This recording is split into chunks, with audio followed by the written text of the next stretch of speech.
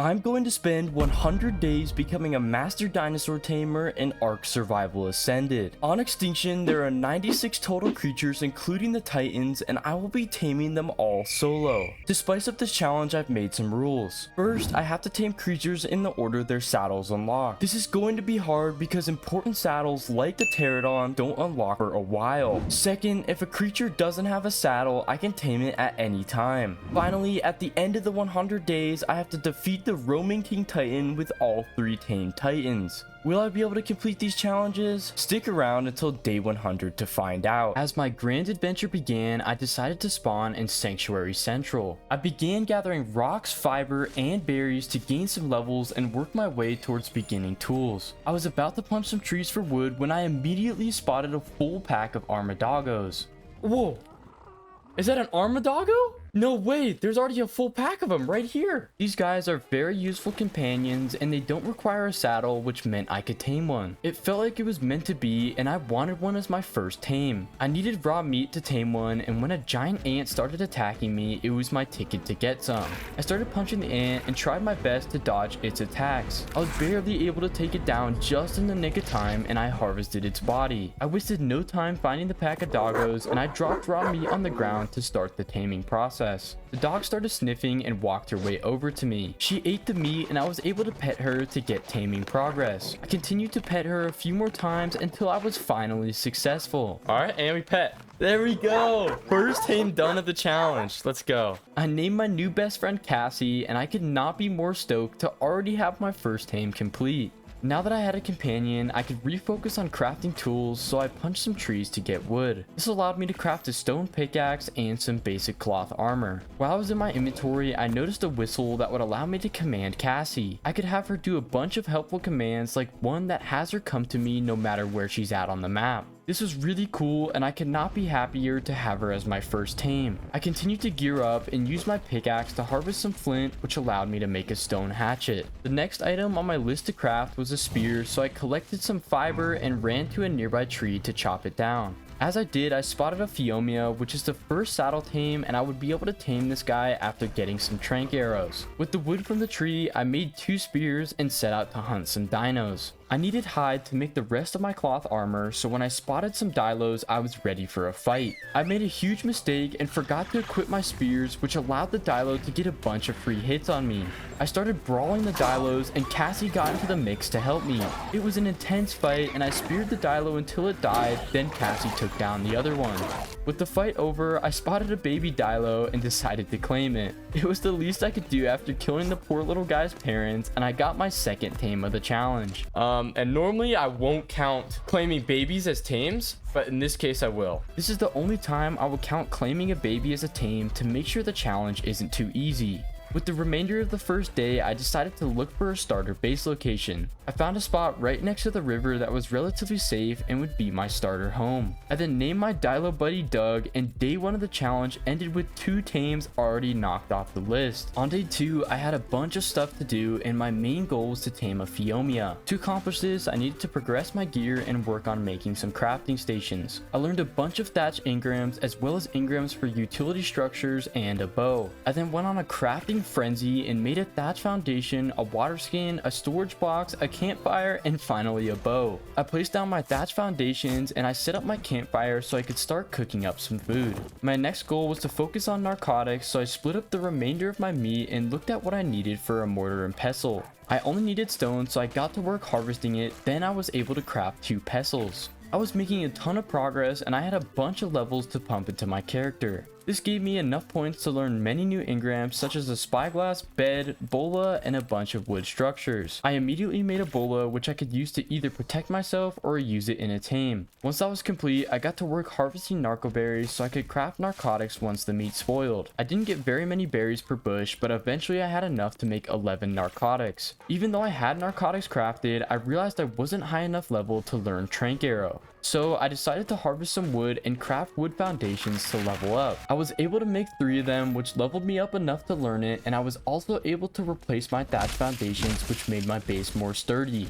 I crafted 10 arrows, and now I was finally ready to tame a Phiomia. The Phiomia in the area was a level 35, so I was confident I had enough arrows to knock it out. I stunned it with a bola, then began shooting it with a bunch of arrows. I wanted to make sure it knocked out before it broke free and ran away. It went down in time and smashed its head on a rock. Ooh.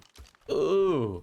That Phiomia might have some brain damage after that one. I picked some mejoberries to tame her, which would give the highest effectiveness possible. In no time she tamed, and I knocked my first saddle tame off the list. I decided to name my new friend Poop Machine, and with the rest of the day, I wanted to go on a mission to craft a bed. This was essential because if I died, I would be able to get back to my base with no issues. While looking for something small to kill, I realized I could harvest the light post, which gave me crystal, and I could use it to make a spyglass once I had hide. Eventually, I found a Dilo and took it down with some help from Cassie. This was a good start, but I still needed more hide, so I decided to kill a pterodon. I bolted it so it couldn't move, and it was dead in seconds. I harvested it with my hatchet, and I got plenty of hide for everything I needed. Once I made it back to base, I crafted a spyglass as well as a bed and more bolas. I then placed down my bed, and now I could respawn at any time. To finish the day, I wanted to upgrade my armor so I wouldn't have to use the horrible cloth that I currently had. I hunted down some nearby pterodons and used the same bola strat to kill them while preventing them from running away. This gave me a boatload of hide, and I crafted a full set of hide armor to end day 2. As day 3 began, my only goal was to progress through the saddle tames and tame a parasaur. I had everything I needed, so I set out from my base and began scouting for one. I crossed the river and was having no luck finding one, but I did spot a metal rock. This was useful information to know I had a metal rock nearby, and I wanted to get metal tools crafted soon. I continued to scout, and it wasn't long before I ran into danger. I got jumped by a pack of armadillos, and I was forced to fight for my life. I used my spear to get off as much damage as possible, and Cassie was also in the mix fighting to save me. I took a lot of damage, but I thought I had things under control until another armadillo I hadn't seen joined the fight. Cassie was tied up fighting the other members of the pack, so she couldn't help me, and I was in serious trouble. My hide armor wasn't enough to protect me from the large amount of damage, and I kicked the bucket. Oh, I'm in trouble. I'm dead. Oh, no, dude. How does he do that much damage? That's crazy. I couldn't believe a level 10 dog did so much damage to me, and I was disappointed in myself that it was able to take me down. In this moment, I was super happy I made a bed and I was able to respawn at my base. Luckily, Cassie was on companion mode, so she got away from the fight and wasn't in any danger. I ran back to where I died and I was able to recover my gear. But the pack of dogs was still there and I almost died yet again. Cassie proved herself as my ride or die, and she saved me from certain death. I don't know what I would have done without her, and in the future, I would have to be much more careful. Now that this fiasco was over, I recollected my thoughts and continued to look for a parasaur. After a long search, I was able to find 2 of them, but both of them were pretty horrible levels. I was considering if I wanted to tame them anyway when I got attacked by yet another dog. This time I was prepared and I bullied the dog so it couldn't move, then took it down. Now that I was safe, I made the decision to keep searching, and I was glad I did because I found a level 85. This would be a much better tame and would be a useful berry gatherer. I bulleted it and shot it in the head to deal as much torpor as possible. In a couple arrows it was down and I started picking berries. I fed them to the parasaur and he tamed immediately. I had no time to name him since I was dying of thirst, and I ran home. When I made it home, I named him Philip the Parasaur. With the remainder of day 3, I wanted to do some grinding to set myself up for future tames. First, I needed to build a Parasaur saddle, and I was only short on hide, so I killed a pterodon, then was able to craft it. Now that I could ride Philip, I wanted to harvest as many narcoberries as possible and stock up on narcotics. I got an absolute ton of them, and I had meat spoiling in my inventory while I was doing it. This allowed me to craft over 60 narcotics, which would set me up for many future tames. Day 3 was almost over, but I wanted to use the remaining time to expand my base with more foundations. I was about to set out when an armadillo attacked my base and tragedy almost struck. Don't hit the stego. No, no, no, no, no. Uh-oh. Everybody get over here. Everybody get over here. Keep running. Keep running, keep running, keep running. Going passive.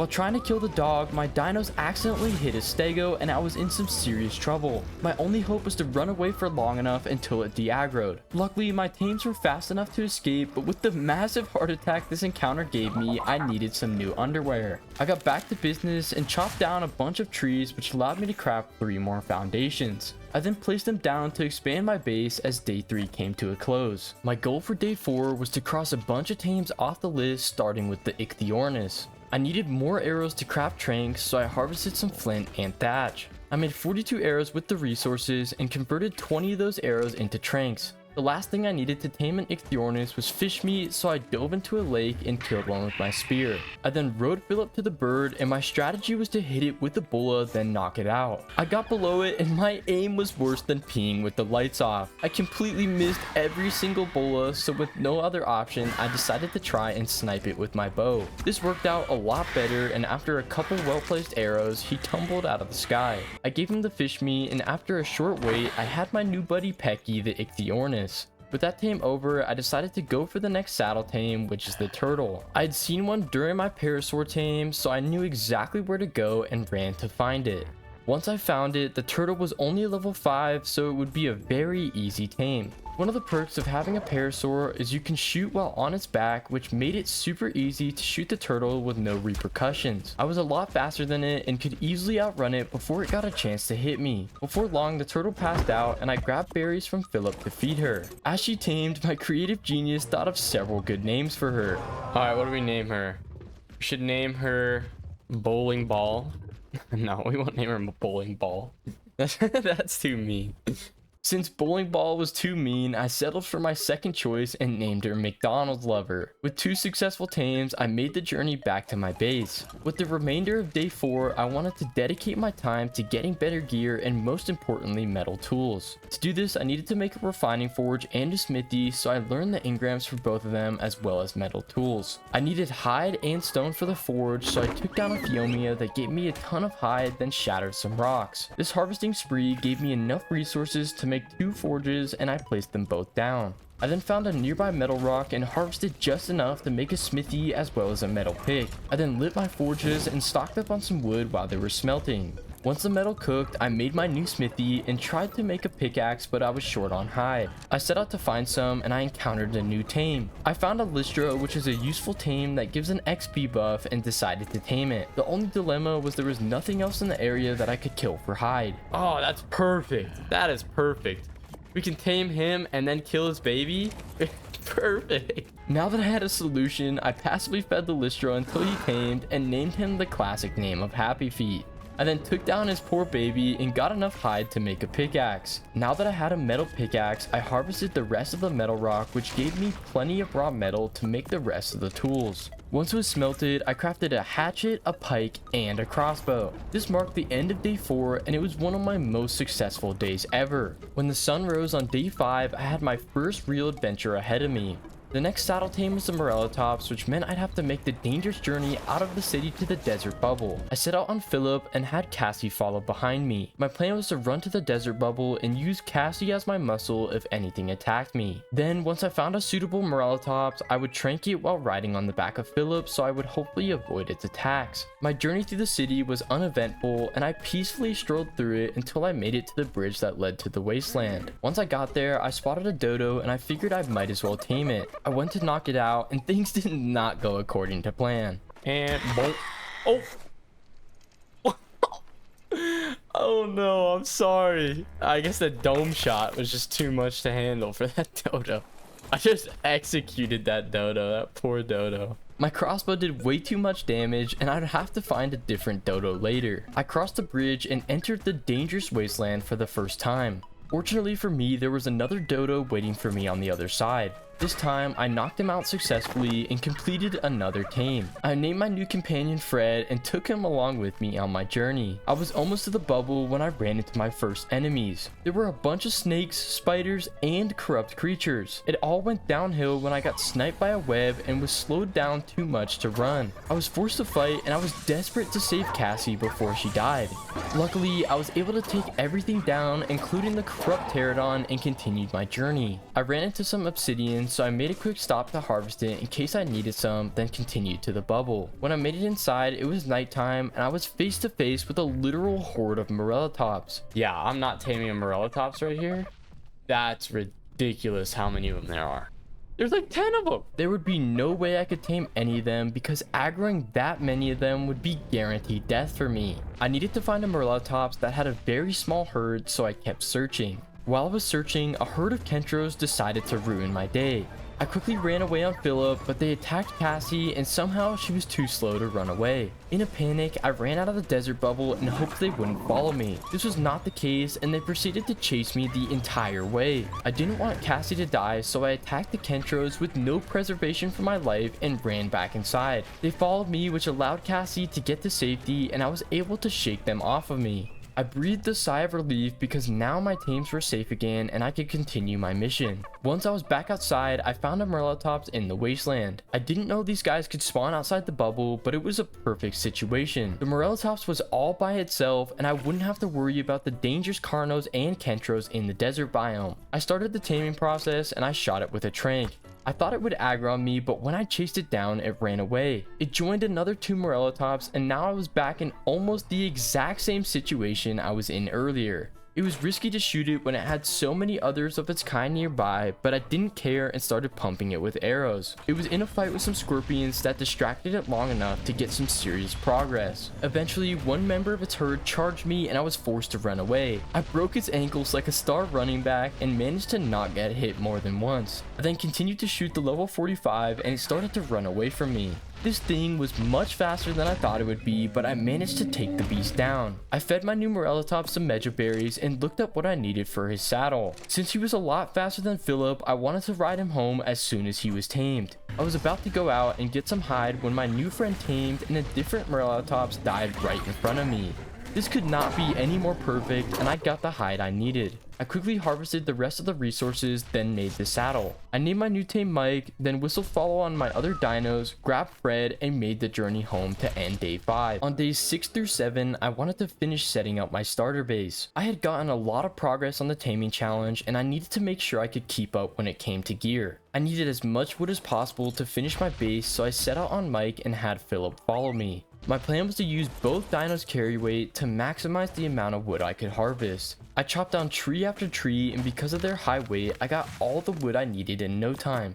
I also harvested a bunch of thatch with my pickaxe because I would need a lot of it to build wood structures. The last resource I needed was fiber, so I handpicked a bunch of bushes because I didn't have enough metal to craft a sickle. Now I had everything I needed for wood structures and I got straight to crafting. First, I made more foundations so I could expand the base of my house, then I crafted as many walls as possible. I placed a couple more foundations and for some reason on one corner of my house it wouldn't let me place a foundation. This meant I would have a very weird shaped house but it would still do the job. I then placed a front door frame on my house as well as every wall I crafted.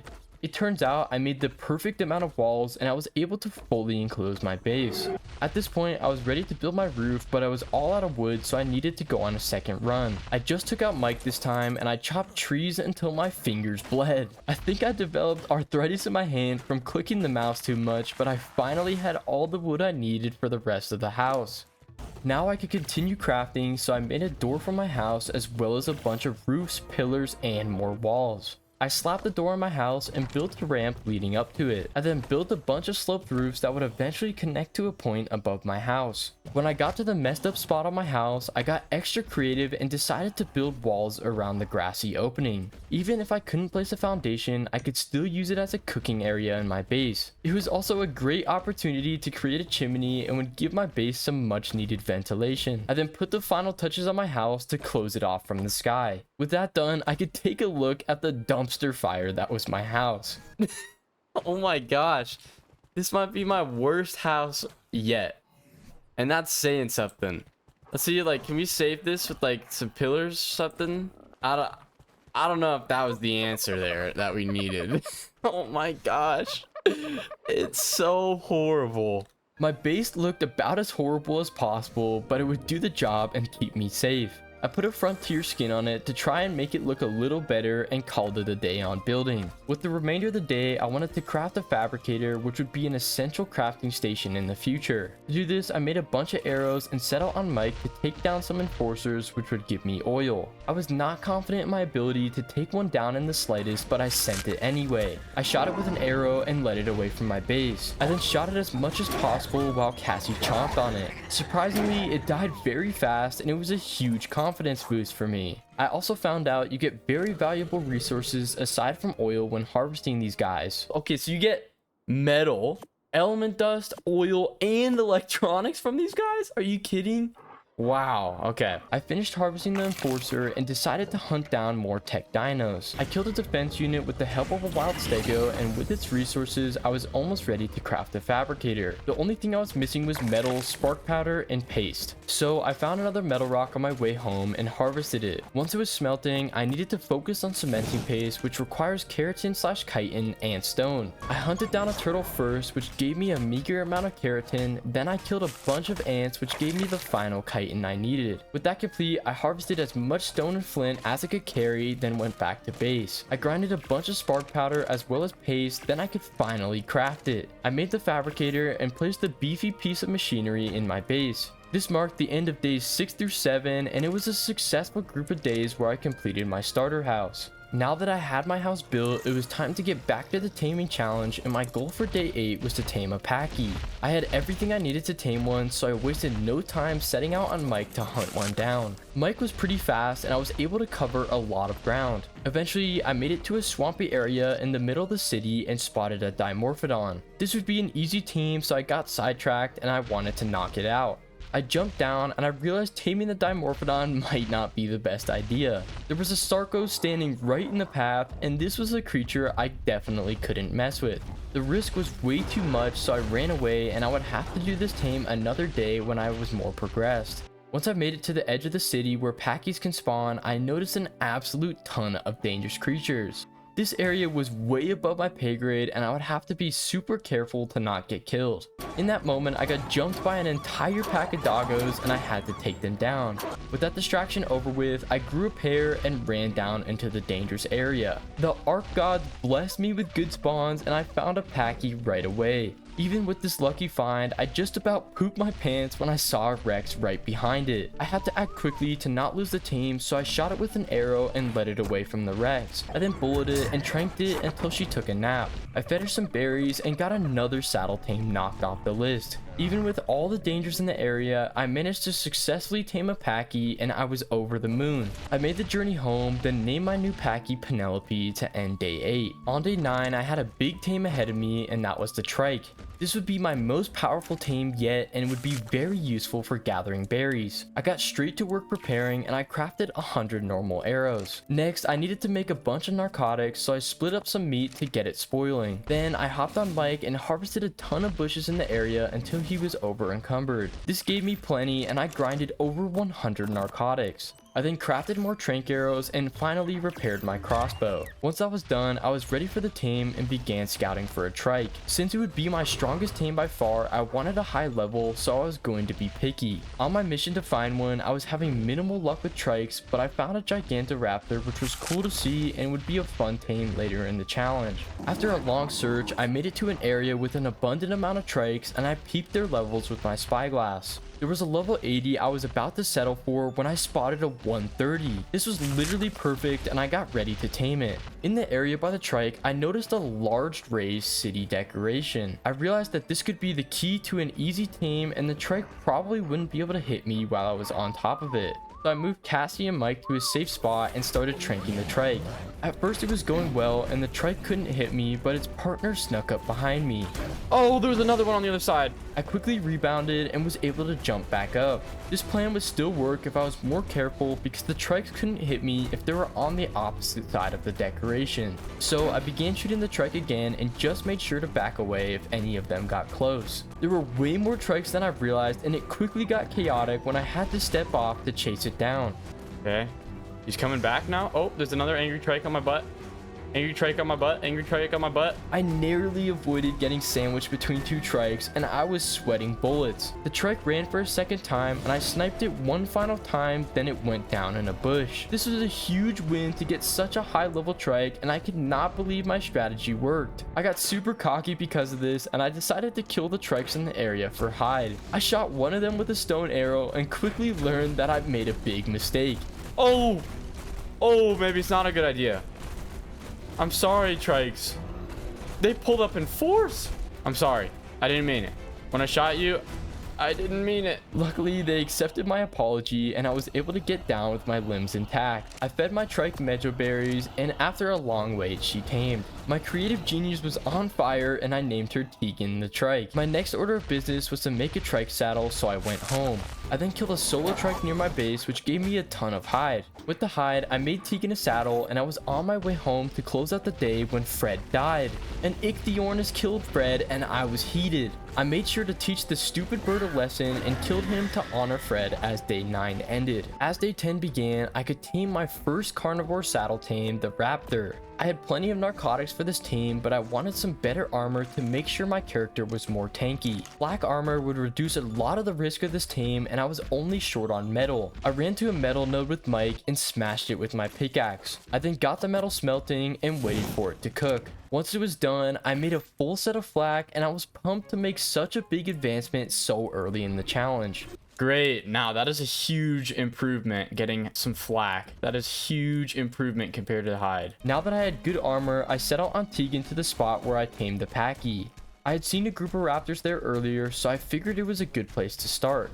I began searching the area and made sure to avoid the wrecks that was causing havoc. I wasn't having any luck finding raptors, but I did find a bunch of beavers and most importantly a beaver dam. I would have to consider stealing this in the future to get a ton of paste. I continued searching and found the best raptor possible. I found a level 174 tech raptor, which was literally insane. It was above the max level of 150 and would be an insane tame if I got it. It was in an intense battle with Kentro, so I started shooting them to help it out. Once they died, I thought I was out of the woods, but it attacked the stego, so I had to help it again. I started shooting the stego and eventually finished it off with Tegan. In the midst of the battle, a second stego joined and I tried to take it down to save the raptor, but I was too late. Come on. No, it died. Screw you, stego. Oh.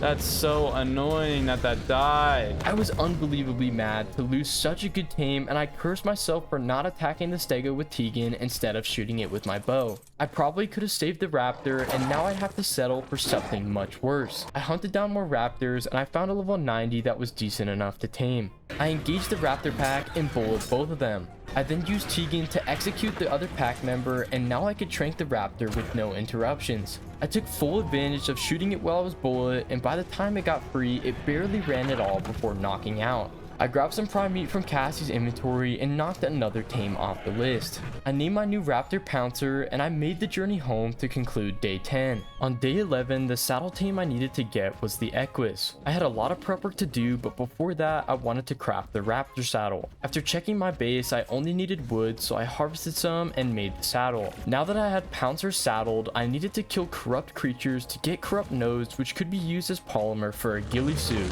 I forgot that Pouncer wasn't a high level and bit off more than I could chew. I got into an intense fight and Cassie paid the price for it. Oh, Cassie died. What? Companion recovery. Okay, we get her back in 3,000 seconds though. Cassie died, but luckily she wasn't gone forever. I continued my mission to get corrupt nodes, and after killing a horde of them, I had enough. I made myself a full set of ghillie, grabbed some mejo berries, and set out on Pouncer to hunt down a horse. I ran through basically the entire city and I was having zero luck. I thought I was going to have to search in the desert biome, but I found a level 10. This was perfect because I didn't have rock carrots, so any higher level would take forever. I stuck up on the horse, fed it, then hopped on its back. It went buck wild and bolted all over the place. I couldn't control where it went at all, and if it ran into danger, I couldn't do anything about it. I was fortunate enough that it stayed relatively in the same area, and I got a ton of progress on it. After a long time, I got my new horse. Boom, there we go. We got our horse. Okay, that's kind of a stressful tame because this thing can run anywhere. and it takes forever for it to tame, even at such a low level. This tame annoyed me so much that the horse didn't deserve a name, and day 11 concluded. My plan for day 12 was to harvest a bunch of metal, try to get some pelt, and to tame a scorpion. I set out on Mike to complete my first task, and I scoured the city for any metal nodes I could find. I wanted to harvest a ton of it so in the future I could craft a cryo fridge. While I was out, I also found a huge cluster of crystal, which is another requirement for the cryo fridge, so I harvested it as well. Once I got home, I loaded all the metal into the forges and chopped down trees to fuel them. Now that I had a bunch of metal smelting, I wanted to focus on getting pelt because one of my upcoming tames, the Procoptodon, requires pelt to make its saddle. This tame would be the best way to get around a map without a flyer, so building a saddle was essential. I found a level 25 Megatherium and engaged it by shooting it with my crossbow. My initial plan was to shoot him a bunch, then finish him with my raptor, but he was too fast to outmaneuver. Things got very hairy when I heard bugs on the ground. No, don't let him kill the bugs. Don't let him kill the bugs. Or else we'll die. If he kills those bugs, we'll die. Killing bugs would enrage the Megatherium, which would make him near impossible to kill. Because of this, I made sure to take him down before then, and I harvested his corpse for over 100 pelt. With 2 out of my 3 tasks done, it was time to get the next saddle tame, the scorpion. I had seen scorpions in the wasteland before, so I braved the area once more to find one. Raptors, more Rexes. Jeez, this area is dangerous. Oh my goodness, this is dangerous. After a long search of following the outskirts of the city, I finally found a group of scorpions. There's a level 85 and a level 30 fighting a trike, so I decided to step in to help them out. Once the trike was dead, a carnal almost ruined my day by trying to kill the scorpions. Luckily, it only got one of them before getting taught a lesson, and I could knock out the high level.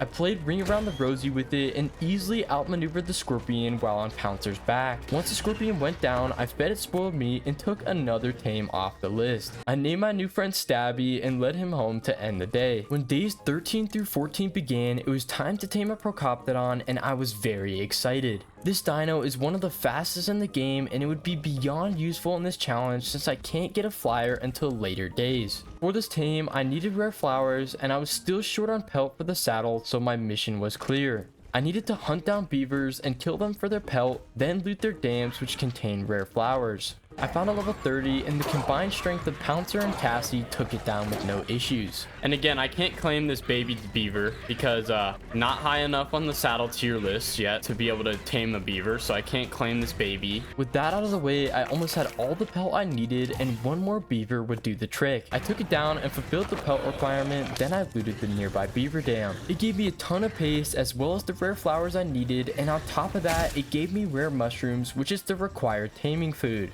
Once I made it back to base, I was short literally 3 hide to making the saddle, so I bullet and killed a pterodon to get some.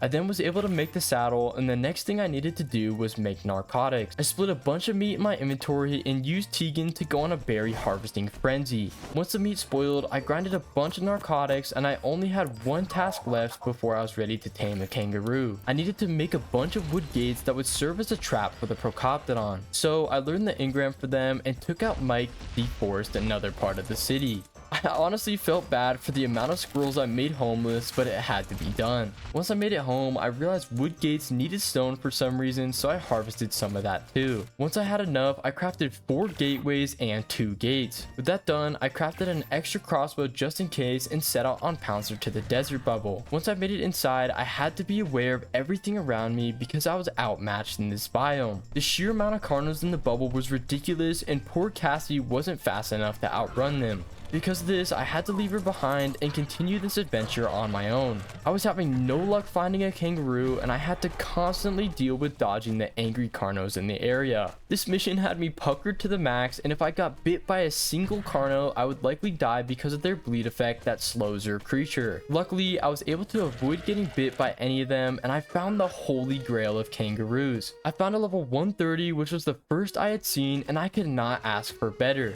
I quickly set up my gates to form a box with gaps in the gates that were too small for the kangaroo to fit through. I was about to start the tame when I spotted a Velociraptor, and I had to take it down before it ruined my day. Take him out, take him out, take him out, take him out, take him out. He's gonna do so much damage to me. All right, we got him, we got him, we got him. Woo! With my trap set, it was go time, and I ate a rare flower which would unnaturally make the kangaroo attack me. Normally, the kangaroo will only run away from you, but she angrily chased me into the trap, which allowed me to close the gate to seal her in. Yes! He's trapped! Okay, that worked perfect! The rare flowers worked perfectly! Oh, what's up, buddy? What's up, bud? Oh, he's still mad. Now the hard part was over, and I could easily tranquilize the kangaroo since she couldn't move. Doing this tame without a trap is near impossible, and I was beyond pumped that my strategy worked. She surprisingly took a lot of arrows to knock out, but she finally went down.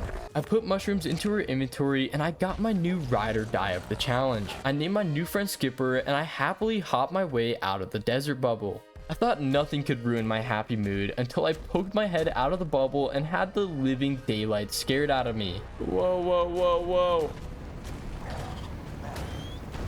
Whoa! Alright, get back in the bubble. Get back in. Maybe we don't want to go out here right now. Yeah, I don't think I'll risk this journey with my new guy here. There was a meteor shower going on in the wasteland, and I was forced to hunker down in the desert bubble with my poop-covered ghillie suit. Once the shower ended, I made it home with all my tames, and these days ended in success. I had gotten a ton of progress on the taming challenge, so my goal for day 15 was to advance my technology. I wanted to make a cryopod as well as a cryofridge so I'd be able to transport dinos at will. I started gathering all the materials I already had and loaded them onto Skipper. The first resource I needed to harvest was hide, so I killed a parasaur with Pouncer. On my way back to base, I spotted a weird creature in the grass. This was an Archaeopteryx, and I decided on impulse to tame it right then and there. The little guy was hard to see in the grass, but I was able to land enough tranks to get her down. I then fed her some chitin and got a very easy tame off the list. With that distraction over, I got back to my original goal and started harvesting fiber, which was necessary for cryopods. With that done, the only remaining resource I needed was polymer for both the fridge and the pods. This meant it was back to harvesting corrupt nodes, so I set out on my new tame and launched myself across the map. Alright, let's get him. Get him. Get him.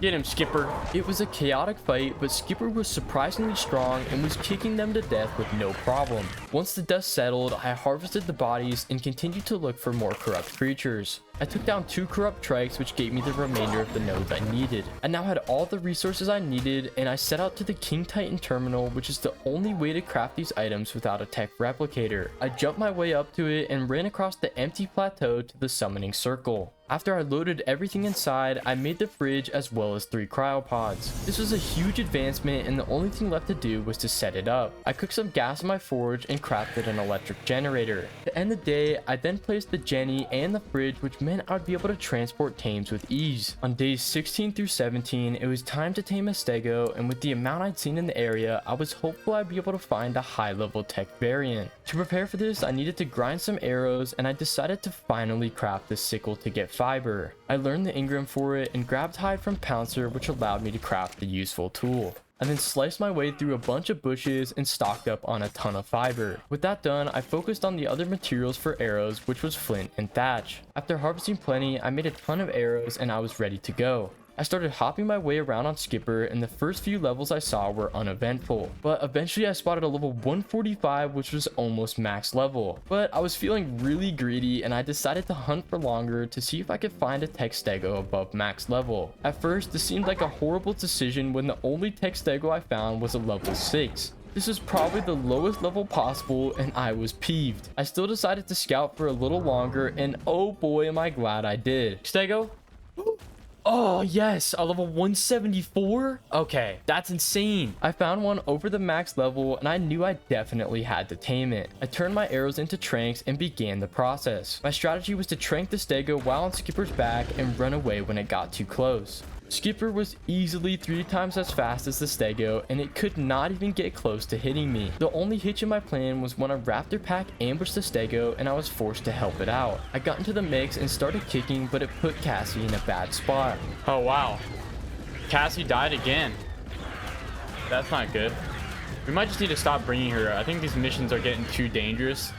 to the point where it's not worth it to bring Cassie anymore with us. Okay. This made me realize that Cassie was no longer helpful for me and I needed to stop bringing her on my dangerous missions. With the raptors dealt with, I continued to lay down heavy fire and hit as many tranks as possible. Once it began to run, I chased it down and the tech beast finally got knocked out. This monster of a tame had 5,000 health already before tame and I was amazed. This made me realize that in the future when I had to tame the titans, it could be very useful to breed some tank stegos to get in the way. While I was breaking the corrupt nodes on the titans, if they were distracted with other creatures, it would give me an opening to deal damage. After the stego tamed, I named him Ultron and I decided to hunt down a female tech stego so I could actually breed Ultron. I found a level 18 and although it was a low level, it would still do its job and allow me to breed tank stegos. This time, it took a lot less tranks to bring her down and I got another tech stego tamed. Once I made it home, I threw out Ultron and gathered the materials for a feeding trough. This would be essential to all breeding in the future and keeping my tames alive. I crafted it, placed it in front of my house, and filled it with plenty of food. After that was done, I was ready to breed and I mated my stegos. When they laid the egg, I realized it was too hot at my base, so I had to go into the wasteland where it was much cooler. The only problem was now the egg was too cold, so I had to build some standing torches. It didn't take me long to make a bunch of them, and after they were all lit, the eggs finally started to incubate. Once the baby hatched, I was absolutely pumped to see it transferred the high health stat and was a female. This means that all future stegos I bred would have the good health, and it was a huge win. After throwing out the baby, the day ended. The moment day 18 began, tragedy struck and a giant angry sloth was wreaking havoc on my base. No, this Megatherium is destroying my whole tames. No, Philip! My tames were dropping like flies and there was nothing I could do about it. Oh no, Pouncer died too? Oh, this is a massacre! Oh, my truck's gonna die too. No, Tegan! Oh! No, Mike's dead too. No, Mike! No! Oh, my tame just died! I couldn't even kill the bug enraged Megatherium and it was so powerful I had to lead it away with Skipper. I was in utter disbelief at what just happened and I could not believe the Megatherium just killed almost all of my tames. A vast majority of my tames died and it was the biggest setback I have ever faced. We lost Stabby, we lost our Equus, we lost Doug, we lost Happy Feet, we lost our Archaeopteryx, we lost Penelope, Poop Machine, McDonald's Lover, Philip, Pouncer, our tech stego, Tegan, and Mike. Oh my gosh! This was a monumental tragedy and I spent the next couple of moments collecting all the saddles from my dead tames as well as their souls. Once all was said and done, I was very depressed and the only silver lining was that Skipper survived. Even though I felt defeated, the show must go on and I had to get back to the challenge. First, I wanted to craft the stego saddle so I'd be able to use Ultron as my new berry gatherer since all my others were dead. I killed a pair of fur hide, then I was able to craft it and equip it on Ultron. Next, I crafted a storage box to store all my dead tames so they wouldn't be forgotten. With that done, I focused on the next tame, the Pachyrhino. I fortunately had everything I needed for the tame, so I just needed to find one.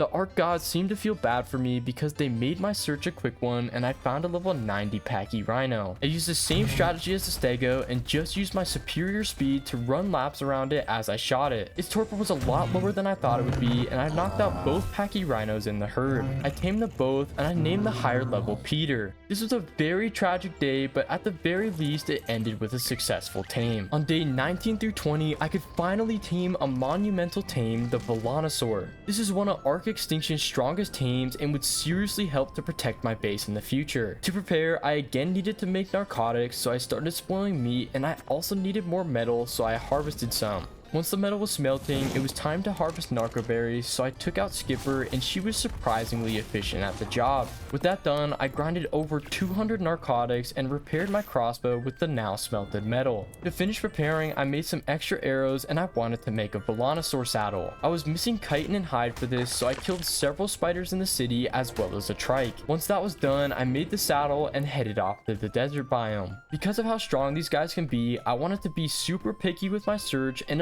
low level wasn't going to cut it. The Dinosaurs were surprisingly common, but most of them were below level 50. After a long search, I finally found a good one that was level 145. My initial strategy for this tame was to shoot it while on the back of Skipper and run away when it started shooting me. This did not work in the slightest, and my character was getting ripped to shreds immediately. I then tried to quickly peek it using a rock, but it still shot me too fast and broke my armor. I thought the Dinosaur would shoot Skipper, but it only targeted my character and did a ton of damage. Especially since my armor was now broken, even peeking it for a second was a near death sentence. I got extra greedy while trying to shoot it and I almost died. I decided to run away and I would have to heal before attempting the tame again. Once I was healed, I decided to make some hide armor that would protect me in the spots where my armor was broken. So I killed a thorny dragon and made a couple pieces of it, then equipped it. I got back to the tame and tried to use the rock to carefully peek it again, but I was still getting shredded.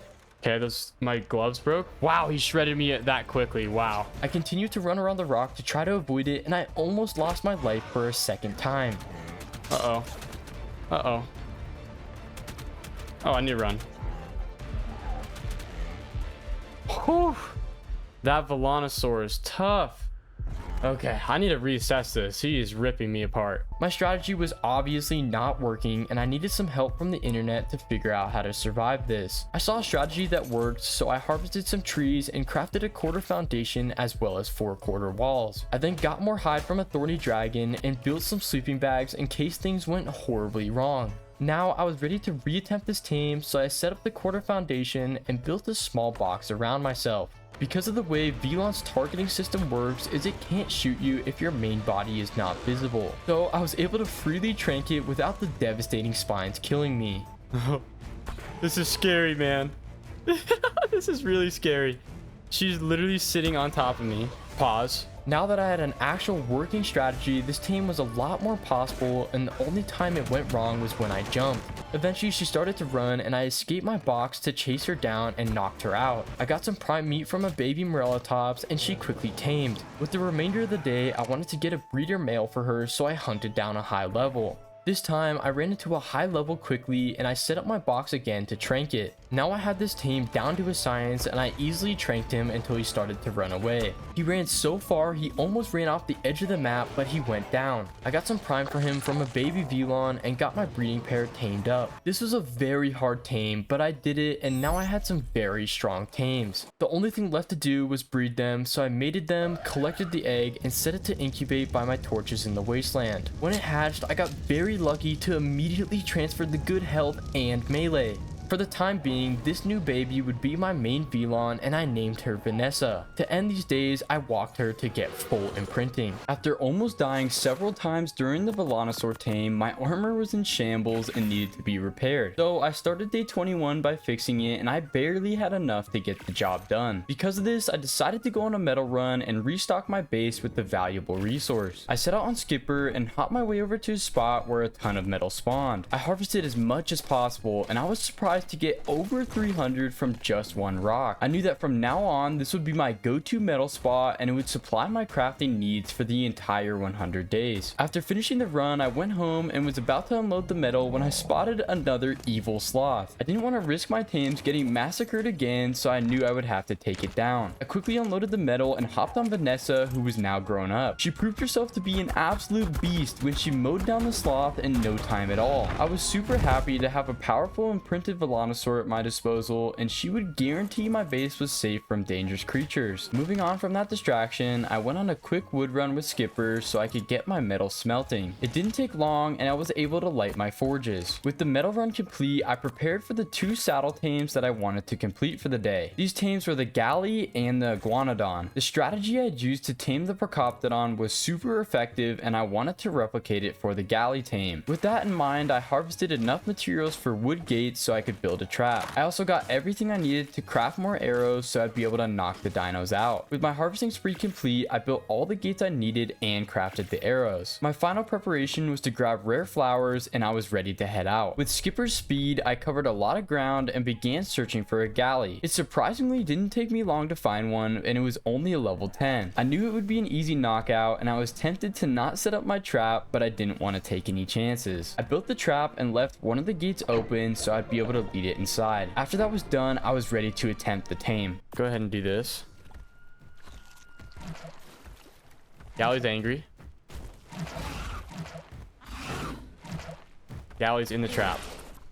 And it's closed. The rare flower strategy had worked perfectly, but I accidentally left Skipper on neutral and she shredded the galley. Because of this, I would have to wait until the galley healed or it would die. After a short wait, I could start triggering the galley and in no time it was down. I harvested some berries and put them into the galley's inventory. After it tamed, I named him Greg the Galley and I could now move on to the iguanodon. I started my search for one and in literal seconds I found one. It was only a level 50, but it was good enough for me. I shot it while on the back of Skipper and this made the tame extremely easy. It couldn't do damage to my player, and when it started running away, it wasn't even close to fast enough to outrun me. After it went down, I harvested some berries and secured the tame. We're gonna name her Iggy to honor the iguanodon in my first video that sacrificed her life for me. I threw out both of my new tames, and this marked the end of day 21. On day 22, my goal was to tame a Megaloceros. This was a tame I was super excited for because not only is it extremely fast, but it can hold its own in a fight. To prepare for this tame, I learned the saddle engram and pulled together all the resources I had in the smithy. After that was done, I was only short on fiber, so I used my sickle to gather some. With the fiber harvested, I was able to craft the saddle, and I only needed to craft bolas before I was ready to tame. I ran out and gathered some thatch, which allowed me to make 10 bolas. After they were done crafting, I started running around the city looking for a Megaloceros. I was having no luck at the start of my search and had yet to find one when I ran into a sight to behold. Oh my gosh.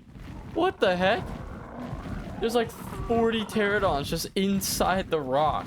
What a great glitchy game. This site reaffirmed the fact that Ark can be an extremely glitchy game, and I felt bad for the poor pterodons who would never see the light of day. After that distraction, I found my first Megaloceros, and I got extremely excited when I saw that it was a male. Unfortunately, it was a horrible level, so I took it down in hopes that others would spawn. I continued my search, and the second time was the charm when I spotted a 140 male. I was extremely pumped, and taming him would be a great addition to my squad of dinos. He would be a great thatch gatherer and a strong fighter if I needed him. I threw a bow at him and started hitting him with as many tranks as I could. I wanted to capitalize on the time that he would be bullied so I wouldn't have to chase him for long, but I still had to be careful not to shoot him too fast. You want to wait between shooting so you make sure all the torpidity goes into the creature, because if you keep spam shooting them, they're not going to knock out as efficiently, and you're probably going to end up killing them, especially with a crossbow. It was easy to chase down the deer with the speed of my kangaroo, and before long he took a tumble and was sleeping on the ground. I grabbed some berries from Skipper and knocked another tame off the list. I decided to name him Bucky, and he was immediately one of my favorite tames. Feeling accomplished, I rode my new buddy back to base and the day ended. The plan for day 23 was to tame a mammoth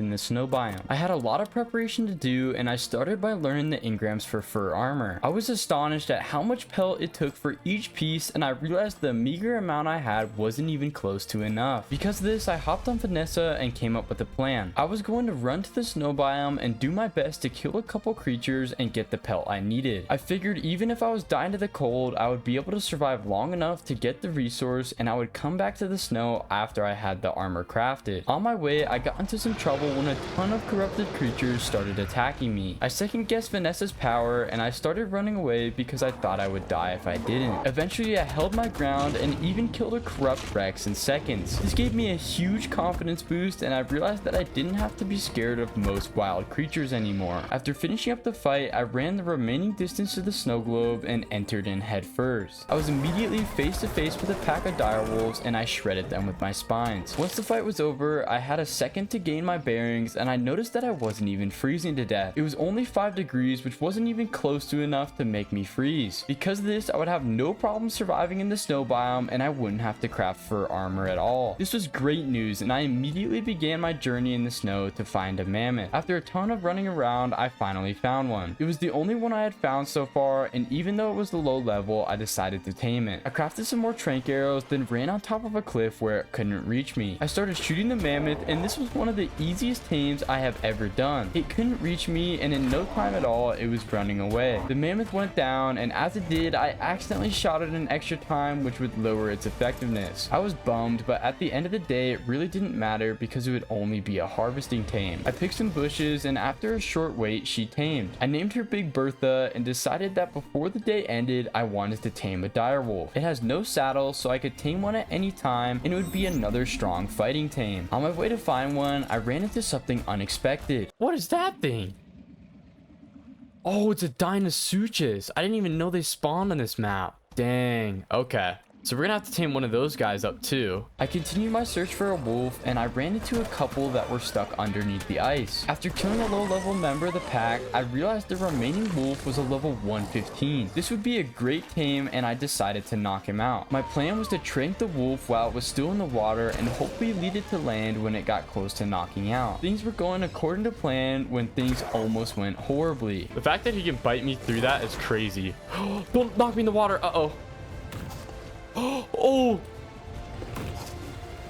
Oh no. Luckily, I was able to get out of the water, but I absolutely panicked hearing the crocodile snapping jaws. I took down the crocodile and gave myself a second to calm down. I was pooping my pants there though. I was so scared. I just hear the chomping and I'm in the water. Oh my gosh, that was horrifying. After that close call, I downed the direwolf and got prime meat from the giant croc to tame him. I named my new wolf Patrick and ended the double taming day in success. When day 24 started, I wanted to cook some food and replenish my supply. I grabbed some meat from Vanessa and I noticed she had black pearls in her inventory. This is normally a very rare resource, but on extinction, corrupted creatures can drop them. This was big news, and it would allow me to craft a gene scanner in the near future. Continuing with my task, I lit my campfire to cook the meat and decided to craft a water jar. Unlike the water skin, the water wouldn't leak out and it would help me when I had to go to the desert. With those tasks done, I was ready for my next tame, and it was going to be an easy one. I set out on my pal Bucky and started looking for a Diplodocus. This tame is a passive tame, which means I don't have to knock it out to be able to feed it. This makes it a very low cost tame, and it would be a breeze. On my way to find one, I wanted to test Bucky's strength, so I attacked some defense units. It was absolutely light work to take them down, and I continued my search for a Diplodocus. After I found one, I started feeding it mejoberries. Even though it was a passive tame, it kept knocking me around and I kept getting annoyed. To avoid this, I realized that if you sit directly under the tame, it glitches out and sits in one spot. With this discovery, I got the Diplodocus tamed. This is my least favorite creature in this game. Just like, why is it in the game? Why is it in the game if it does no damage? After making it home, I had more time left in the day and decided to do some breeding. I bred my Stegos so I could keep building an army of them, and I also bred my Vellonosaurs in hopes of getting an imprinted one with the cool blue color. After they were done breeding, I grabbed all of their eggs and set out to my hatching spot close to the wasteland. I put some more wood in the standing torches and started hatching my Velon eggs. When they hatched, I was stoked to see that both of them transferred the best stats. To make things even better, one of them transferred the blue color, and if I was able to imprint on him, he would be my new main Velon. Continuing my hatching spree, I hatched the Stego, and it again transferred the good health stat. This was the only stat that I cared about, so I was pretty happy. After making it home, I uncryoled all the new babies and decided to name the blue Velon Blue Beetle. I waited until he asked for care, and I was extremely disappointed when he asked for exceptional kibble. This is something I didn't have, and I punched him out of frustration. To end the day, I removed his name, and I would have to try again in the future to get an imprinted blue Velon. On day 25, my goal was to tame a terror bird. I had everything I needed for the tame, so I immediately set out on my adventure. While I was running to find one, I realized that I was running towards the swamp area, and I wanted to tame a Dimorphodon. So I made a quick pit stop at the swamp and started to search for one. I peacefully started hopping into the swamp when I had a heart attack.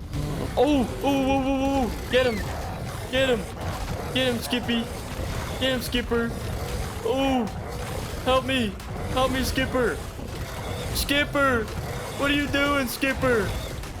What are you doing, man? Skipper let me down and didn't come to my aid at all. Luckily, I was able to take down the Capro and everything was intact besides my underwear. After that intense battle, I found a Dimorphodon and bulleted it. It quickly went down and I was about to feed it when chaos erupted. I got jumped by a group of Dilos, and while I was blinded, I accidentally attacked the Parasaur. This was not a fight I wanted to partake in, and I quickly ran away. While all the dinos were distracted, I tamed the Dimorphodon, and as soon as I I did, a swarm of creatures attacked me. I again panicked and tried to get back on Skipper. I took a couple hits, but I was able to escape. This encounter reminded me why the swamp was my least favorite biome, and I was not ready to return anytime soon. I continued my search for a terror bird, and I eventually found one. I bulleted it and started to hit it with as many tranks as I could. Unfortunately, it had another terror bird in his pack, and I had to tank its hits while I shot it. After it broke free, I chased it down, and this terror bird completely dodged me like every girl I've ever talked to. After that embarrassing display of accuracy, I continued to chase it down, and on my literal last arrow, I got it down. I could not hit a shot on the terror bird for the life of me, but I finally got the job done. I took down the second terror bird, and just when I thought I was in the clear, 2 defense units started attacking me. I did my best to fight them, and things went terribly wrong when they started focusing on my knocked out tame. For some reason, they completely ignored me and kept charging the terror bird. I kept kicking them and did my best to play keep away. I knew I couldn't mess this up, and I would have crashed out if the terror bird died. Luckily, I protected it for long enough that it tamed and I was able to run away. I named her Tiffany and put her into a cryopod. I threw her out and marked the end of a very chaotic day. When the sun rose on day 26, it was time for the next saddle tame, the Doedicurus. This tame is a big milestone in the challenge due to its harvesting abilities. Once I had one tamed and a flyer along with it, I would have everything I needed to build my permanent base. Because of this, I was extremely excited and started crafting arrows right away to prepare. I also needed to grind up some more narcotics, so I grabbed spoiled meat from Vanessa and made some. While the narcotics were crafting, I harvested more fiber, thatch, and flint to make a boatload more arrows. With that done, I hopped on Skipper and ran through the wasteland to get to the desert dome. Once I arrived, I started scouting and quickly found my first Doedicurus. Unfortunately, it was an extremely low level and wasn't worth my time. The next 2 I found had the same problem and were not high enough level to satisfy me. My search led me through the entire desert biome, and I even went down into the oasis. I discovered that there were Allosauruses that spawned down there and several ducks. This was very valuable information, and it would help me in the future to not have to look for those tames. After an extremely long hunt, I found a level 75 Doedicurus and decided it was good enough to settle for. It was the highest level I had seen by far, and it had a cool color. With that in mind, I hopped off Skipper and started tranking it. It was extremely slow, which made it easy to outmaneuver, and I started gaining progress on the tame. When I got stuck on the rock, it reminded me why Skipper has been my ride or die for the 100 days. He's an angry man. Oh. No. Skipper, I see the intent. Dude, Skipper scraps though. I'm not gonna lie. Skipper, he's a fighter, man. He does not let anything slide. Like if anything attacks me, he's getting them, which I appreciate. He's a homie. Skipper has been my favorite tame of the 100 days so far, and I couldn't have made it this far without him. After some more tranking, the Doedicurus started to run away, and before long, he passed out. I put berries into his inventory, and before I knew it, the tame was complete. I named my new stone gatherer Blueberry and put him into a cryopod. Once I made it home, I threw him out, and I crafted a saddle for him to end the day. On day 27, it was time to tame a Sarco, and to say I was not excited for another swamp adventure is an understatement, but it had to get done, so I repaired both my crossbows and turned the normal arrows in my inventory into tranks. With that done, I had everything I needed, and I started hunting for a Sarco. This time, I very cautiously jumped into the swamp and made sure that no capros would take me off my tame. I was able to spot a level 15 Sarco and a level 60. These were both very mediocre, so I kept looking. Unfortunately, this swamp area was very small, and I couldn't seem to find any more. Because of this, I did some more research and found out there was another swamp area on the other side of the city. When I got there, I was absolutely stunned. Oh my gosh.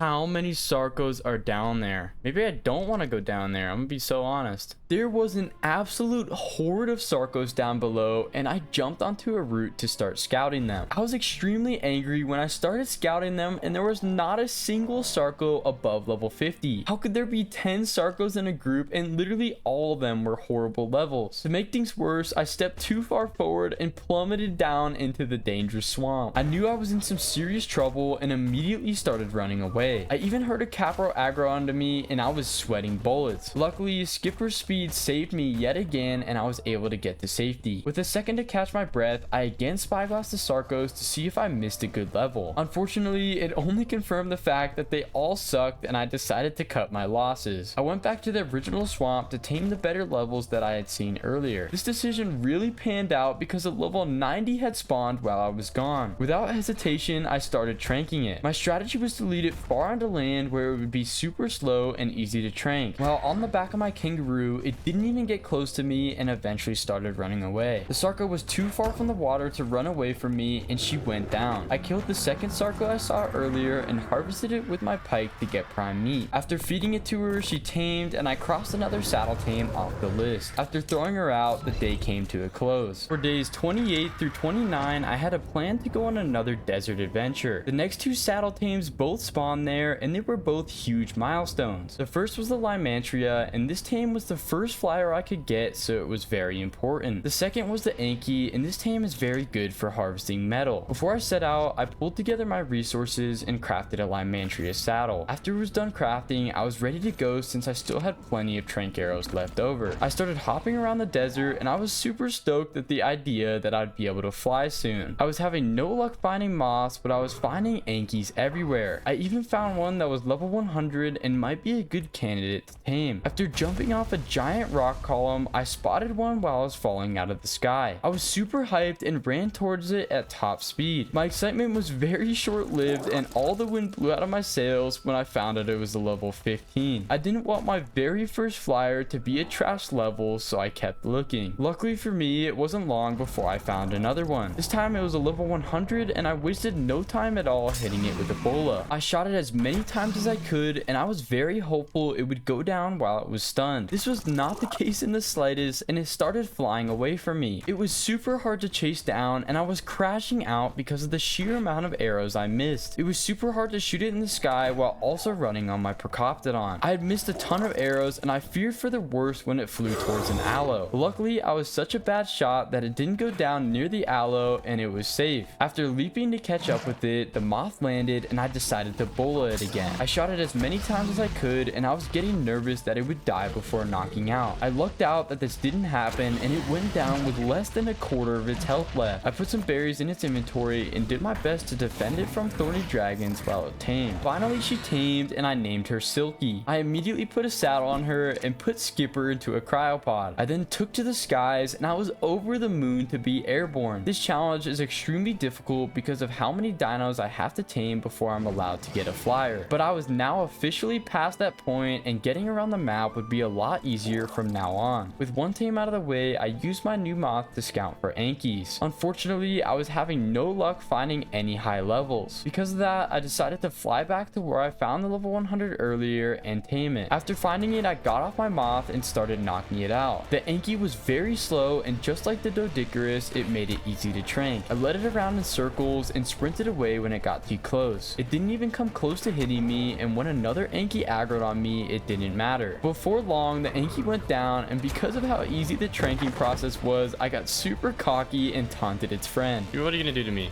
can't do anything to me. Look at it. Look at how slow you are. I just almost want to taunt him. Oh, okay, I'm sorry. After learning my lesson, I gathered some berries and was able to tame the Anki. I named her Smacker and put her into a cryopod. After a nice flight home, I made a realization. Wait a second. Is my cryo fridge not powered on?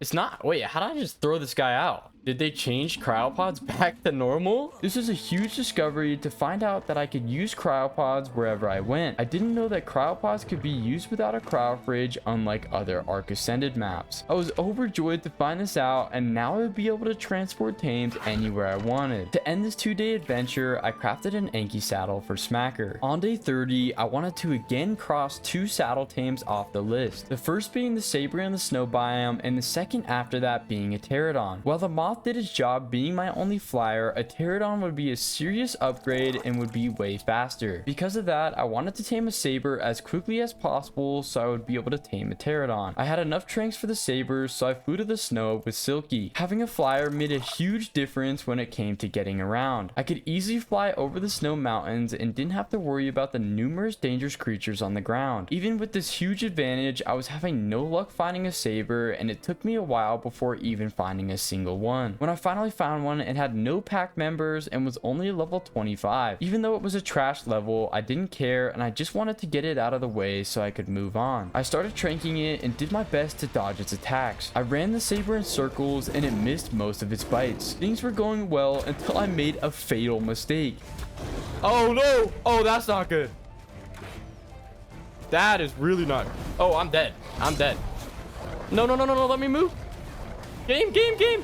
I had accidentally shot a rhino and I was fighting for my life. I had no other option but to whistle follow on my moth and had to jump into the water. Because of how slow rhinos are in the water, I managed to get away, but all my armor was broken and my insanely high heart rate must have taken years off my life. I refocused on my goals and started tranking the saber again. It downed in the water, so I knew I had to get meat quick or it would drown. I killed a penguin for prime meat and fed it to the saber. After one feeding, it tamed and I put it into a cryopod. With that stressful tame over with, I wasted no time flying to the city and began scouting for a high level pterodon. The first one I found was a level 90, but I was being super picky and I wanted to get the best of the best. I scouted several more pterodons, but none of their levels caught my eye and I continued my hunt. Just when I was getting ready to settle, I found the best of the best. I found a 150 and it was extremely cool color. I could not be happier and immediately started to tame it. It was easy to bullet and unlike the moth, it knocked out before it got unstunned. The last thing left to do was to get food for it, so I piked down a nearby Anki and its baby. With the prime meat from the baby, I fed the pterodon and it quickly tamed. I now had a perfect tamed max level flyer and I decided to name her Starfire. After grabbing some chitin from my Dinos inventories, I was able to make a pterodon saddle. I then tested out my new tame and took to the skies to end this successful day. The time had finally come and days 31 through 32 were dedicated towards building my official base.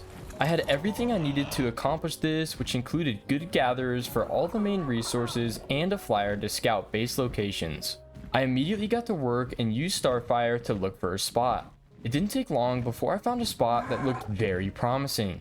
The first thing I noticed was it had several distinct ramps that led up to a raised platform. All of these ramps would be super easy to gate off. This would make it so my base was safe and I wouldn't have to spend many resources doing it. The raised platform also means that nothing can spawn, so simply gating off the ramps would make sure wild dinos couldn't reach me. Combining that with the fact that the platform had plenty of space to store all of my tames, it was shaping up to be the perfect spot. As if I wasn't convinced enough, I realized the insane metal spot I went to earlier in the challenge was literally right below my base. This meant my base had safety, plenty of space, and good access to resources. This was literally the best I could ask for, so I began base building preparation. I would need a boatload of wood to build my base, so I needed to craft a mammoth saddle. I was only short on fibers, so I sliced down some bushes. I was then able to make the saddle, and I also repaired my armor that was still broken from the rhino incident. With that task done, I could start my harvesting mission. I ran around with Big Bertha and broke tree after tree. With her ability to greatly reduce the weight of wood, it really helped to not get overburdened. It felt like her weight was infinite, and unlike the Lorax, I did not speak for the trees. With plenty of wood harvested, I moved on to the next resource, which was stone. I took Blueberry out, and just like Big Bertha,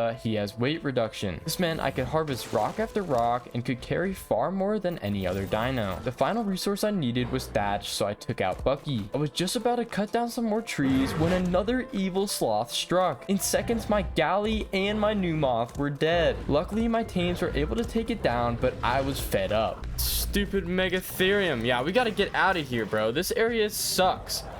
The Megatheriums keep killing my tames. This disaster only furthered my desire to move away and made me more motivated than ever to make sure my tames were safe. Bucky turned into a thatch machine, and in no time I was nearly over encumbered. Once I got back to base, I could now start crafting, and first order of business was to craft gates. So I crafted a behemoth gate and gateway. With my main gate crafted, I learned all of the stone engrams and began building. First, I made a bunch of foundations and doors. I then moved on to crafting walls and roofs. The last main structure structure I needed were pillars and normal gates. With all my crafting complete, I could start building, and I wanted to make sure my new base was secure before moving my tames. I placed my behemoth gate, and I realized that I underestimated the size of the ramps. This meant I would have to craft more gates, but I was still able to relatively block off all the exits enough to feel safe. With my base somewhat secure, I could make the big move, and I started by loading all my resources into my tames. I also picked up all of my crafting stations and utility structures such as my cryo fridge. With all my resources packed up, I whistled follow all to my creatures and started leading them to the new spot. Luckily, because my new base spot wasn't too far away, I didn't have to crowd them and they could just walk the distance. You guys will be safe from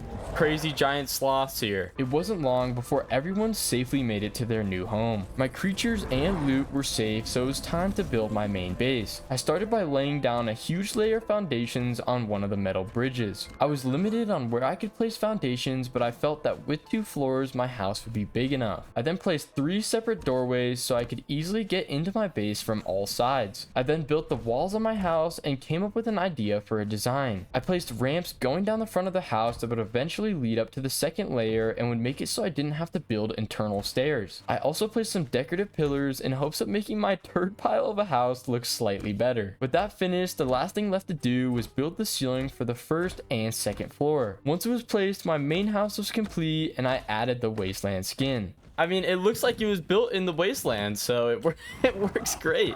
It looks like it's a horrible thrown together structure that they could barely put up. So to finish my move, I reset up my crafting stations and tried to build them in a way that allowed for easy access as well as extra storage. I then set up my outside forge area that would make it very easy to transfer metal straight from a harvesting tame instead of having to transfer it by hand. I then set up my feeding trough and cryo fridge. With that, my house was complete.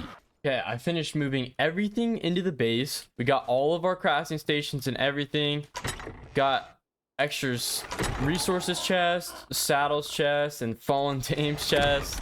Got stuff like our gear and our extra structures and stuff like that, and all of our resources where they're supposed to be. To finish the day, I wanted to craft the remaining gates. I would need to enclose the platform and set up a basic farm. I built another behemoth gate and several small gates. After setting them up, my base was completely safe from wild dinos and I would no longer lose any tames to sloths. I then crafted a water irrigation system as well as 4 large crop plots. I wanted to build my farm up top, but because the water tap didn't reach, I moved it below. I built the farm on top of a pillar so nothing could mess with it, and I planted all 4 types of crops. After feeding my stego an extreme amount of laxatives, my farm was complete. This marked the end of a long building project, and now my base was fully operational. I had a main house, forge area, farm, and gates to protect my tames. Now that my base was complete, it was time to refocus on the challenge, and my goal for day 33 was to tame a gacha. These guys spawn in the sunken forest, and they require you to feed them structures to get taming progress. I grabbed all my extra structures and stored my equipment in the Doedicurus. Even with all my equipment put away, I was far too heavy to fly on Starfire. This was a big problem, and I realized I might have to craft structures once I got to the forest. This would be an absolute pain, so I decided that I would do anything necessary to make this work out. I pumped some points into weight on my flyer and unequipped all my armor. This was a very sketchy move, and it would mean my character would be super vulnerable during this tame. Without the weight of my armor, I was able to fly and I sent out to the sunken forest. I dove into the area and I was amazed at how massive it was. There were waterfalls everywhere and forest as far as the eye could see. It was really a beautiful biome and I was excited to explore it. At first, I wasn't finding any creatures and I was wondering where they all were when I found my first gacha. I wanted to tame it, but I had 2 main concerns. Firstly, it was a pretty high level and I didn't know if I had enough structures to get the job done. Secondly, there were several raptors nearby, and because I had no armor, I didn't want to risk getting killed by them. This led me to the decision to keep looking, so I did more scouting with Starfire. The next creature I ran into was a Therizino, and it was good info to know they spawned in the forest. I hunted some more and I found a level 20 gacha, which was the perfect level. She was also in a very safe spot, which made her the ideal tame. I followed her around and waited until she sat down. This is the cue that tells you when you need to feed her, so I threw down all my structures in front of her. When she got up, she ate them and and instantly tamed. I was super relieved that I had enough structures and went to pick up the extras. I realized she ate almost all of them, and I wouldn't have had even close enough to tame the high level I saw earlier. This reaffirmed that taming a low level was the smart decision, and I began flying out of the forest with my new tame. When I got home, I threw her out and looked at which resources she produced. The ones that stood out were sap and silica pearls. These are two resources that are a pain in the butt to get, and I was very happy that she would make them for me. To finish the day, I wanted to prepare for the upcoming Chalicotherium tame. It requires beer to tame, so I would need to make a beer barrel to start brewing it. I was only lacking cementing paste, so I stole some from a beaver dam. After making it home, I made the beer barrel and I set it up next to my farm. I then loaded up a bunch of thatch and berries into it so it would start brewing. After that was done, day 33 ended. On day 34, I wanted to complete the next two saddle tames on my list. These tames were the Caprasuchus and the Beezle Buffo. They both spawned in the swamp, so it made sense to combine their tames. To prepare for this adventure, I needed more narcotics, so I grabbed some spoiled meat from Vanessa. I then grabbed a ton of narcoberries from Ultron and put everything into the mortar and pestles. I was able to grind up a ton of narcotics, then made some extra stone arrows as well as tranks. Once everything was done crafting, I was ready to start scouting. It was storming, and because of the dark lighting, it was near impossible to see the capros. I was still able to spyglass a few, but they were all horrible levels. I relocated to the swamp ravine in hopes of having better luck, and I was let down again. I spent a ton of time looking because of the bad lighting, and I didn't even find a single capro. With my options running out, I went to the last swamp location. At first I didn't see any, and I was getting frustrated at how hard it was to see.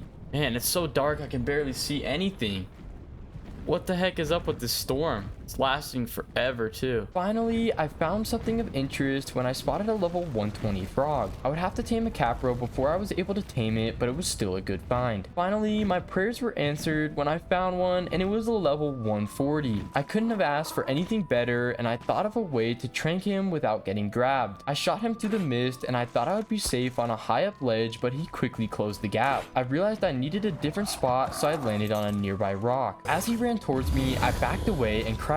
This made it so the rock blocked my character and he wasn't able to grab me. This would be my strategy for the tame, to shoot him a couple times, then crouch to make sure he couldn't grab me. This worked like a charm, and in no time he started running away. I lost him for a second, and when I found him again, he was sleeping on the ground. I was stoked to have this annoying tame almost done, and I went to get prime meat. I took down a low-level Parasaur, and after feeding him, he tamed. With my creative genius, I came up with the name Kenny the Capro and put him into a cryopod. The only thing left to do was to tame the frog I found earlier. After finding him again, I attacked him with my Pterodon and let him out of the swamp. This strategy almost worked perfectly, but a Sarco also followed me. I was forced to take it down, then I landed on the same rock and started knocking out the frog. My plan was to trank him from the safety of the rock and bola him when I thought he was about to knock out. This went exactly how I envisioned, and after hitting him with a bola, he went down. I had plenty of leftover prime meat, and he tamed in no time. I named him Beefy, and this marked the end of a successful double tame in the swamp. When day 35 started, I had another double tame planned. I was pretty much prepared, but I grabbed some extra narcotics just in case, then set out to the desert. I wanted to tame a thorny dragon as well as a Kentro. These guys were absolutely everywhere, but there was not a good level in sight. You would think that a large number of creatures would have better chances of a high level, but every single one I saw was horrible. It didn't take me long until I was fuming and I didn't understand why everything was such a low level. Both the Kentros and thorny dragons were trash. This hunt had been drier than my love life, and I was almost ready to give up when I found a level 115. This was the best I had found by far and got ready to tame it. I crafted some extra tranks and shot it while on a tall rock. It bolted towards me, but I still had time to get off 2 arrows before having to move. My strategy was to shoot the thorny dragon, then fly away when it got too close. This would keep distance between me and the tame while allowing me to still knock it out. This worked like a charm, and I used the same main rock several times. This took me forever, and it had a lot more torpor than I expected. I flew up on a very tall rock, and I landed several snipes on it that made it run away. With a final shot that made me look like Shroud, the thorny dragon went down.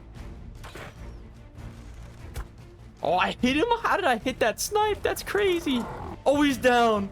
Oh my gosh, hit him with a lethal snipe and he's out for the count. I fed her some raw meat and defended her from several creatures while she tamed. Once she tamed, I had nothing creative to name her, so I named her Lamo and put her into a cryo. The day had been very successful so far, and the last thing to do was tame a Kentro. I found a level 80 and it had no other Kentros in its pack. This made it the ideal tame, and I started tranking it on a rock. This was a super easy tame, and I hit crazy snipes on the Kentro as it ran away. It came back to the rock a second time, and I made serious progress on knocking it out. It started running away for real and was about to go down. I flew after it and was able to take the beast down. I picked some mejo berries for the Kentro and started feeding it. The tame took a surprisingly long time, and I named him Why Are You Hitting Yourself? My creative genius was obviously lackluster, and in the future I would need to lock in on names. After making it home, day 35 came to a close. On day 36, I had a painful tame awaiting me, the Aranio. This tame is an absolute pain in the butt and is one of my least favorites in the game. To prepare for this tame, I grabbed my ghillie suit and a bunch of spoiled meat for my tames. The last thing I needed was bug repellent, so I learned the engram for it and hoped that my crops had grown enough. Luckily for me they had, and I was able to harvest citronal and rock carrots. I was only able to make one bug repellent, but if I was efficient it would be enough. I now had everything I needed to begin the tame, so I started hunting the city for one. I flew through pretty much the entire thing, and of course I didn't find one. This was a classic Ark move. The second I could tame something, it was nowhere to be found. Luckily, my complaining worked, and I was able to find a group of spiders. One was too high level, but the other was a level 60 that would be the perfect tame. I landed nearby and equipped my ghillie suit. Then I cleared the area of dangerous creatures and applied my bug repellent. I started stalking the spider, and when I was crouched, it was just fast enough that I couldn't catch up to it. This was really annoying, and by the time it stopped moving, I accidentally got too close. Okay, I scared it. How did I scare it? I literally didn't even get that close to it. You're kidding, bro. This is why I hate this tame. It's super hard to feed the spider without aggroing it, and when you mess up, it's a pain. You have to fly out of render distance from the spider, then come back. This was an especially big mistake for me since I only had one bug repellent and my time was ticking down. I started the tame again, and the stupid spider aggroed on literally everything. This made it so I couldn't tame it, and I was about to royally crash out. After a while, I managed to feed it once, and things were going well when it attacked an Anki. I lost all of my taming progress, and I knew it was a failed tame. I was absolutely heated, and to make things worse, I needed to find another low level spider before my bug repellent wore off. Luckily, I clutched up and was able to find one with plenty of time left. I fed it once and it almost completely tamed. On the second feed, this annoying creature tamed and I could knock it off the list. With the rest of the day, I wanted to stock up on metal to see if I could work towards an industrial forge. I crowded my Anki, then took him and Skipper to the metal spot below my base. I don't know why we can throw these guys out without a cryo fridge. I guess maybe they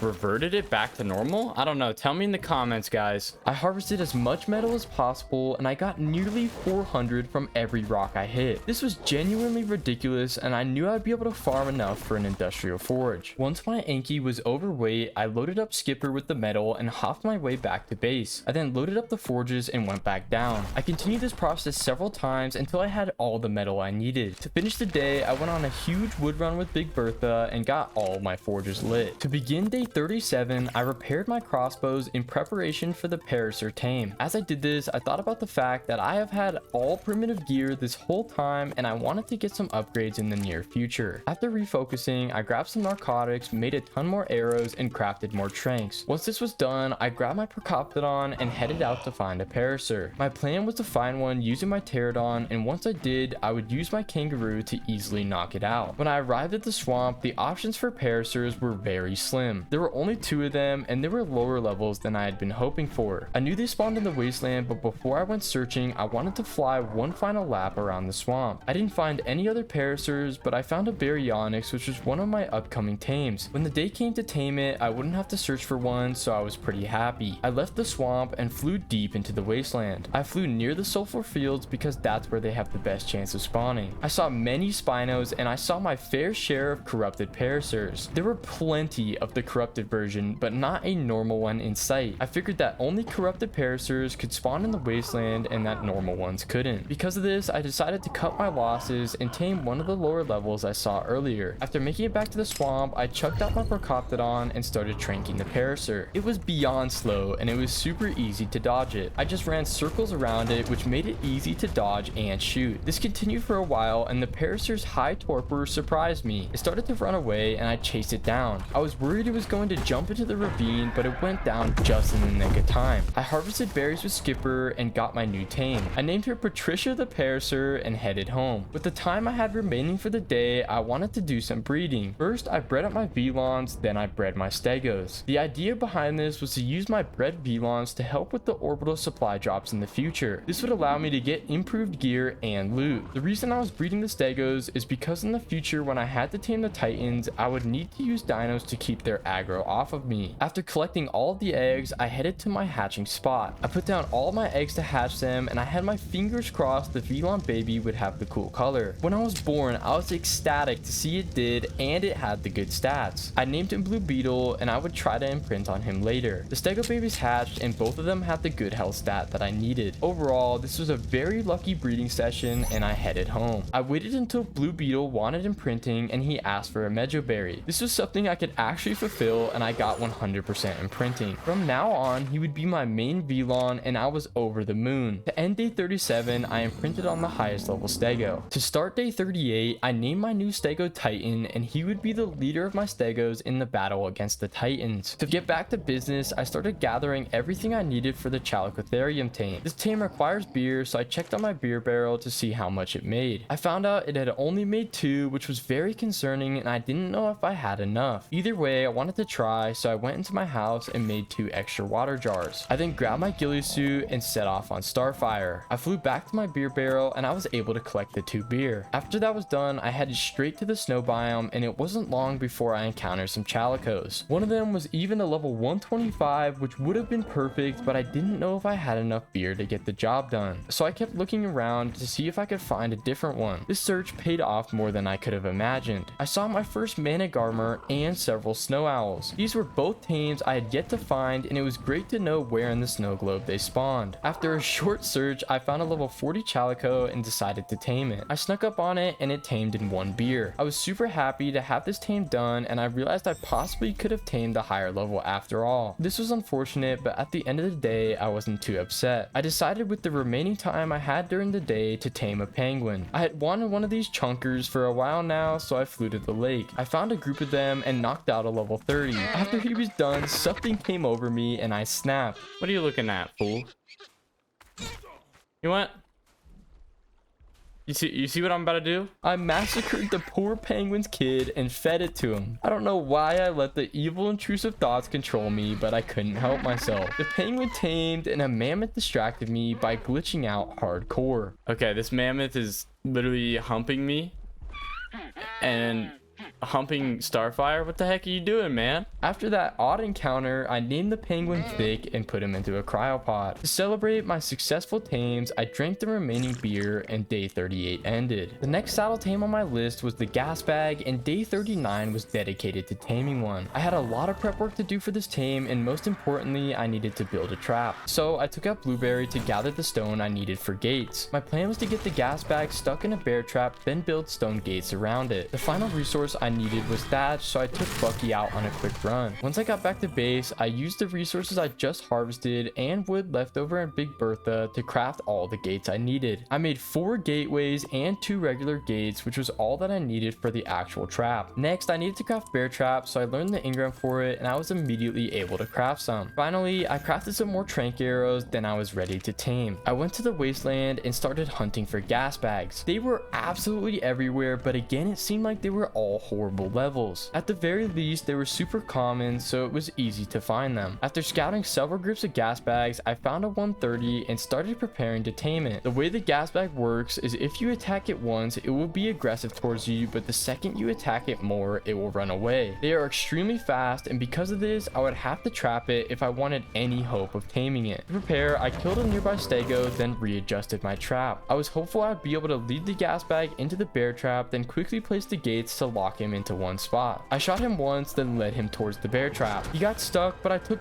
way too long with the gates and he escaped. On my second attempt, I had him trapped, but I messed up the gate placement and left a gap that was too big and he escaped. I was very peeved and I would have to go back to base to get more bear traps. After flying there, I made 4 extra bear traps and I was hopeful this time I would be successful. Once I got back to the gas bag, I again failed because he pushed me back and I didn't have enough time to place all the gates I needed. After another few failed attempts, I was seeing red and I was ready to give up. I gave it one more attempt and this time I was successful. He didn't push me back and I got all the gates placed with the right amount of spacing. Okay, that should trap him, right?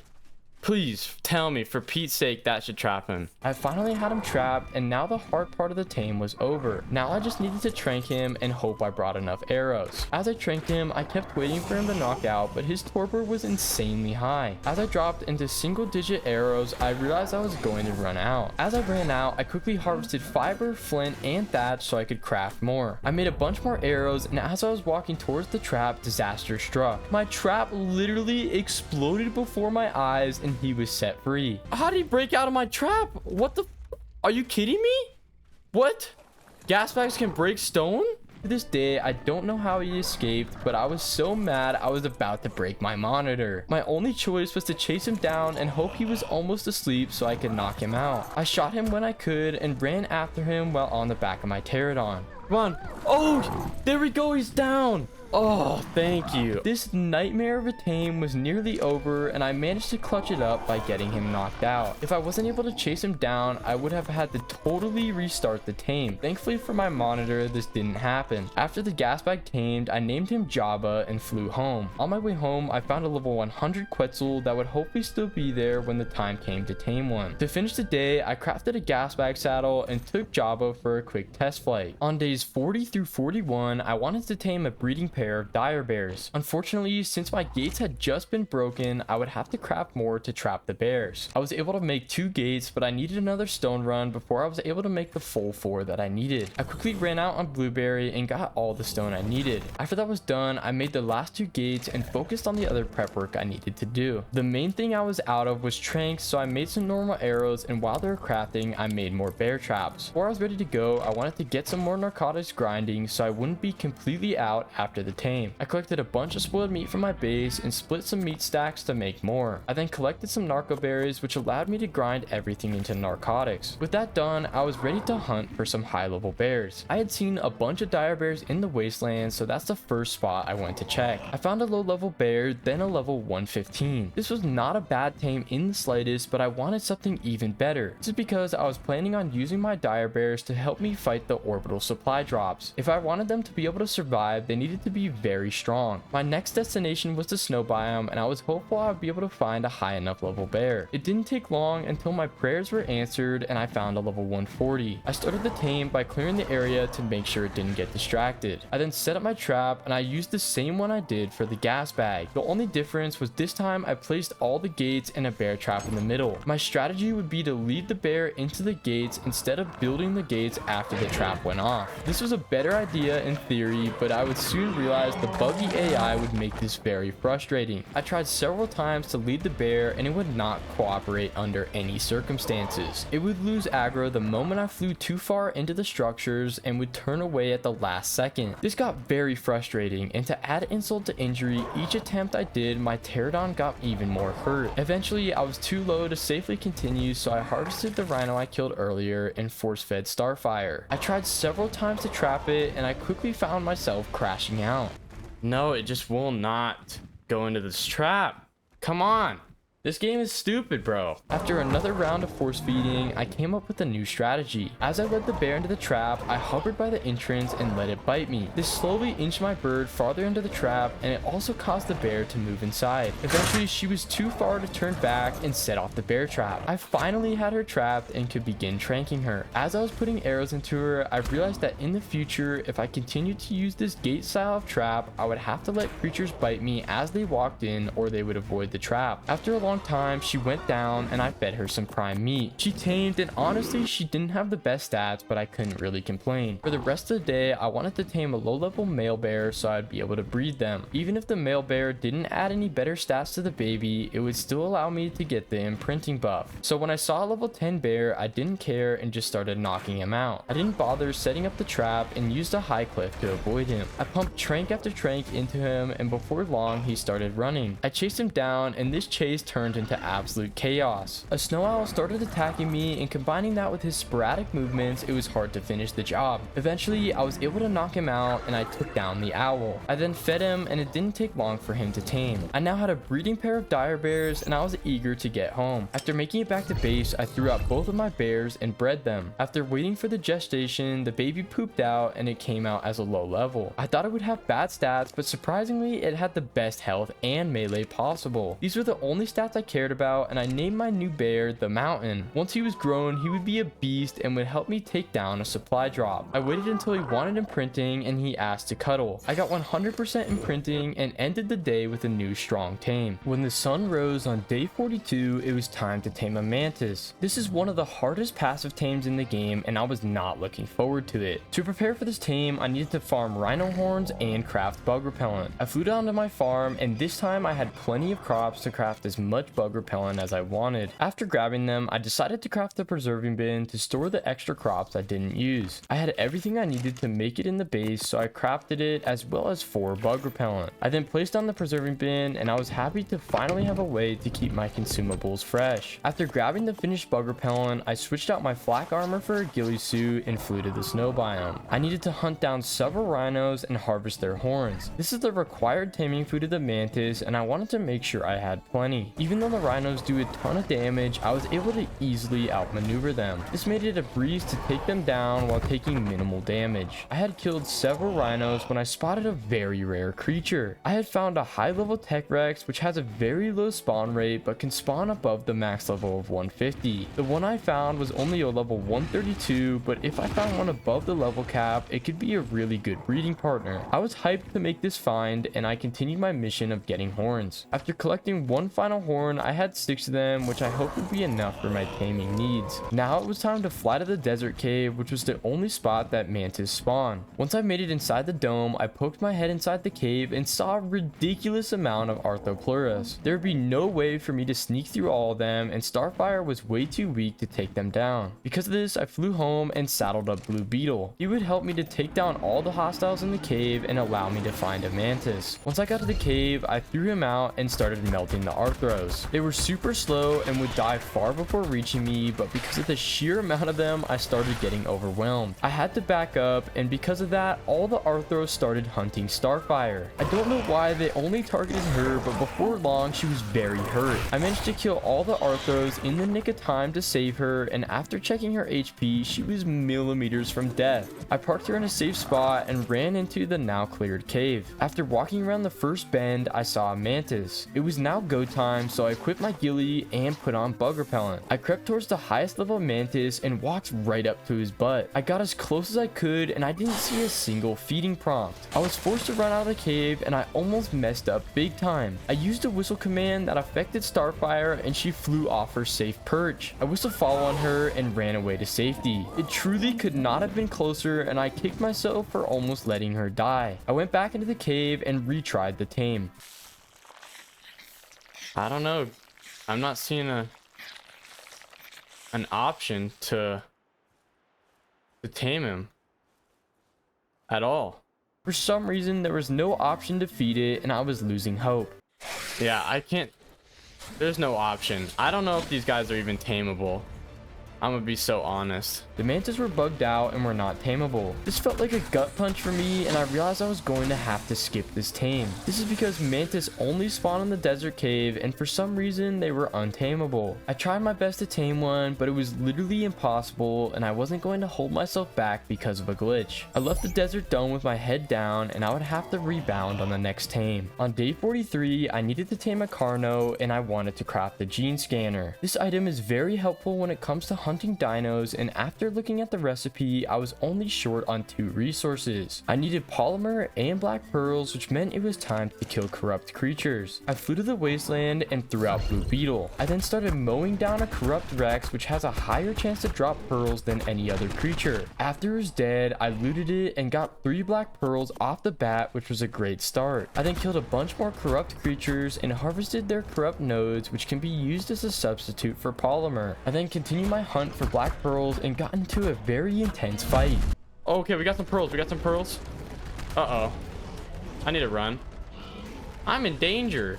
I ran away and managed to give myself enough distance to kill all the creatures. If I had gotten stuck in the middle of that fight, there would have been no hope for me and I would have died. It was a close call and reminded me that I wasn't invincible. After killing another Spino, it gave me the final black pearls I needed, which meant I was ready to make a gene scanner. I flew home with all my new resources and loaded them into the fabricator. I then crafted up the advanced item and felt like a little kid on Christmas. Now it was time to tame a Carno, so I made the journey to the desert biome, and I didn't even have to use my scanner to find one. I immediately found 2 of them, and one of them was a level 125. This was perfect, and I got to work taming it. I landed on the tall metal outskirts of the dome and got a lot of progress on the tame. At one point, the Carno even started glitching out, spinning in a circle. This was great for me, and I pumped it with arrows. Just when I thought the tame couldn't be going any better, it charged into a group of Morellatops. There were nearly 10 of them, all beating on the Carno, and I feared for the worst. I got into the fray and tried my best to help the poor Carno. I didn't want to fail another tame, and I desperately needed the Carno to survive.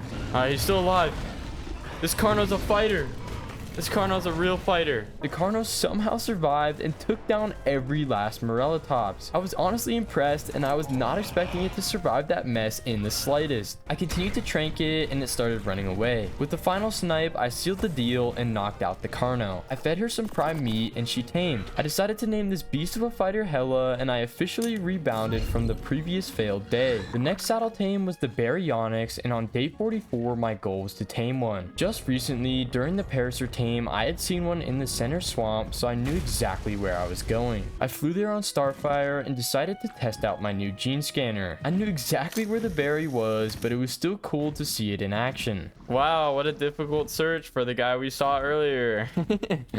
Now that I had found her, I came up with a plan to tame her. I couldn't just start shooting her in the water because of her stun ability. When berries are in the water, they can spin and it completely stuns you. To make things worse, they use the ability so frequently you can never get free. This means I had to be super careful because if I got stunned even once, I would die. So I kept trying to carefully peck at the berry to get her attention so I could bring her to land. This was super sketchy, and to add to this danger, there was a Capra in the water that kept trying to grab me. While I was leading the Capra away, I spotted a Dimetrodon. This would be a very easy tame, and I couldn't resist knocking it out. So I got sidetracked from the berry tame and started tranking it. It was the lowest level possible, so it went down extremely fast and tamed in one feed. I put her into a cryopod and refocused on my original goal. Luckily for me, the berry had swam out of the water on her own and would be much easier to lead. I sniped her and she started hunting me down. She was a lot faster than I expected, and I had to move frequently. I used my Pterodon speed and the many cliffs in the area to dodge her while shooting her. Even with the challenge of the berry being extremely fast, I got the job done and knocked her out. The only thing left to do was to get food to tame her. I flew over to a low-level Parasaur and easily took it down. I gathered up the prime, and just as I got back, I made a realization. Oh wait, we need fish meat for this guy. Oh, I totally forgot we need fish meat for the Baryonyx. I literally figured out we need fish meat the moment I got back to the tame.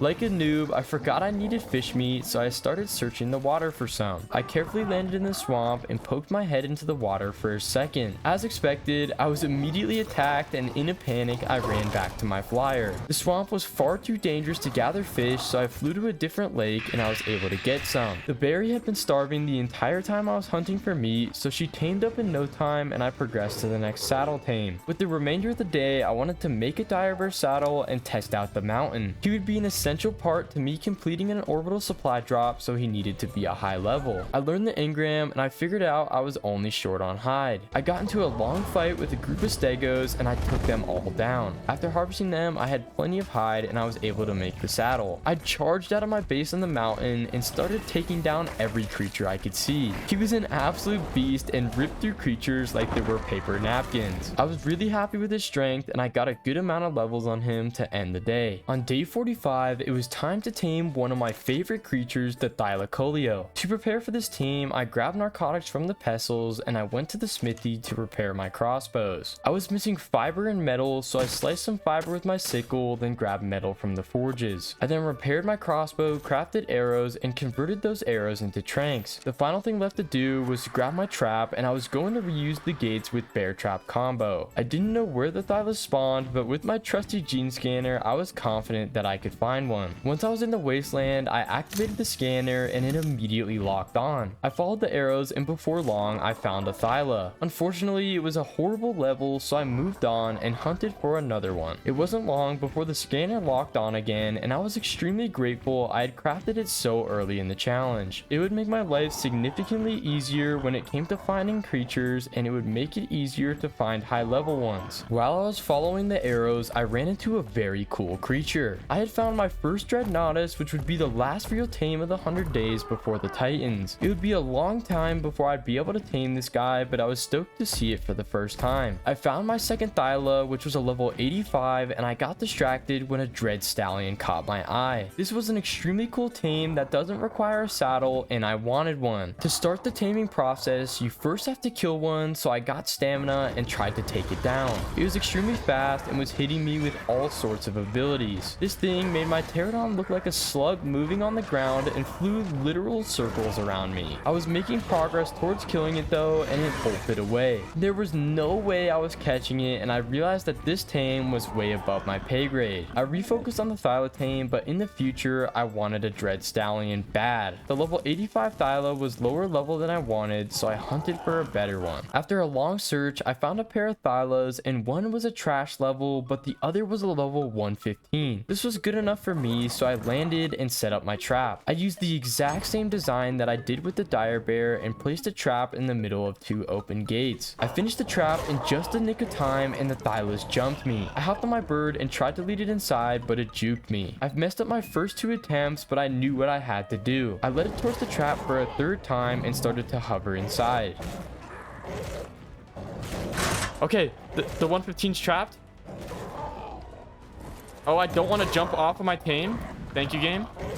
I had made a huge mistake and I jumped off my bird instead of closing the gate. Luckily, I was able to recover and I got her trapped. I threw up Blue Beetle to kill the Thyla's partner and I killed it in style. After feeling like James Bond with that move, I started tranking the Thyla. I got her down and I killed a Theory for some meat. After she tamed, I didn't have a creative name for her and I went home. To end the day, I put some tributes I got during the day in a designated chest. This would be very important in the future when I needed to tame a Dread Stallion and summon the Titans. My plan for days 46 through 47 was to go on a dual taming mission in the snow biome. I wanted to tame a Megatherium and a woolly rhino. To prep for these tames, I needed to make a whole bunch of narcotics. I gathered spoiled meat from my tames and used Ultron to clear out all the bushes in my base. After that was done, I had plenty of narcos and I grinded 200 narcotics. While they were crafting, I thought about how I wanted to attack these tames and I decided I wanted to use the same gates for the Megatherium. But the rhino would be a lot harder to trap, so I cryoed Skipper and I would probably use her to knock one out. Finally, I harvested some flint and crafted a bunch more arrows. With all my prep done, I went to the snow and I instantly found a bunch of Megatheriums. These guys were literally everywhere and it was not hard to find them in the slightest. I didn't even need the gene scanner to find them, but they were all low level. I did find a level 120 rhino that I could potentially tame, but I was having zero luck with the Megatheriums. I was getting fed up searching tame when I spotted a 140. It was a long search, but it was well worth it, and I set up my gates. This is the first time I've used this style of trap in a 100 days, and it is the most effective by far. It is very efficient and is cheap to craft compared to anything else I've used. Once it was set up, I bit the angry sloth and walked her towards my trap. Now I had it down to a science, and it was easy to lock her in on my first attempt. I led a Daedon away from the trap and could start the tame. I began tranking her, and I was laughing at how dumb she looked staring at me. I don't know why, but she looked super derpy and I couldn't help myself. Before long, she went to bed and I accidentally shot her after she knocked. I was very peeved at myself and I ruined my taming effectiveness badly. She would still be a good tame, but I was kicking myself for being so stupid. After I was looking for prime meat, I spyglassed a Dinosaurs and he was a max level. I was freaking out to see this beast and I would have to hope he was still there when I could tame him. After getting sidetracked, I killed some penguins and fed the prime to the sloth. Once she tamed, I decided to name her Peppa. I don't know why I decided on this name, but it felt fitting. Now that the Megatherium tame was over, I went looking for the level 120 rhino and I could not find it for the life of me. I don't know what happened to it, but I figured it must have died somehow, so I moved on. It was very unfortunate, but I found a level 135 rhino, which was even better and completely made up for the loss. I decided to use my trap after all because I didn't want to chase the rhino around the snow. While I was setting it up, a Prolobia attacked Starfire and I decided I wanted to try to tame it. So I completely got distracted from my goal and I started shooting it. I thought this tame would be very easy, but it quickly took a turn for the worst. The Prolobia broke my armor and he started attacking my rhino.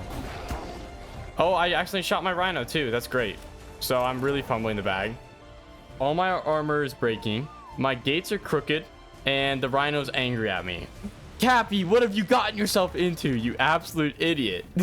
Getting sidetracked really messed up this tame, but I was able to lose aggro and fix my crooked trap. With the trap fixed, I locked in on my mission and tried to trap the rhino. Between his horrible turning radius and large amount of damage, trapping him was a pain. It was hard to get him lined up with the entrance and he kept barely missing. I thought I was going to have to abandon the trap, but I got him stuck. Oh, he's in the trap. Yeah, we got him. Oh, let's go. That's big. That means we don't have to chase him around the snow biome. Let's go. Good work, Starfire.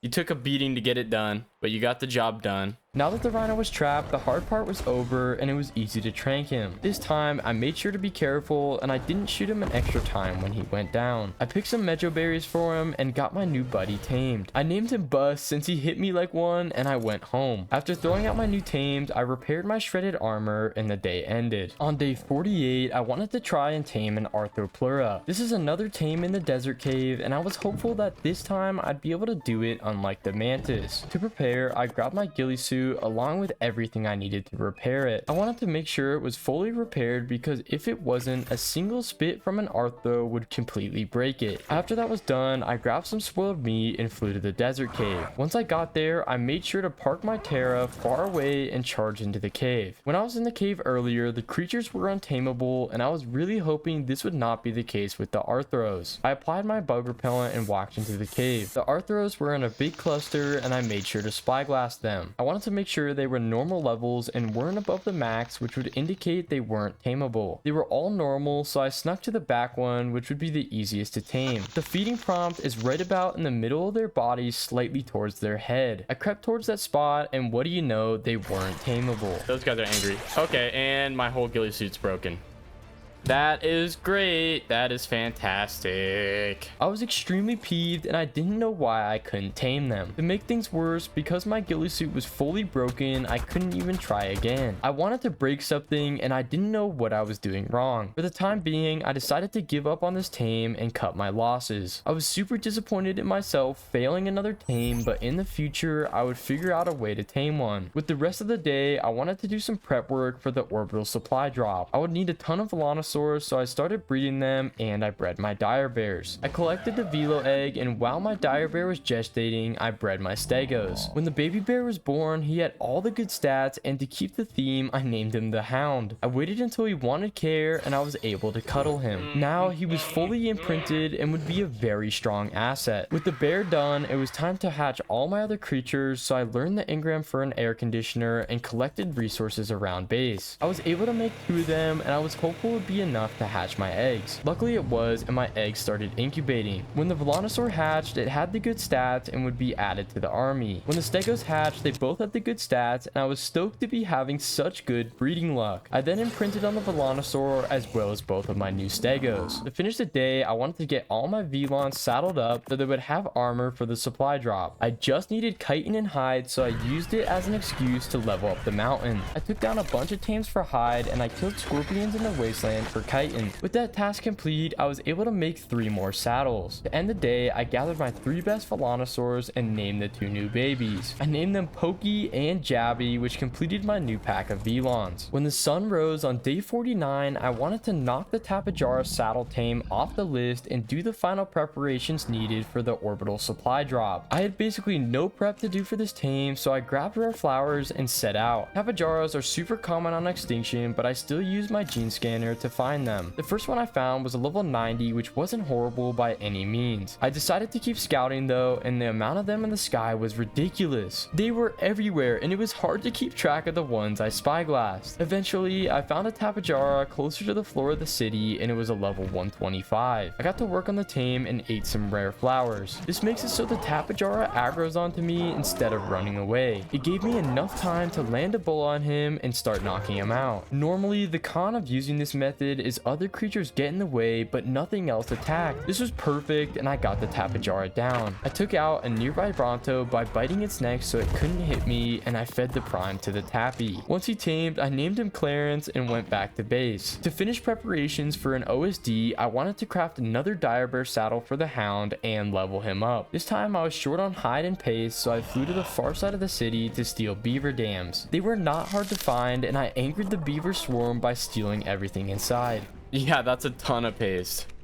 So I think we're good now. Sorry, beavers. They're very angry at me. With enough paste for days to come, I switched out the mountain saddle and put it on the Hound so I could level him while getting the hide I needed. Just like his brother, he was an absolute beast and had no issues taking down wild creatures. In no time, I had the hide I needed along with several levels on the Hound. After making it back to base, I made the second bear saddle, and the last prep I needed to do for the OSD was to make cryopods. I would need more of them to be able to transport all my tames, so I collected all the resources around my base. I was only short on crystals, so I started flying towards the King Titan terminal and collected some on my way. Once I made it there, I was able to make 4 more cryopods, and this marked the end of day 49. Day 50 was the big day, and it was time to challenge the orbital supply drop. To get ready, I cryoed all of my fighting tames that would be joining me in this battle. In total, I had 4 Velons and 2 Dire Bears in my army. I was hopeful this would be enough, and I set out on Starfire to find one. The first thing I found was an element vein. This was not what I was looking for, so I decided to break it. If you go up to the node and start the battle, then leave, it immediately gets destroyed. This is a good thing because it allows other world events to spawn, and it'll be more likely that an OSD drops from the sky. After breaking the element vein, I flew some more, and what do you know, one of them dropped from the sky. My plan had worked perfectly, and I flew towards the smoke. I found out it was a yellow drop, which is the second lowest difficulty. I decided this would be the drop that I challenged,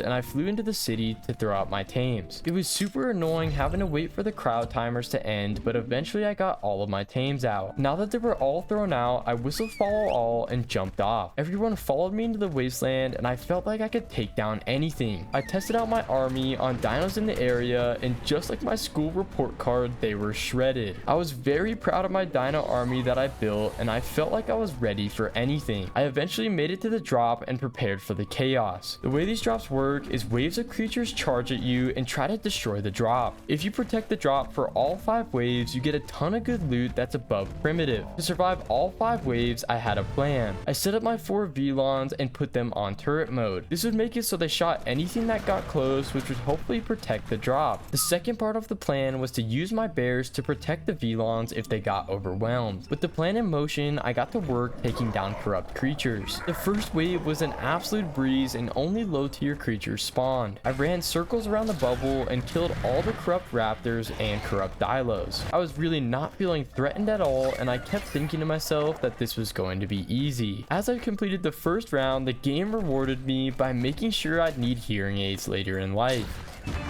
Oh, I think I got one round done, and oh boy is that loud in my ears. Oh my gosh, that is loud. With one round complete, I was on top of the world and felt like nothing could stop me. Little did I know I was in for a special kind of a beatdown. Things got very serious the moment the round started and a bunch of Carnos spawned. I ran out of the bubble to try to deal with them and my bear was barely doing any damage. The Carnos were very tanky and I knew I might be in some trouble. I then got swarmed and barely escaped the horde of creatures just in time to see the bubble go down. Things were not looking good, and to say my cheeks were clenched is an understatement. Go at it, boys. Oh man, we might be in trouble here.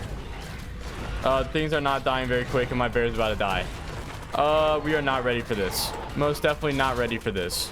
Everybody get out of here. My tames were clearly not strong enough to complete this drop, and I decided to cut my losses to save any dinos I could. Both of my dire bears died, and I got on Blue Beetle to run away. I killed as many creatures as I could, and I disabled turret mode on all my other VLONs so they could run. Luckily, I was able to get away with all 4 of them, but it was seriously a close call. I was super disappointed with this failure, and I was sad that my bears were dead. The way this challenge is set up makes it super difficult to fight in OSD because I can't tame high tier creatures until later days. Even with that fact, I was determined to get redemption and I would have to come up with a new plan to be successful. In the meantime, I would continue the challenge and progress far enough to be able to tame creatures that were better suited for an OSD. On day 51, I needed to rebound from my epic fail and get back to the challenge. The saddle tame for this day was the Megalosauros and I started preparing. I repaired my crossbows so they wouldn't break and I crafted more bear traps. After grabbing my extra structures, I was ready to go and I whipped out my gene scanner. I gave it a try at my base and it locked onto one immediately. I was happy to see this and it meant my search would be very fast. Once I went down into the ravine, I was able to spot a bunch of these guys. They were all sleeping in a cluster and one of them was a level 125, which would be perfect. I still decided to fly down below to make sure I'd found the highest level there was. I spyglassed the Megalosaurus at the bottom and they were all horrible levels, so I went back to the 125. To make this tame happen, I set up my trap and used the same trusty design. Once everything was ready to go, I realized there was way too many creatures in the area to start the tame. They would only get in my way, so I threw out Blue Beetle and started shredding them. I got the Meg's attention and started leading it towards the trap. That's when things took a horrible turn for the worst. I had missed killing a ton of creatures and they all started chasing me. My pterodon was super weak and was barely doing any damage to them and was taking some heavy hits. In the middle of trying to take all of these creatures down, Blue Beetle started getting attacked. Every single creature aggroed on him and things weren't looking good. I tried to whistle specific tames for Blue Beetle to shoot, but he got swarmed. I whistled for him to run and I led the tames away from him. Now things were looking better and Blue Beetle took down most of the creatures. After killing the Sarco, the Meg was all by himself and was ready to be trapped. He missed on the first attempt and he was so slow it was unbelievable. It took me 5 minutes just to reposition him, and after another fail I was crashing out. Oh, there we go, he's in. The bear trap is just not going off for whatever reason. Oh, you stupid thing. After that mess, I force-fed my pterodon so it wouldn't die and I led the Meg back towards the trap. This time, I made absolutely sure it walked all the way into the trap and I closed the gates as it set off the bear trap. Now the hard part was over and I tranked the Meg until he went down. I fed him prime meat from Blue Beetle's inventory and got him tamed. After the pain he just caused me, this guy didn't deserve a name and I packed up my stuff to end the day. Day 52 was an important day because I wanted to tame a queen bee. This tame gives honey, which is an essential resource for many of my upcoming tames, and I needed to start producing it ASAP. I grabbed my ghillie suit and repaired it with nodes in the smithy. I then flew down to the farm and grabbed a bunch of crops. After making it back to base, I grinded them into bug repellent and finally I grabbed some rare flowers. I now had everything to tame a queen bee, so I set out to the sunken forest. Once I got there, I tried to use my gene scanner to track one and I was very annoyed to find out I couldn't. I would have to find one of these guys the good old-fashioned way, so I started flying around scouting the redwood trees. Beehives spawn on these trees, so I made sure to check every one that I saw and from all sides of it. Finally, after a long search, I found a hive and started damaging it. Angry bees tried to dismount me with each hit, but I'd either barrel roll them or run away. This strategy worked out great and I was making good progress. That 2500. Yeah, if we just fly away for long enough, the bees just all die no matter what. After barrel rolling the hive a bunch more, it was one hit away from breaking. I then put on my ghillie suit and applied bug repellent to both myself and my tame. With that done, I smashed the hive and the queen bee was free. I followed her from a distance, watching her fly, and I would have to wait until she got low enough to the ground for me to feed her. She flew in the worst direction possible when she flew over a lake that would make it nearly impossible to feed her. Just follow the queen bee as she makes her journey across the entire biome. Eventually, she made it to a spot where it might be possible to feed her, and I gave it a shot. Unfortunately, she was angry at me and I couldn't feed her. This meant I'd have to retry on a different queen, and I was fuming after doing all that work for nothing. Once I found another hive, I started the process again and began barrel rolling the hive while spyglassing its health bar. I got the nest to 31 health, then came up with a plan. This time, I wanted to destroy the nest with my crossbow to see if it made a difference with the queen's aggro. So I put on my bug repellent and sniped the nest to break it off the tree. I made sure to keep my distance from the queen, and when I saw an opportunity to feed her, I landed my pterodon. I then ran toward her as quickly as possible and got the job done. It was an absolute pain in the butt, but I was very glad it was over. To finish off the day, I wanted to tame a Mesopithecus, so I tracked one down with my scanner. I then fed him, and the little guy tamed up pretty much immediately. I named him Cappy's son, and I went home. The day ended by setting up my new hive at base. With the queen bee tame over with, it was time to get back to the saddle tames, and day 53 was dedicated towards taming a Daedon. I got ready for the tame by crafting some arrows, grabbing narcotics, and cooking some meat. Once I was done, I was ready to go, and I set out to the snow biome. When I got there, I wasted no time at all pulling out my gene scanner, and I got an immediate lock. Unfortunately, it was trash, so I kept looking. These guys weren't super common, but with the scanner, it wasn't hard to find them, and I scouted a ton of them. When I found a level 85, I was satisfied and got ready to tame it. I set up my usual trap, and I killed another Daedon in the area so it wouldn't get in the way. With that done, I got the pig's attention, then I led it towards my trap. I hovered once inside and closed both gates when the bear trap went off. Oh, and I made the gates too wide. Wow, great move, Cappy.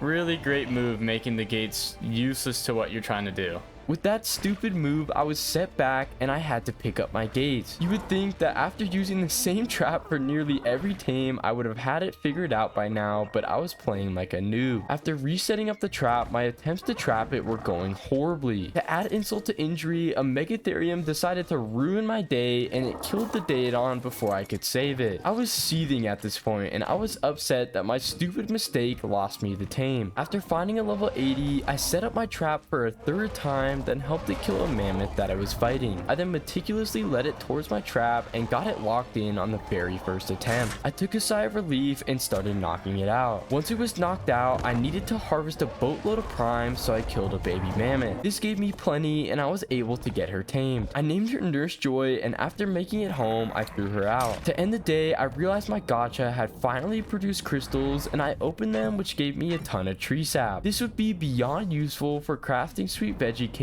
and I was pumped. On day 54, I needed to tame a beaver and I had everything I needed to get it done. So I set out and flew along the river while keeping my eyes peeled. It didn't take long until I found a group of them and started spyglassing them. They were very disappointing levels, so I moved on, and the next beaver I found was a level 110. This was the perfect option and I started tranking him on foot. He was faster than I expected, but I was still able to outrun him while shooting him. Things got very chaotic when a defense unit got in the way and tried to kill the beaver. It was a high level and took literally forever to die, but eventually I got it down and could resume the tame. After a while of tranking it, the beaver started running and jumped into the river. I realized he was too fast for me to chase while he was swimming, and I had to whistle follow on Starfire. This took me way too long, and by the time I had started to search for him, I couldn't even find a trace of him. The stupid little beaver had somehow escaped and I couldn't find him for the life of me. Where the heck did he go, man? How did I lose that beaver? Dude, I'm still mad. He was about to down. After fumbling the bag on yet another tame, I would have to tame a much lower level, which sucked. I started knocking out a level 25 and it was utter chaos. A bunch of compies and another beaver jumped me. I was still able to hit a bunch of shots, but I took a decent amount of damage. I was forced to fly into the sky and I thought I lost the beaver yet again, but I found it knocked out in the water. I was super relieved, and after taking down the level 10, I picked some mejo berries. I gave it the berries and put put this taming fiasco behind me. Now that I had the beaver tamed, I wanted to tame one of the compies I saw earlier. So I killed a nearby baby beaver for prime and knocked out a compy with one arrow. This was an extremely easy tame, but I was still hyped to knock it off the list. After making it home, I threw out both of my new friends and ended the day by fully repairing my armor. When day 55 began, I had plans to make a big tech advancement and craft an industrial forge. This would be a necessary item for many reasons. It would be absolutely essential for crafting expensive blueprints if I got them, and for preparing for the titans. I needed basically every resource except metal, so I got to work harvesting. First I needed crystal and cementing paste, so I set out into the city on Skipper. I found a huge cluster of crystal that almost completely gave me all the crystal I needed. After I finished harvesting that, I hopped my way to a beaver dam, and it had nearly 200 paste, which fulfilled my paste requirements. I then found another group of crystal nodes and got the rest that I needed. The next resource on my list was oil, so I set out into the wasteland towards the oil lake. When I got there, I made a huge discovery. Is that a normal Arthropleura? Yeah, it is. I didn't know they spawned out here. Oh, I guess I could tame one of these guys out here and redeem myself for at least one of the tames to Arthropleura.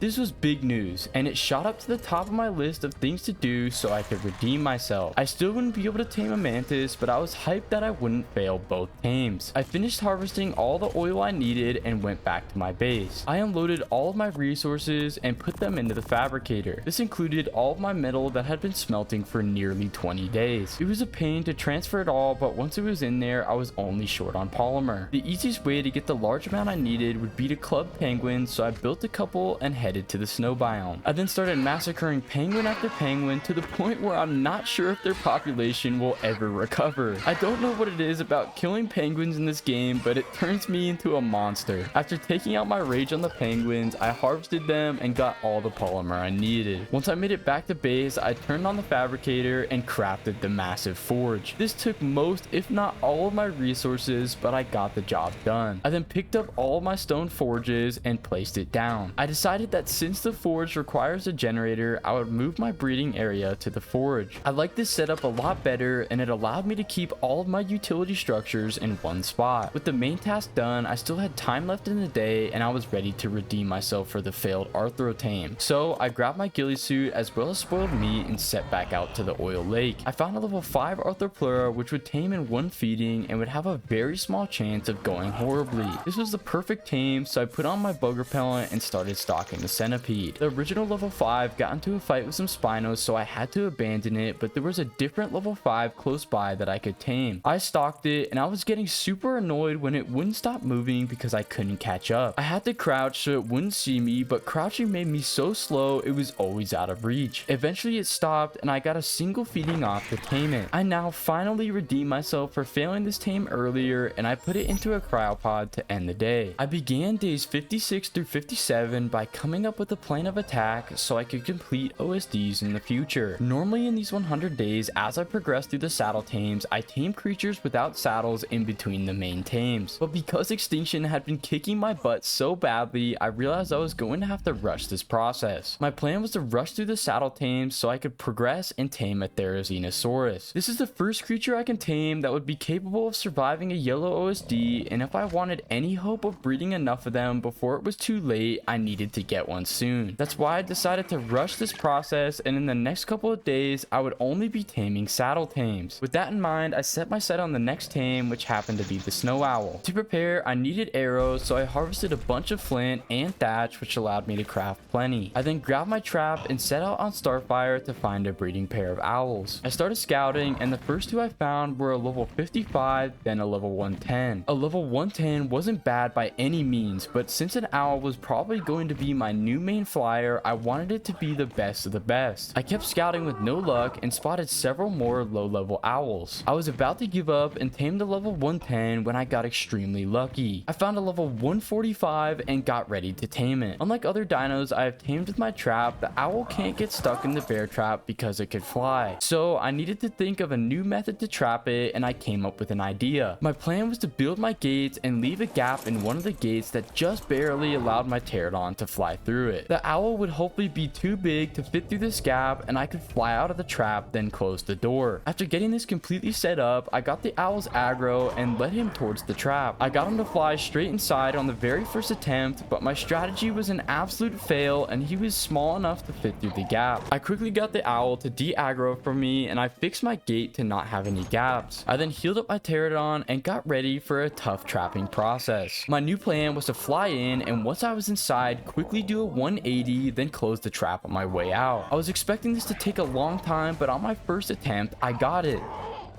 Like that. There we go. He's in. That worked out pretty well, actually. That worked out decent. Now he couldn't move and I could just lay arrows into him. Before long, he was a sleepy bird and went down. I then threw out blue beetle to clear the area and killed a mammoth for prime. After giving him the prime, he tamed and now I could focus on getting him a breeding pair. I decided to tame the level 110 I saw before since it was a female. I built the trap up and I was planning on using the exact same strategy I just used. I got it in the trap on the second attempt and I sealed it inside. And if I go ahead and close this gate. Oh, I messed it up. Oh, I somehow still got out. Perfect. I glitched and phased through my own gate. This might be the only time where an Ark glitch actually benefited me and I wasn't complaining. Now she was nice and trapped, so I shot her until she went down. I then took down a baby saber to get prime. I'm sorry, little one. Has to be done. After she tamed, I crowed her and went home. First order of business was to breed these guys and see if I could transfer the good stats. After I grabbed the egg, I set it next to my air conditioners and I was pissed to see that it was too hot. I really didn't want to craft another air conditioner, so I grabbed my Dimetrodon because they have an ability to regulate temperature. The higher their melee stat is, the more it controls the temperature. Surprisingly, this worked perfectly and the egg started incubating. Because of this, I decided my Dimetrodon deserved a name, so I named it Darren. After the baby bird hatched, it transferred all the best stats except melee and I made a new tradition. This is going to be a tradition. Every 100 days, we're going to have somebody named Gustavo. I don't know why. I just love the name. I don't know. I think it's funny. We got Gustavo, our snow owl. After naming him, I waited until he wanted care, and unfortunately, he wanted kibble, which I didn't have. To end this 2-day saga, I made a snow owl saddle so I could ride him when he was grown. On day 58, it was time to tame an Argentavis, and I had a decent amount of prep work to do. I started by repairing my crossbow, then I collected a bunch of spoiled meat, as well as splitting up a bunch of normal meat. While the normal meat was spoiling, I took out Ultron and harvested a bunch of bushes for narco berries. I put everything into the pestle and I grinded up a copious amount of narcotics. Once that was done, Gustavo was officially grown up and I healed him with his snow owl healing ability. This ability would be really nice to have going forward because not only would I be able to heal Gustavo without force feeding him, but I could also heal my player as well as other tames. After grabbing my narcotics, I set out on Gustavo and used his gliding ability to cover a ton of ground. The more I used the owl, the more I realized how OP it was, and it was a far better flyer than Starfire. After making to the wasteland, I used my scanner to track down a bunch of RGs, but none of them stood out. I wanted a very high level because this Argent was going to be one of my main harvesting tames. Argents can pick up tames like an Anki, which would make it super easy to go on metal runs. After some time, I found a level 135 and I set up my trap. I then let it inside my trap and I quickly did a spin move to seal it inside. It worked out perfect. That was a first try, easy trap. That's what I like to see.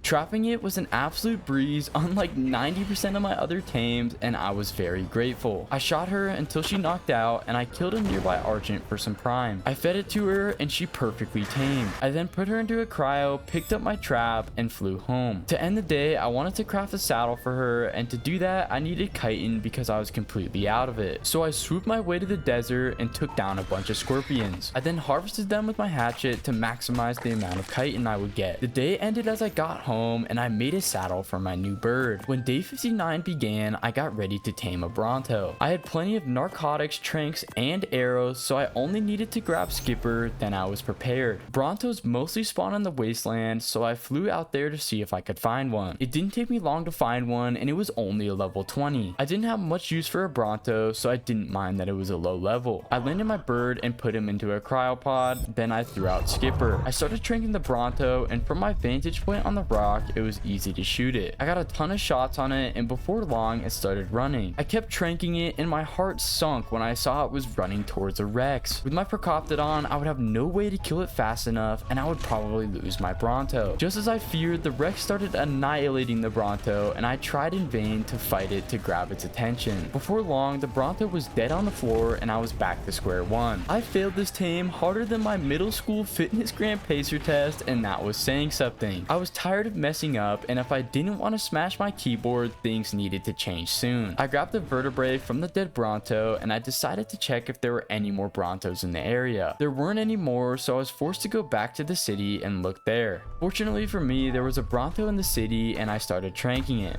It was super easy to outmaneuver it and get shots off without getting hit. The only trouble I ran into was a pack of raptors that attacked me, but I took them down with no problems. I kept steady fire on the Bronto until it started running and the giant beast went down. Just when I thought this nightmare was over, I got attacked by every creature imaginable. I was fighting Carnos, raptors, tech scouts, and a tech defense unit that started attacking my Bronto. I was in some serious trouble, and if I didn't save my Bronto from dying, I was going to royally crash out. Luckily, I was able to kick everything away and take them down before my Bronto died, but it was a close call. They did a number on my Bronto. His taming effectiveness is probably going to be in the absolute toilet. Yeah, 40%. Oh. After waiting, my Bronto tamed and I named him Big Blue. After making it home and throwing him out, day 59 ended. On day 60, I had a big tame awaiting me, and that was the Mana Garmer. This is a very difficult tame if not done right, so I needed to be prepared. The constant need for arrows continued, and I crafted up a bunch more. I also crafted a bunch more bear traps, which would be an essential part to this tame. Once everything was done, I was ready to go, and I set out on Gustavo to the snow biome. Flying to the snow biome got very sketchy when I had to fly through a meteor shower. Oh geez, we're flying through the meteor field. Let's please not get hit by a meteor game. Oh man, they're all just crashing down. I've never actually flown through one of these before. This is sketchy. I think I instantly die if one of these hits me. I was able to make it through that scary situation, and I started scouting in the snow for a mana. I found 2 of them back to back, and one of them was a level 75 while the other was a level 10. I really wanted one that was better than that, so I kept searching. The third time was a charm, and I found a level 135. My strategy for this tame was to set up 4 bear traps, then have it aggro onto me, which would hopefully cause it to jump into the traps. Once it was caught, I would quickly spam place my gates over the top of it, and since they're too big to go through a gate normally, it will get trapped. With my plan set in motion, I went to get its aggro and tragedy struck. The mana landed next to some dire bears and got melted. Oh, it's gonna die. Uh-oh. Those dire bears just... Did those dire bears just shred it? No, you're kidding me. What level were they? Oh my gosh, how did that thing die? That's very disappointing. I was devastated to lose such a high level, and with my head hung, I picked up my bear traps. I continued to hunt for manas, and before long, one ambushed me. I hadn't seen it until it was already attacking me, and when I spyglassed it, I couldn't believe my eyes.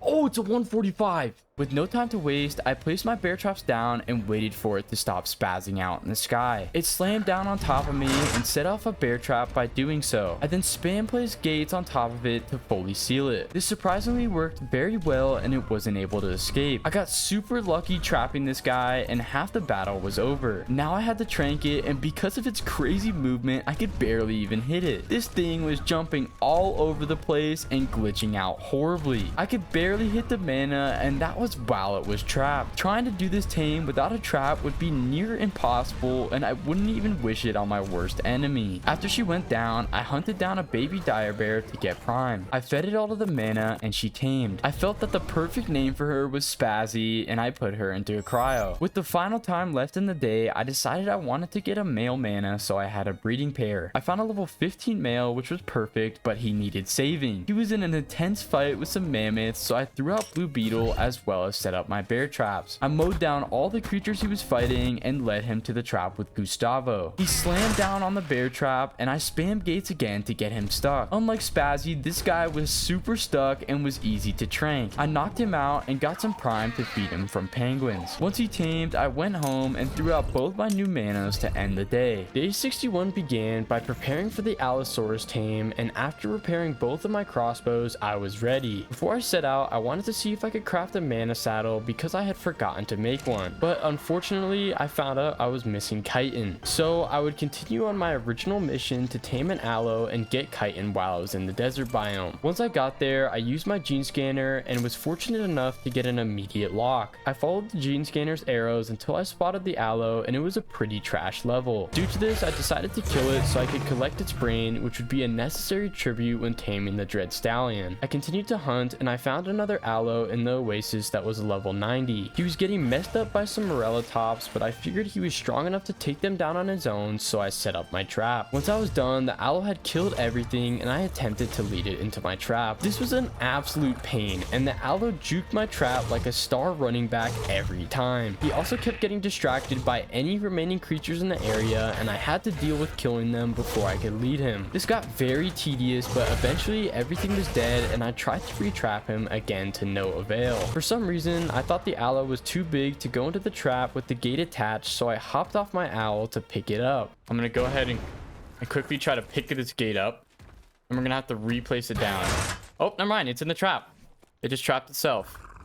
I thought I would have to pick up the gate so it'd be small enough to fit, but it literally just trapped itself. Okay, easy, dude. With a little help from Ark Dino pathing, the aloe walked himself right into the trap and I could start knocking him out. Before long, he collapsed on the ground and I gave him some meat from Gustavo's inventory. When he tamed, my creative genius was back in full effect and I named him Austin the Aloe. The last thing for the day was to harvest chitin, so I killed several scorpions with Gustavo as well as some thorny dragons. When I made it back to base, I threw out my new aloe and crafted the mana saddle. I then took Spazzy for a quick test drive to end day 61. When days 62 through 63 began, I could finally tame a Therizino, and I needed a very strong breeding pair if I wanted to use them to complete an OSD. To get ready for this tame, I was completely out of narcotics, so I needed to make some. I grabbed meat from my dinos and split all the stacks so it would spoil. I then went on my biggest berry run yet, and I almost completely maxed out Ultron's weight. I then transferred everything into the pestles, and I got 240 narcotics crafting. While they were crafting, I yet again needed arrows, so I harvested some flint and thatch, then made them. With that task done, I grabbed my narcotics and some crops from the preserving bin, then set out. I had seen a Theri in the sunken forest earlier, so I began my search there. After getting a lock, I followed it and found a level 20, which wasn't even close to what I was looking for. So I made sure to take it down to promote other spawns and continued my hunt. The second one I found wasn't much better, but the third time was the charm. What level are you, buddy? Yes! I had found the answer to my hopes and dreams, and I could not be more stoked. Quickly set up my trap and got ready to lead it inside. I messed up my first attempt, but the second one she went in with no problem and I got it trapped. I then shot the very angry Therizino until she was a sleeping tickle chicken. I then gave her the crops I brought and started the taming process. The crops were a lot better than berries, but this tame still took a while and I had to use a good portion of narcotics to keep her down. Once she was tamed, I checked her stats and they were way above my expectations. With this absolute win of taming a 140, I went to the wastelands and began hunting for a suitable male. The first one I found was the worst level possible, but the second one I found completely made up for it. Oh, it's level 150 male! That is literally the perfect breeding pair that I could have asked for. Now that I had found the perfect male, I had to help it survive the brutal spot of the wasteland that it was in. With Blue Beetle, I took down the corrupt creatures and set up the trap in the safest spot I could find. This time, he was a lot harder to trap than the female, and he shredded poor Gustavo into pieces. He did a ridiculous amount of damage, but I was able to secure him into the trap. Now he was trapped, and half the battle was over. Even with him trapped, protecting him from all the corrupt creatures would be very difficult. Unlike normal dinos that can't spawn while you're in render distance, corrupt dinos ignore this rule and would be spawning all around me during this tame. With the area as safe as possible, I tranked the max level tickle chicken and I got him close to unconscious when a new wave of corrupt creatures spawned. They literally all charged me and I tried my best to take down the insane amount of creatures. One even started attacking my Theri and my blood began to boil at the thought of losing him. After dealing with them all, I got the Theri knocked and now I had to fully carefully protect him to get perfect effectiveness. I took down corrupt creature after corrupt creature while he tamed, and my blood pressure was through the roof. This is the most stressful tame I have ever done, and I literally had to kill all kinds of apex predators that spawned out of thin air. I had been protecting him effectively the entire time until Astaeos slipped through my defenses at the last moment. It somehow hit him and ruined his effectiveness, and I nearly broke my entire setup. No, did he get attacked? Shoot! Dang it! He got attacked! Ah! No way that Stego hit him and ruined his effectiveness horribly. Oh, dang it. I literally was so close.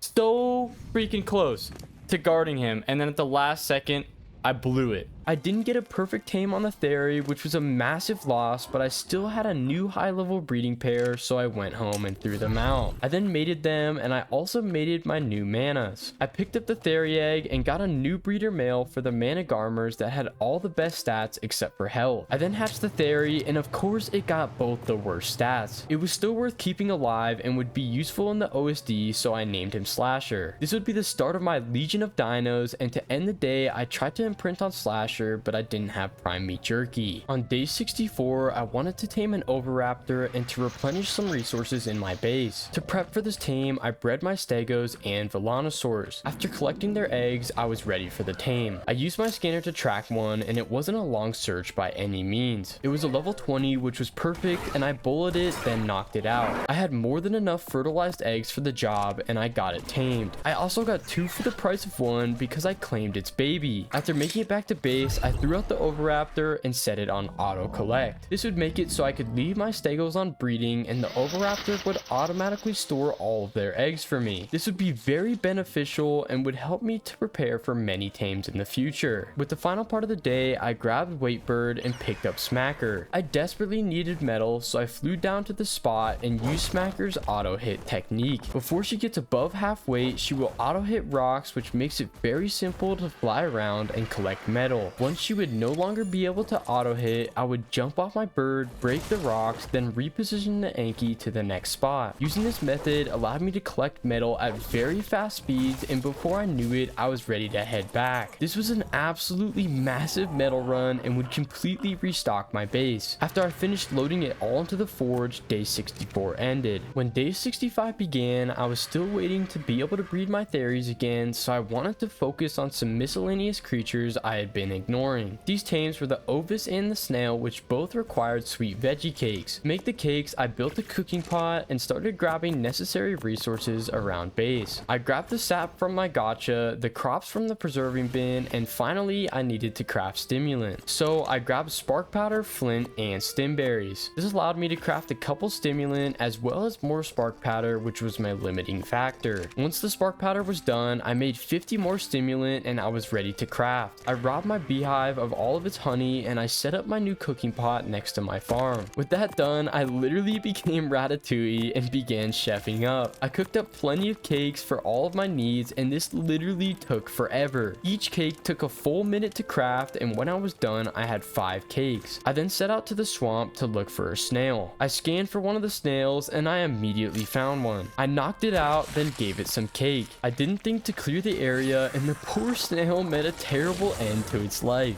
Oh, that was unfortunate for that snail. I just saw the snake's head and I knew he was dead.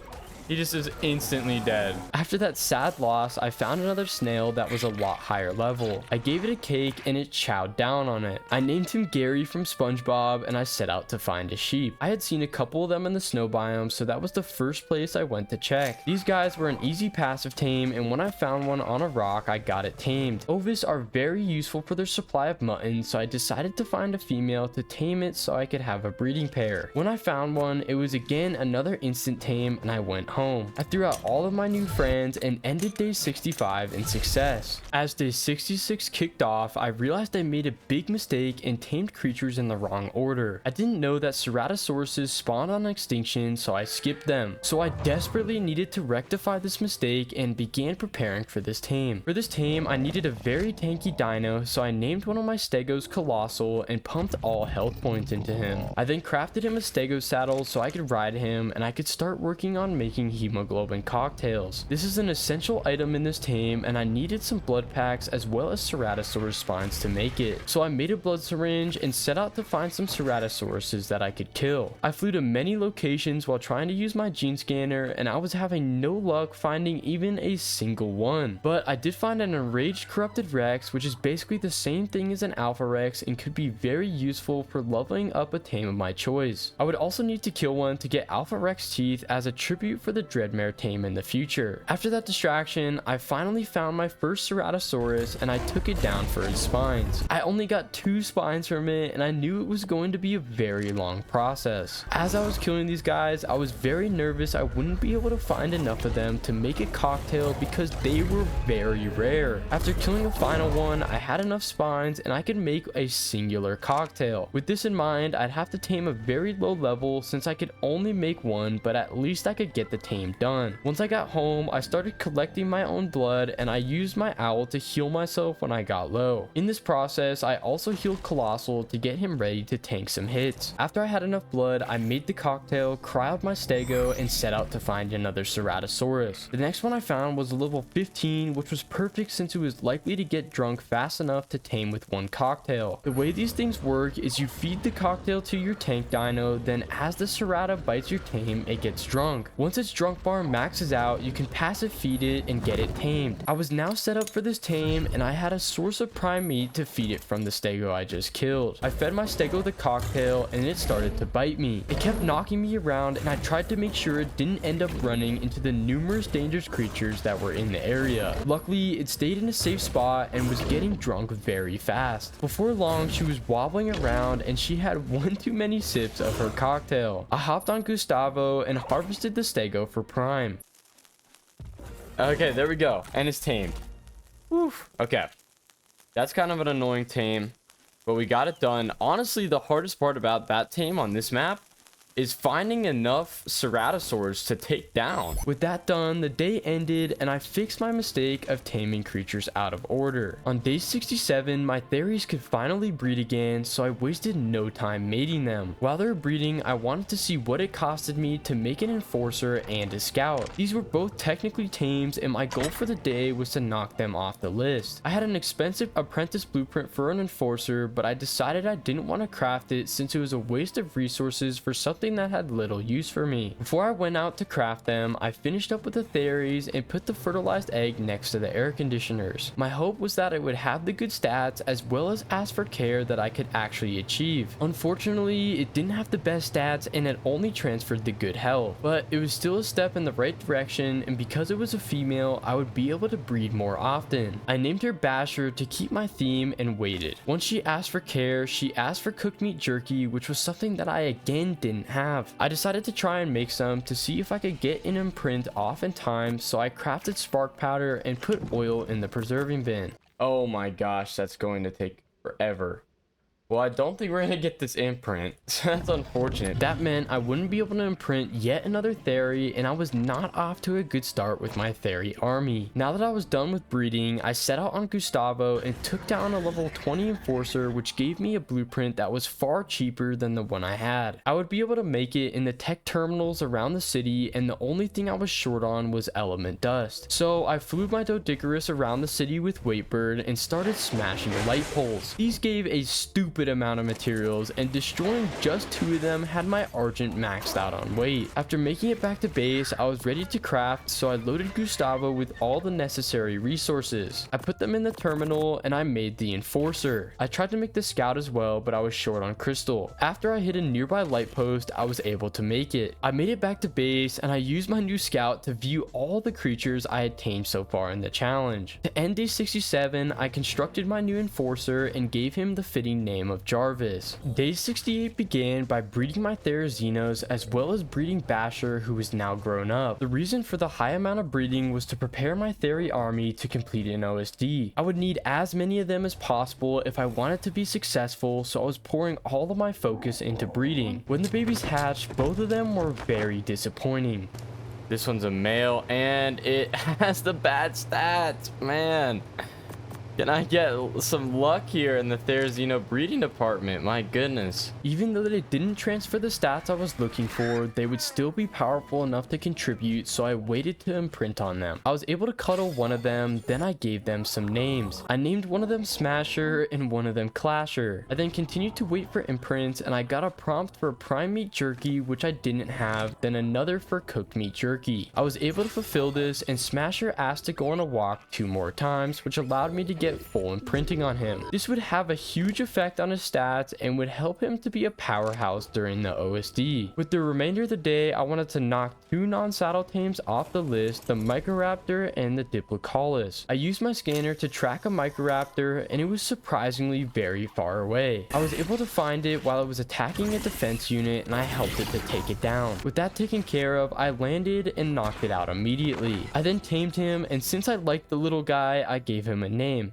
We're gonna name this guy Mikey. Mikey's gonna be your name. With 1 out of the 2 tames over with, I set out to the swamp and tracked down a Diplocaulus. As I landed, I realized I needed to make a bulla to be able to down this guy, so I quickly harvested the materials to make one. After hunting him down again, I stunned him by freezing him with my owl, and I bullet him. Now that he couldn't move, he was super easy to knock out, and I got him tamed. I flew back to base, and after throwing out my new tame, day 68 ended. As the best day of the 100 days began, I continued breeding my Therizinos and mated all of them. I then collected all of their eggs, and when the babies hatched, one finally transferred all of the stats. To add to my excitement, the other egg ended up being twins. This was a big win, and I gave them all names. I named the best one Slicer, then I named the twins Smacker and Tracker. I was completely running out of names for these guys, which was a good thing, and I started to imprint on them. Overall, I ended up being able to fully imprint on 2 out of the 3 of them, which was huge progress, and they would be a force to be reckoned with. Most importantly, Slicer was one of the ones I could fully imprint, so she would be my main Theri. With my breeding done for the day, I wanted to get 2 shoulder tames out of the way, the Otter and Hesperornis. Luckily, I was able to get a lock on an Otter very soon, and it was literally right next to my starter base. I ran to the lake next to it and slaughtered the biggest cod I could find. I dragged it to the Otter, and he tamed right away. With my creative genius back in full swing, I gave him a name. And your name's gonna be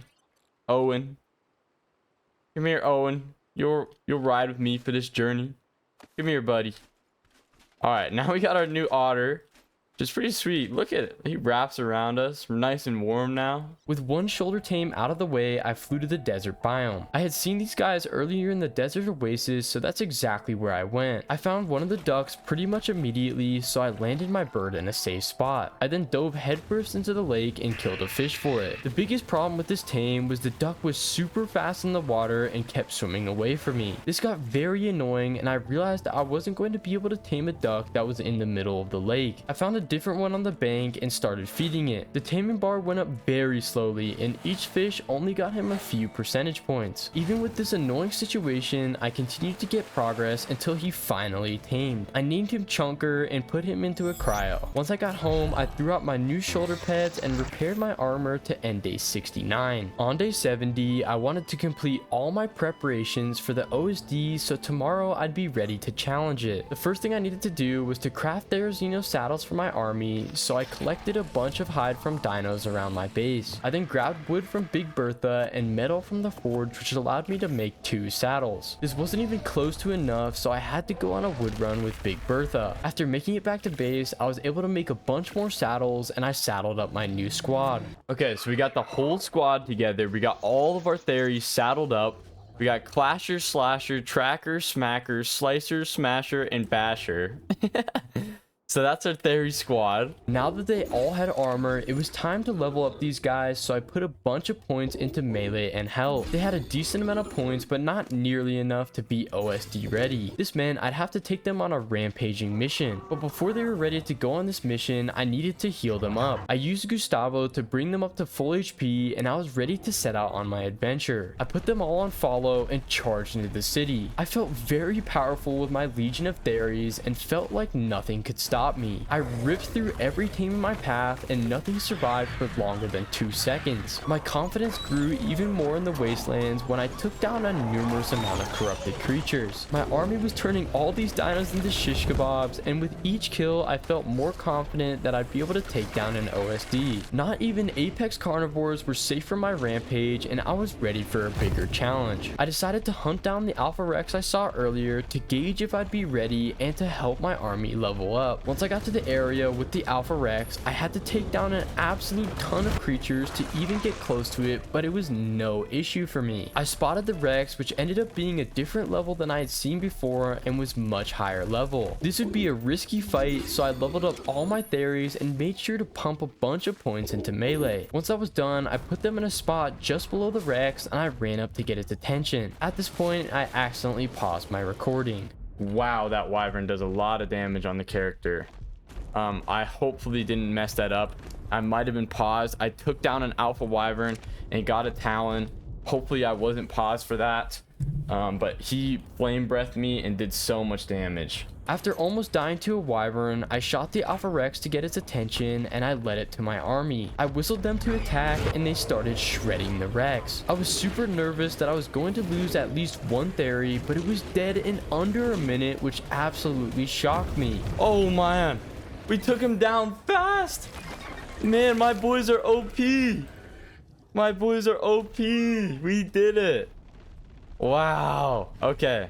I'm impressed, guys. I'm really impressed. Smasher ended up getting the final kill and got 37 levels from it, as well as Alpha Rex teeth. After making it home, my Legion of Theories were almost ready for battle. They had gotten a ton of levels and just needed to be healed up. I used Gustavo for this, and after they were healthy, the day ended. It was finally time to redeem myself and get some better than primitive gear. Days 71 through 72 would be dedicated to fighting orbital supply drops, and I had everything ready to do it. I flew at a base on Gustavo and began looking for a drop. The first one I found was a blue drop, and I decided to go for it. I wanted to test my dino strength before doing a stronger difficulty, so doing a blue drop was perfect. I put my Therizino Legion on follow and led them across several bridges to get them out of the city. My plan for this drop was to use Blue Beetle and Vanessa on turret mode to help kill any flying corrupt dinos and to protect them with the Theries. Once the drop was in sight, I crowded Gustavo, threw out Vanessa, and ran to the drop. I wasted no time setting both VLONs on turret mode, and I decided to deactivate the shield on the supply drop. This was because it did more harm than good and just made it so creatures could avoid getting shot by the VLONs. Round 1 was an absolute breeze, and I ripped through the few dilos that spawned. On the second round, there was some more resistance, but a single stego couldn't even hold a candle to my Theory Legion. I continued to rip through the waves like they were nothing, and I couldn't be more impressed with my army. They were having no trouble taking down the waves, and I realized the blue drop was a lot easier than I thought it would be. Even with my old army of dire bears, I probably could have taken one down, and it costed me everything to attempt the harder yellow drop. That failure was in the past, and it was time to complete the final wave of the drop. Like the previous waves, it was light work, and I shredded all the remaining creatures to complete the drop. Now I could reap the rewards, and I ejected the high tier items from the drop. When all was said and done, I could not be happier with what I got. For the easiest tier of drops, I still got some very good items and blueprints. We got a nice blueprint for a Mastercraft pike, so that is awesome. That is really nice.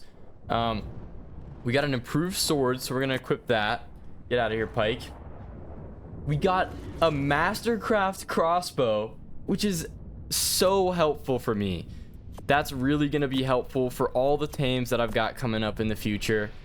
That is awesome. That is probably the best thing that we could have gotten. I was absolutely overjoyed to get a Mastercraft crossbow, and it would significantly help me with future tames. I would have to use way less trank arrows and could knock creatures out in half the time. With how easy that drop was, I knew I was ready for a yellow drop, so I threw out Gustavo to scout for one. I was airborne for 2 seconds when I saw another drop, and it was a beta difficulty. This was literally perfect, and I began leading my Legion to the new drop. My strategy for this drop was to do the exact same thing with the VLONs, then use a dino leash that I got from the blue drop that would limit how far the theories could run. This would allow me to put them on aggressive without them running too far away. I set the leash on max range, took down the shield, then set my VLONs on aggressive. As the first wave came, I realized the dino tether made them run super slow for some reason, so I decided to pick it up. I then set the VLONs on turret mode and put all the theories on follow. I would just have to watch them carefully to make sure they didn't run too far, but the dino tether would make them ineffective because of how slow it made them. I continued to power through the waves, and even when stronger creatures like Carnos began to spawn, they were no issue. My system was working perfectly, and my theories turned creatures into Swiss cheese while my VLON shot. Even corrupt Parasers were no match and didn't last more than a couple of seconds.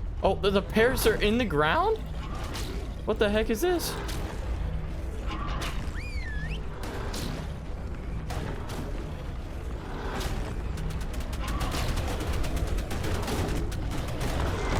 Okay, there we go. That thing's down. That was really weird that spawned in the ground right there.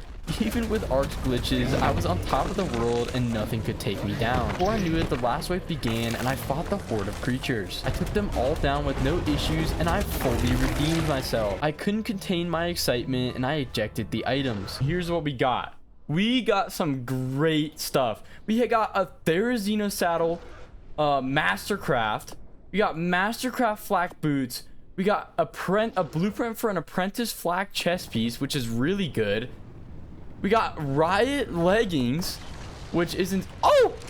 I was so busy looking at my amazing loot, I didn't realize a meteor shower had started. I immediately crowded my tames, and if I wasn't fast enough, I could lose my entire army. Luckily, I got them all crowded in time, and I made it home. The big takeaways from this drop were the Therizino saddle and all the good armor pieces I got, which would really improve my survivability. I also got a bunch of gear improvement traits, so I would need to craft the makeshift Mega Lab in the future to apply them. With the remainder of time in the day, I decided to craft my new insane chest piece, which over doubled my current armor. These days were unbelievably successful, and this 100 days was shaping up to be my best yet. Now that I had more improved gear than I knew what to do with, it was time to get back to the challenge, and on day 73 I wanted to tame a Gigantoraptor. I had a decent amount of prep work to do, and I started by grabbing a full set of ghillie, which was mostly above primitive. Then I needed a bunch of eggs to distract one of them, so I collected them for my Oviraptor. My Stegos had been breeding for many days, so I had plenty of eggs for this tame. The way this tame works is you find a Gigantoraptor with a baby, then place fertilized eggs around the nest to distract the mom. Once it's eating the eggs, you interact with the baby until it's tamed. I used my gene scanner to track one of these guys, and there was a level 105 right by my base. I honestly would be happy taming this decently high level, but I felt like I needed to put a little bit more effort in to see if I could find a better one. I only spotted low levels and even found a Gigantoraptor that made me question everything. There's a Gigantoraptor nest all the way up here. I don't know how a Gigantoraptor could have gotten here. Okay. Yeah, that's crazy. What are you doing, Ark devs? On that note, I went back to the level 105 and suited up in my ghillie armor. I set down several eggs around the perimeter of the nest and watched as the mom went to eat them. This was my opportunity to tame the baby, so I snuck inside the nest. The baby took its sweet time to come to the nest, but she did, and I did a spin to tame it almost halfway. The mom was still very occupied, and I was able to stay in the nest for a second interaction. I bowed with the baby and got it almost fully tamed. This time, the mom was done eating the egg, so I had to run and wait until she went for a different one. Once she did, I bolted towards the nest and bowed with the baby for a final time. I got her tamed and named her Baby Thief. This tame went extremely smooth compared to my first 100 days on the center, and I could not be more stoked. I then went home and crafted a saddle for Baby Thief. With that done, I waited for her imprint and she asked for cooked meat jerky. This time I had some and I was able to get full imprinting on her. I then waited for her to grow up and took her for a quick test drive to end day 73. On day 74,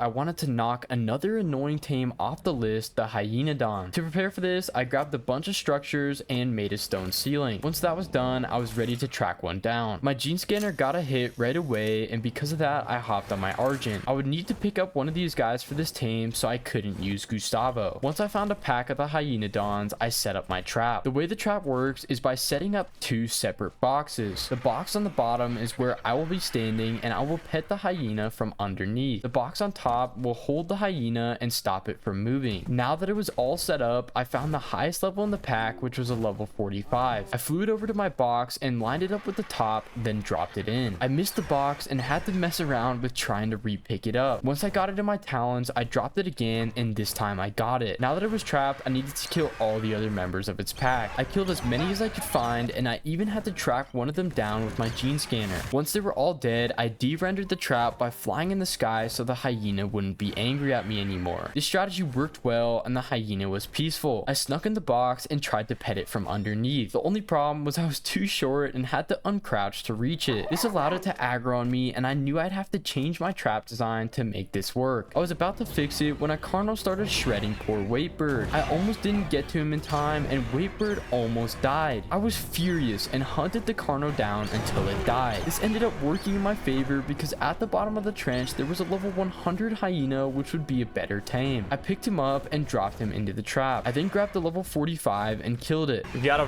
better one. Thank you, Carno, for the distraction and helping me find the better Hyenodon. With the crisis averted, I crafted a thatch ramp that would allow me to reach the hyena while still crouched. I then de-rendered the trap again and snuck up on him. This time, I was able to pet him with no issues, and the tame was pretty much over. I pet him for a 4th time and knocked this annoying tame off the list. I named him Henry the Hyena, and after making it back to base, day 74 came to a close. My goal for day 75 was to craft a chemistry bench and a makeshift mega lab. The 100 days has been going extremely well so far, and my only limiting factor was technology. If I made a chem bench, it would allow me to pump out narcotics and gunpowder like crazy. Because of this, it was essential, and I needed a lot to craft it. I needed pretty much everything to make it, so I was in for a lot of harvesting. First, I crafted a bunch of spark powder with stuff from Smacker's inventory, then picked her up and brought her to the metal spot. I needed a bunch of metal for both crafting stations, so I was harvesting for a long time. Once I was done, I loaded all the metal into the forge and focused on the next resource. I transferred a bunch of crystal and electronics from Blueberry into the fabricator. After that was done, I only needed more electronics and polymer. I brought Blueberry to the light post and started going ham. I needed as many electronics as I could carry, so I harvested a bunch of them and grabbed the beaver dam while I was out. Finally, I was only missing polymer, so I ran out on Spazzy to the wasteland. She was extremely fast, and I zipped around while killing a bunch of corrupt creatures. I also killed a gas bag to get its lungs, which I might have to use on the Dread Stallion team. After causing some more havoc, I killed enough corrupt creatures and I could zip back to base. I loaded everything in the fabricator, including the metal from the forge. With that done, I could finally craft a chem bench, and this was an absolutely huge advancement. I then also crafted the mega lab, which would be very useful later once I had element. I replaced my mortar and pestles, then placed the chem bench. I was about to place the mega lab, and I realized it took up literally half of my base. Wow, okay, this thing is giant.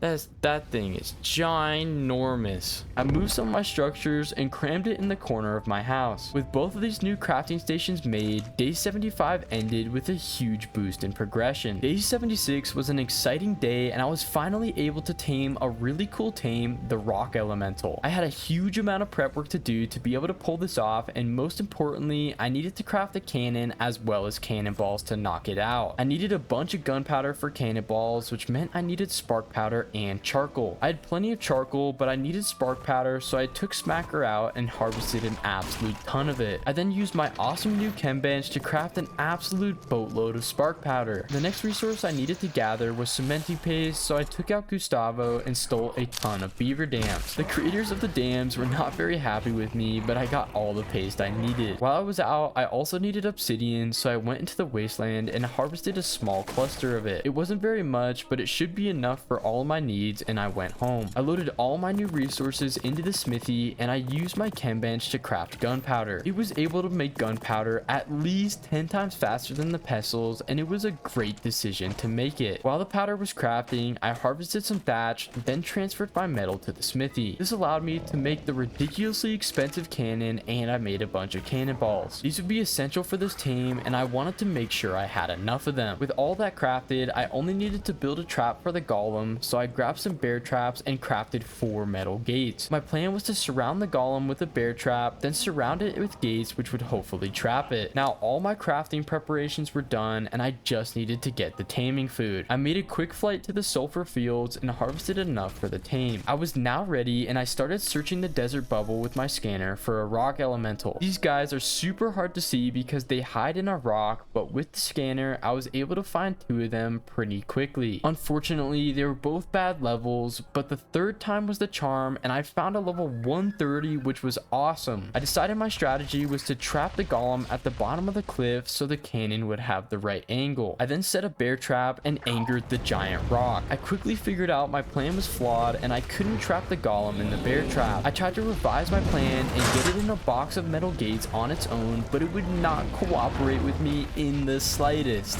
I think he might be trapped in there.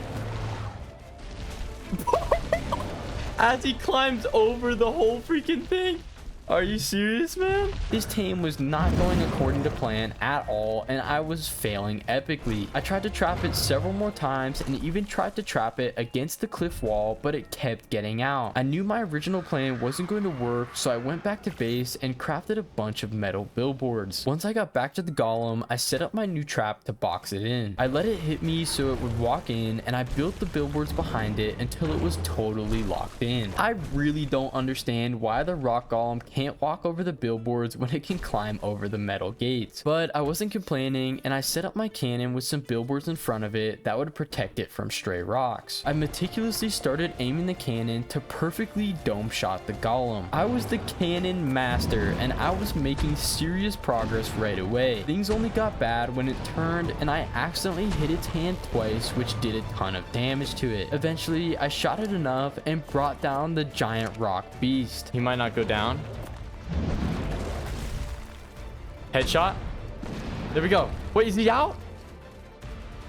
Yes, he's down. Okay, I did it. That tame was extremely stressful and was a fiasco right from the start, but I did it. I fed the golem sulfur until it tamed and I named it the Thing from the Fantastic Four. After making it home, I threw out my new buddy and I crafted him a saddle to end this long day. On day 77, I wanted to tame a dung beetle and a titanoboa. The dung beetle requires poop to be tamed, so I had my dinos eat some bad Mexican food and I collected their poop. Okay, well, we won't talk about that moment ever again. Now that I had poop, I was ready to go and I set out to the sulfur fields with Gustavo. I quickly found out I couldn't scan for them, so I had to find a different way. I got smart and used my owl vision, which allowed me to quickly find one. I cleared the area of all the bad creatures and tamed the little guy with one large animal poop. After making it back to base, I was about to tame a titanoboa when the King Titan spawned and I just about pooped my pants. The Roman King Titan didn't spawn for 77 days, but now he was here and I went to take a look. I see him, and he is indeed wandering outside. Wow, that is scary. Yeah, I'm out of here. This was insane to see such a massive creature, and I could not believe that in 33 days I would need to challenge him. After that distraction, I got ready to tame a boa. I grabbed a bunch of structures to make a trap, and I grabbed a couple fertilized eggs. I then flew to the swamp with Waitbird and built a box for a snake. My strategy was to pick up the snake, drop it in the box, then lose aggro and lob an egg inside. Once I found a snake, I picked it up and dropped it in. I was flying away when I saw something I couldn't believe. Did I just see him slither through my trap? This glitchy game never ceases to amaze me, and I proceeded to waste my time for another 2 attempts. The snake kept glitching out of my box, and I realized I was going to have to tame it without a trap. I flew out a render, and my plan was to lob eggs on top of it from the sky. This worked perfectly, and I got the magical snake tamed. After making it home, day 77 ended. On days 78 through 79, it was time to tame the long-awaited creature, the Dread Stallion. I had been preparing for it slowly over time, and I had a box full of tributes that I could ask for. The only tribute I didn't have was a Giga Heart, and I knew just how to get one. I would need flaming arrows to get the job done, so I learned the engram for them as well as the engram for propellant. I needed sulfur to craft flame arrows, so I went back to the sulfur fields to harvest a bunch of it. Once I was satisfied with the amount of sulfur, I needed to get cactus sap, so I went to the desert. I chopped down cactus after cactus until I had enough and went home. I only had a limited limited supply of oil, but I was still able to make a bunch of propellant. In total, I made 96 and turned them all into flame arrows. Now that I had all the flame arrows, my plan was to go to the most dangerous part of Extinction and find a corrupt Giga. I flew into this area with no hesitation, and almost instantly I spotted a wyvern, which reminded me that I needed to be careful. While I was flying away, I spotted 2 corrupt Gigas next to a giant rocky mountain. This was the perfect scenario, and I landed on top of the mountain above the Giga. I then started raining fire down on it and started shooting it with my flame arrows. My Mastercraft crossbow significantly boosted the initial damage the arrows did, which made this process quicker. But the main reason the strategy was going to work was because flame arrows do percentage damage. This means that even with the insane health pool of the Giga, it will die eventually. This process took a lot longer than I expected it to, but the first Giga bit the dust. And he's got to be almost dead. There we go. We did it. We did it. We did it. We did it. One down. One corrupted Giga down. I collected the Giga's heart and felt extremely satisfied that my plan worked. I still had plenty of arrows left over, so I decided to kill another one, which would make sure I didn't run out of hearts. I found a Giga that was under an overhang of the mountain. Just like last time, I stood above it and torched it with flame arrows. Once it died, I collected its heart, and now I had 2 of them. Now that I had all the tributes for the tame, it was time to find the highest level dread stallion possible. I was off to a very bad start on the first 2 I found, and I definitely needed to continue searching. After a long hunt, I found a level 70, which was the best I had seen by far, and I settled for it. After a quick flight home to get Spazzy, I threw her out and used her ice breath to wreck the stallion. It was super easy to hit the ice beam, and once he was frozen in place, the fight was over. He died, and I looted his body to get the dark altar necessary for the tame. I then flew home and grabbed all of my tributes. To set up for this tame, I decided to take all my fairies and Spazzy out of the base to the Colosseum. The way this tame works is you sacrifice tributes to get taming progress, and you have to re-kill the dread stallion after every tribute. But if you don't have the tribute it asks for, it will spawn that specific creature. This means that if it asks for a Giga heart 3 times in a row, I would have to kill a wild Giga. That is why I needed so much muscle, and I wasn't messing around. Once all my tames were in place, I hid my owl and placed down the dark altar. It asked for Titanoboa venom, which was a great start, and I gave it to the altar. It then spawned the dread stallion, and he died instantly. Okay, we got so much taming effectiveness. See, yeah. He asked for a Giga heart, we'd be summoning a Giga right now. Luckily for me, I had a Giga heart, and I was able to fulfill the requirements again. I killed the dread stallion for a second time, and the third prompt was the Thyla claw. I again had this item, and I killed the stallion for a final time. I then went up to the altar and got my new tame. I was over the moon because this tame was absolutely awesome, and it was incredibly fast. One of the main reasons this tame is so useful is because of its black hole ability. This ability allows you to store a dino.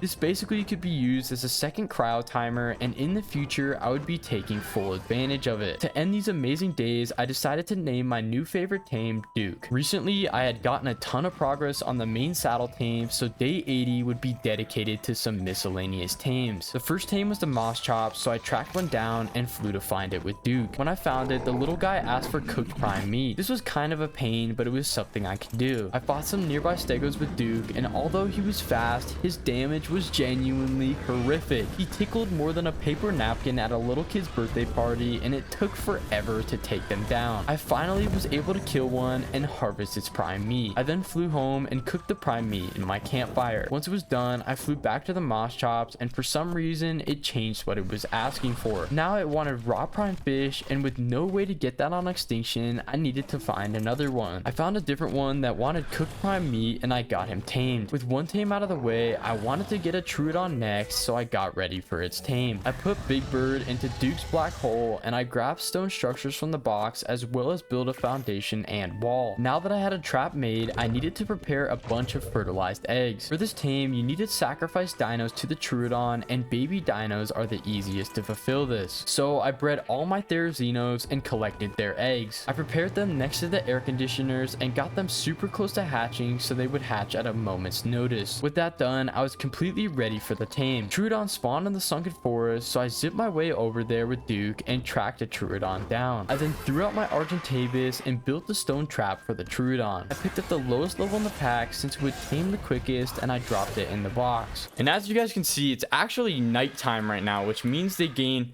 Troodons gain 40% of a taming bonus compared to normal. So that's why I chose this time. I had to quickly whip up some standing torches since the Theri eggs were too cold, but once they were lit, I got an egg hatched. I then hit the baby with my sword to get it low and let it on the ramp. I then punched it into the box and watched uneventfully as the Troodon didn't attack it at all. I don't know why the devs made it so the Troodon won't attack your sacrificial tames, but I was crashing out. Come on.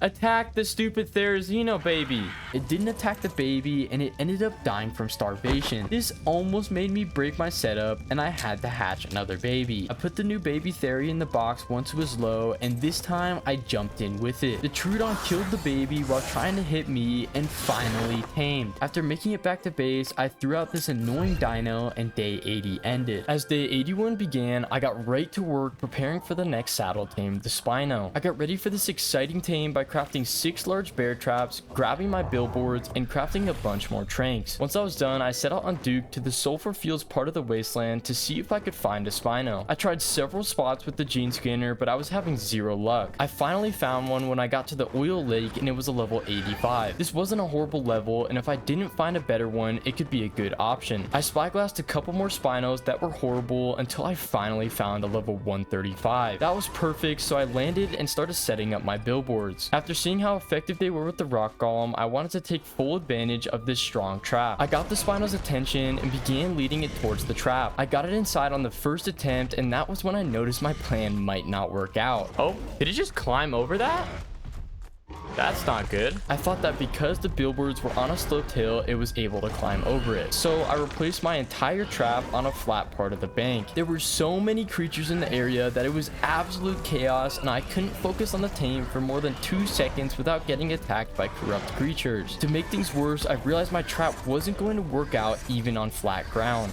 Okay, well, I guess that's the clear sign that my Spino trap is not going to work because it just stepped over it. Why can the Spino step over the billboards but the rock golem can't? This team was already shaping up to be an epic fail and I was getting frustrated. I don't understand why the golem, who's literally bigger than a Spino, can't step over the billboards but the Spino can. I decided to run back to my base and grab the metal gates I already had crafted. Once I got back to the lake, I set up my bear traps and led the Spino into them. I then quickly placed all 4 gates around the Spino before it broke out of the bear traps.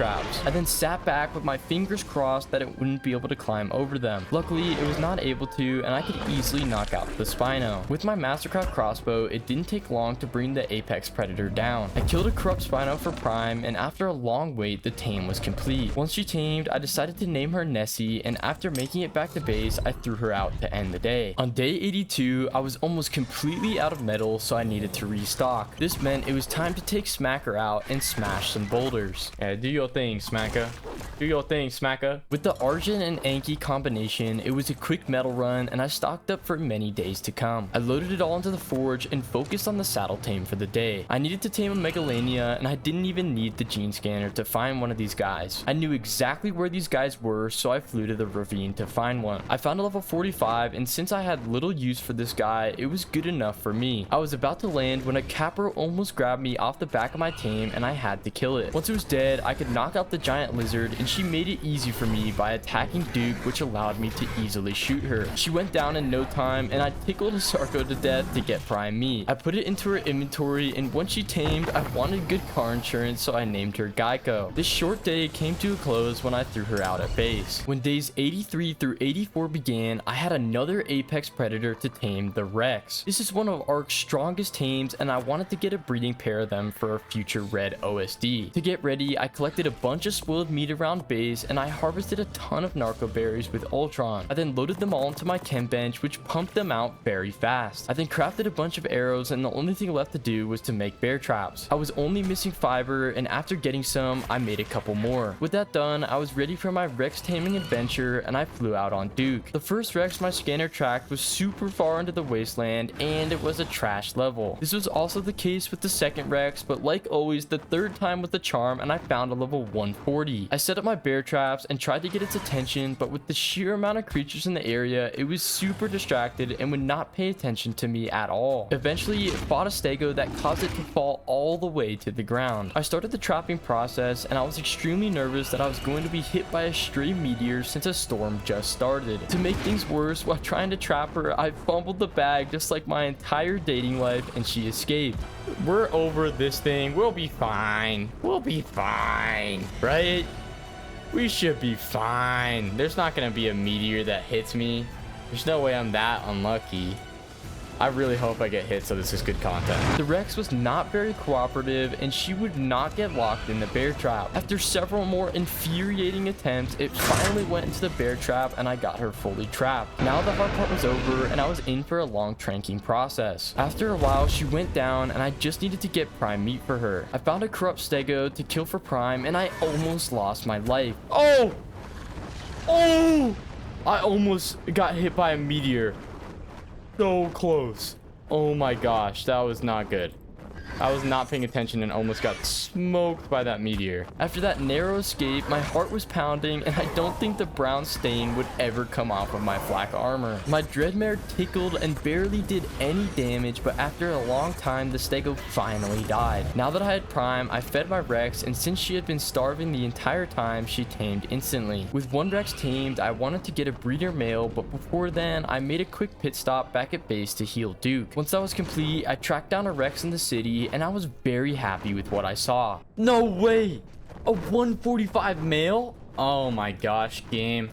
You've outdone yourself this time. With a high level Rex spotted, I just needed to trap him. I thought this would be easy, but he had the craziest ADHD I have ever seen. He attacked every creature in sight and would not focus on me for more than a millisecond. Every new creature that was in his range, he would go after them, and I was insanely crashing out. It literally took me a full night of failed attempts until I finally got him sealed in the gates. I trained him with my Mastercraft crossbow until he nosedived into the ground. We're gonna be able to tame this Rex, but he has a broken neck and brain damage.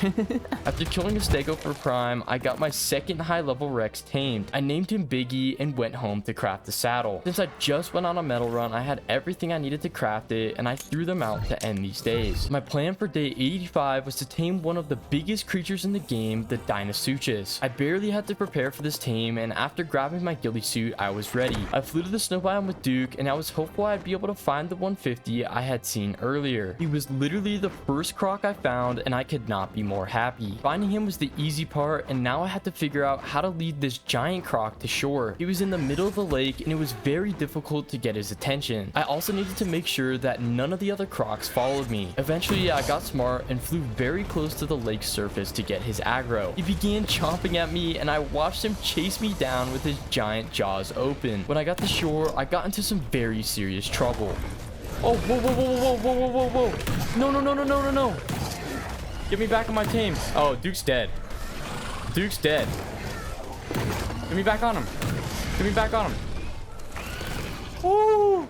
That Perlovia almost just sold the bag for me there. Perlovia stunned me off and almost caused me to die and lose Duke. This is one of the closest calls I have ever had, and I was very grateful the Dinosaurs didn't chomp on my character. Once my heart rate dropped below 200 beats a minute, I refocused on the tame and started clearing the area. I needed every creature to be dead so the croc would be passive and allow me to tame it. Once the area was clear, I grabbed some prime and put on my ghillie suit. I then landed Duke in a safe spot and put Blue Beetle next to him to protect him. Now I was ready for the tame, and I stalked the colossal croc until he opened his mouth. I sprinted up to him once he did and shoveled in a piece of meat. Now that the croc was on shore, it wasn't a hard tame, but it was going to be very tedious with the little amount of progress each feed gave me. I continued to make gradual progress, and I fed him all the way through the night. After a final piece of meat, he was mine. I named this beast Killer Croc, and I could not be more pumped to have this tame. After making it home, I crafted a saddle for him and equipped it to end the day. My goal for day 86 was to do some breeding in preparation for the red OSD and to finish getting all the tributes for the bosses. I bred my Rexes first, then I bred my Manas. While they were mating, I looked at the tributes I needed to get, and I realized I needed 100 corrupt hearts per Titan. With the amount of time that it takes me in these challenges to just tame every creature,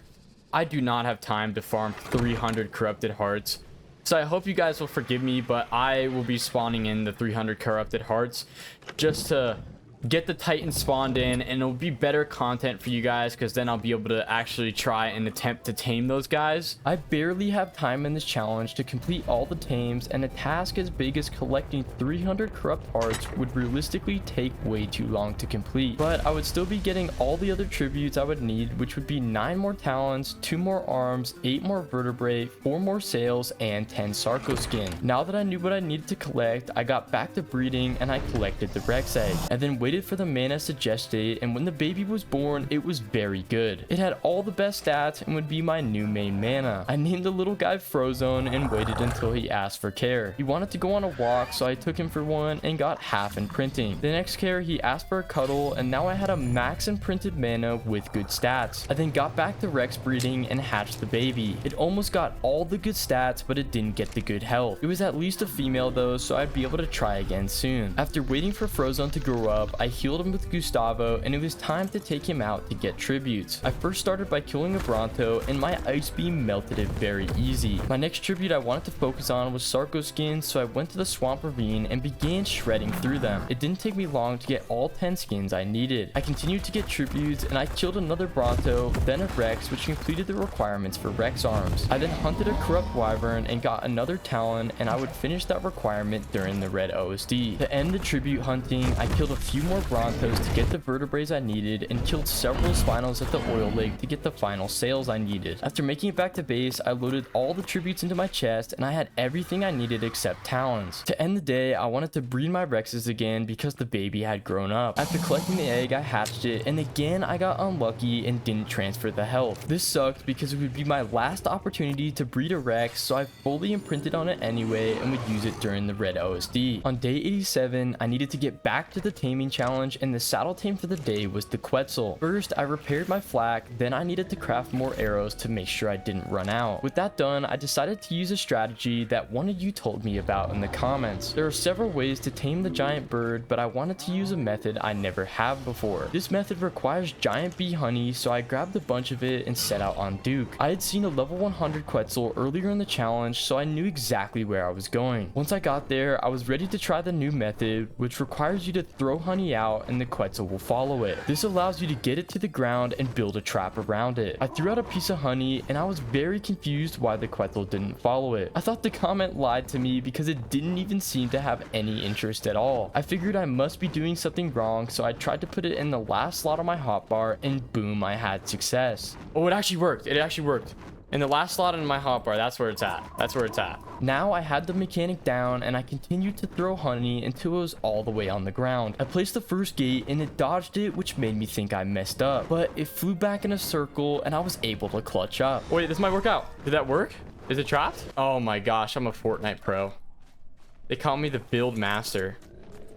Nobody calls me that. That strategy worked like a charm, and it was much easier than the method I used in my first video. With the Quetzal trapped, I easily shot it, and my Mastercraft crossbow had it almost knocked out in no time. I slaughtered a Stego with Blue Beetle for Prime, and I fed it all to the Quetzal. This tame took a very long time, but eventually she was mine, and I came up with the very original name of Big Bird. This tame would be very essential for the Titans, and it was awesome to have gotten a pretty decent level. After throwing her out at base, day 87 ended. The taming challenge had been going extremely well, and I only had 5 tames left besides the Titans. My goal for day 88 was to knock 2 of these tames off the list, so I flew to the snow biome to find a Yudi and a Perlovia. I flew all around the snow, and I was getting no hits on my scanner for any Yudis. These guys are super rare on Extinction, and this became apparent the longer I searched. It took forever to even find one of them, and it was a horrible level. I decided to search for more of them, and I found a level 90, which wasn't bad, and decided to tame it. I tried to place a gate in front of it right away, and I was surprised to see it walk straight through it. I thought this might be a glitch, so I wanted to give it another try to trap it. I placed a bear trap and messed around with the Yudi until it got stuck. I messed up placing the gates a couple times, but before I was even finished, it broke free and walked right through. This made me realize my strategy was not going to work at all, and I needed a new method to trap it. I decided to fly home and get my stone gates to build my old trusty trap. I also made a couple more bear traps traps to make sure I had enough. After making it back to the UD, I set up my stone gates to form a box and set up the bear trap in the middle. Now I could focus on trapping it, and because I had a dread stallion, it would make the tame way easier than normal. Normally the UD can fear roar your creature, which causes it to fly away uncontrollably, but because the dread stallion can't get feared, it would make trapping this thing a lot easier. I got its attention, and it took me several tries to get the UD in the trap because of its size, but I managed to do it, and once it was in the bear traps, I closed the gate to seal it in. Now that it was trapped, all I had to do was knock it out. Once it went down, I killed some penguins for prime, and I thought the tame was as good as done. I nonchalantly sat next to her, and a dinosaur just snuck up on me. I quickly threw Blue Beetle out of the black hole and whistled him to attack. I didn't want the croc to kill my UD, and I was panicking. Blue Beetle wasn't shredding it fast enough, and when a second croc joined the fight, I was in trouble. I couldn't kill the tanky crocs fast enough, and Blue Beetle got dragged to his watery demise. Blue Beetle's getting swarmed in the water over here. Come on, Blue Beetle. Come out onto the water. Swim. Swim, buddy, swim. Come on out of the water. We need to get Blue Beetle out of that water as soon as possible. No, Blue Beetle's definitely gonna die. That's a lot of damage. Dinosaurs just do a lot. There wasn't much I could do for Blue Beetle, and I freed the now tamed UD from the trap as he died. I was very sad to lose my main Velon, and the only condolence was that I got the UD tamed. To finish the day, I tracked down a Perlovia and knocked it out in 3 arrows. I then tamed the Badger, and the tragic day ended. On day 89, it was time to tame the pinnacle of apex creatures, the Giga. I had a lot of prep work to do for this powerful tame, and I started by repairing my crossbow. I needed metal and wood to do this, so I grabbed some from the forge, then grabbed wood from Big Bertha's inventory. This allowed me to repair it, and I crafted a ton of arrows. I grabbed my narcotics from the chem bench, and I had 225 narcotics plus 98 tranks already made. I figured this should be enough to knock out the Giga and would be able to keep it down for the whole tame. Now the only thing left to do was prepare the trap, and to trap a Giga I needed more metal gates. So I grabbed some paste from the fabricator and metal from the forge, which allowed me to craft 3 gates for a total of 7. I then made a couple more large bear traps, so I had a couple attempts if I failed. Once everything was done crafting, I decided to take Gustavo for the tame because he could easily heal. The Giga does a ton of damage with each bite, and I didn't want to deal with force feeding if he got too low. Now it was time for the hard part of finding one. Gigas are very rare, and they can only spawn on the outside of the snow bubble and rarely inside of it. I flew all around the outskirts of the bubble and to many spots that it can spawn. I was having no luck, and I was worried there wasn't a single Giga on the map. I thought I was going to have to kill wild dinos to get one to spawn, but I lucked out finding one in the snow. It was a level 80, which wasn't bad at all, and now it was time to start the dangerous process of trapping the Giga. I landed nearby and built my gates in a U-shaped design. This makes it so the Giga runs inside, and once it gets stuck in a bear trap, you place 2 gates behind it to seal it in. Now that I had my trap built, I needed to get its attention and carefully lead it to my trap without dying. I tried to get its attention, and it somehow bit me with its butt. I don't know how I can take damage when I'm not even close to its head, but at this point this glitchy game didn't surprise me. After painstakingly waiting for it to kill everything in the area, it began to chase me, and I almost got bit again. Okay, fly low, fly low. Okay, get its attention again. Oh, it's angry again. Okay, I dodged it. Ooh. It was very stressful leading such a powerful tame, but I got it to my trap. I then prepared myself for the riskiest part of the tame and the final push to get it trapped. Okay, Giga's coming. Ouch. Ouch. Really big ouchie. Okay, it's trapped. It's trapped. It's trapped. It's trapped. It's trapped. Boom. And come on, close it in. Okay. I think it's totally trapped in there. I trapped it on my first attempt, and I was over the moon. Now the hardest parts were over, and I healed my owl. I took down a nearby wreck so it wouldn't get in the way, and I started the process to trank it. Unlike most creatures where you wait 5 seconds, I shot it a little fast to make sure its torpor didn't drop faster than it gained. Giga's torpor drops ridiculously fast, and I needed to make sure I was making actual progress. Even with my Mastercraft crossbow, this beast of a tame took forever to knock out, but about 100 trank arrows later, and she slammed to the ground. There we go, it's down. Ooh.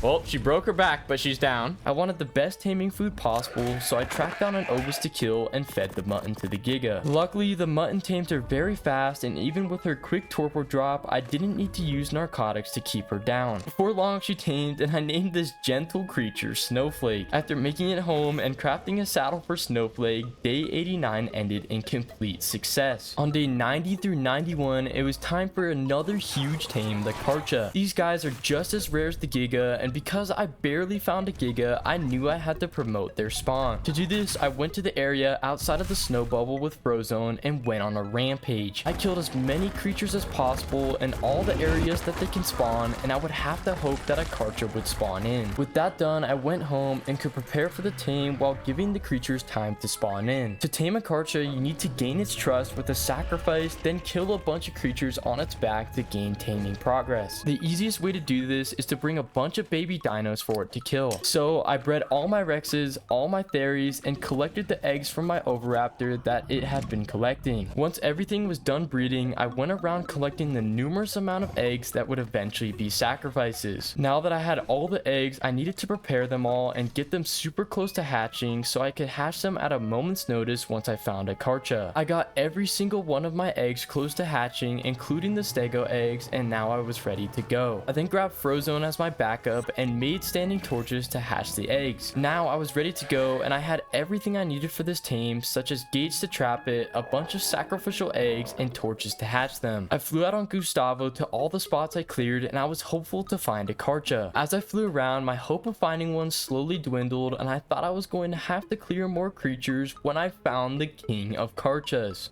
Oh! A level 145? No way! Are you kidding?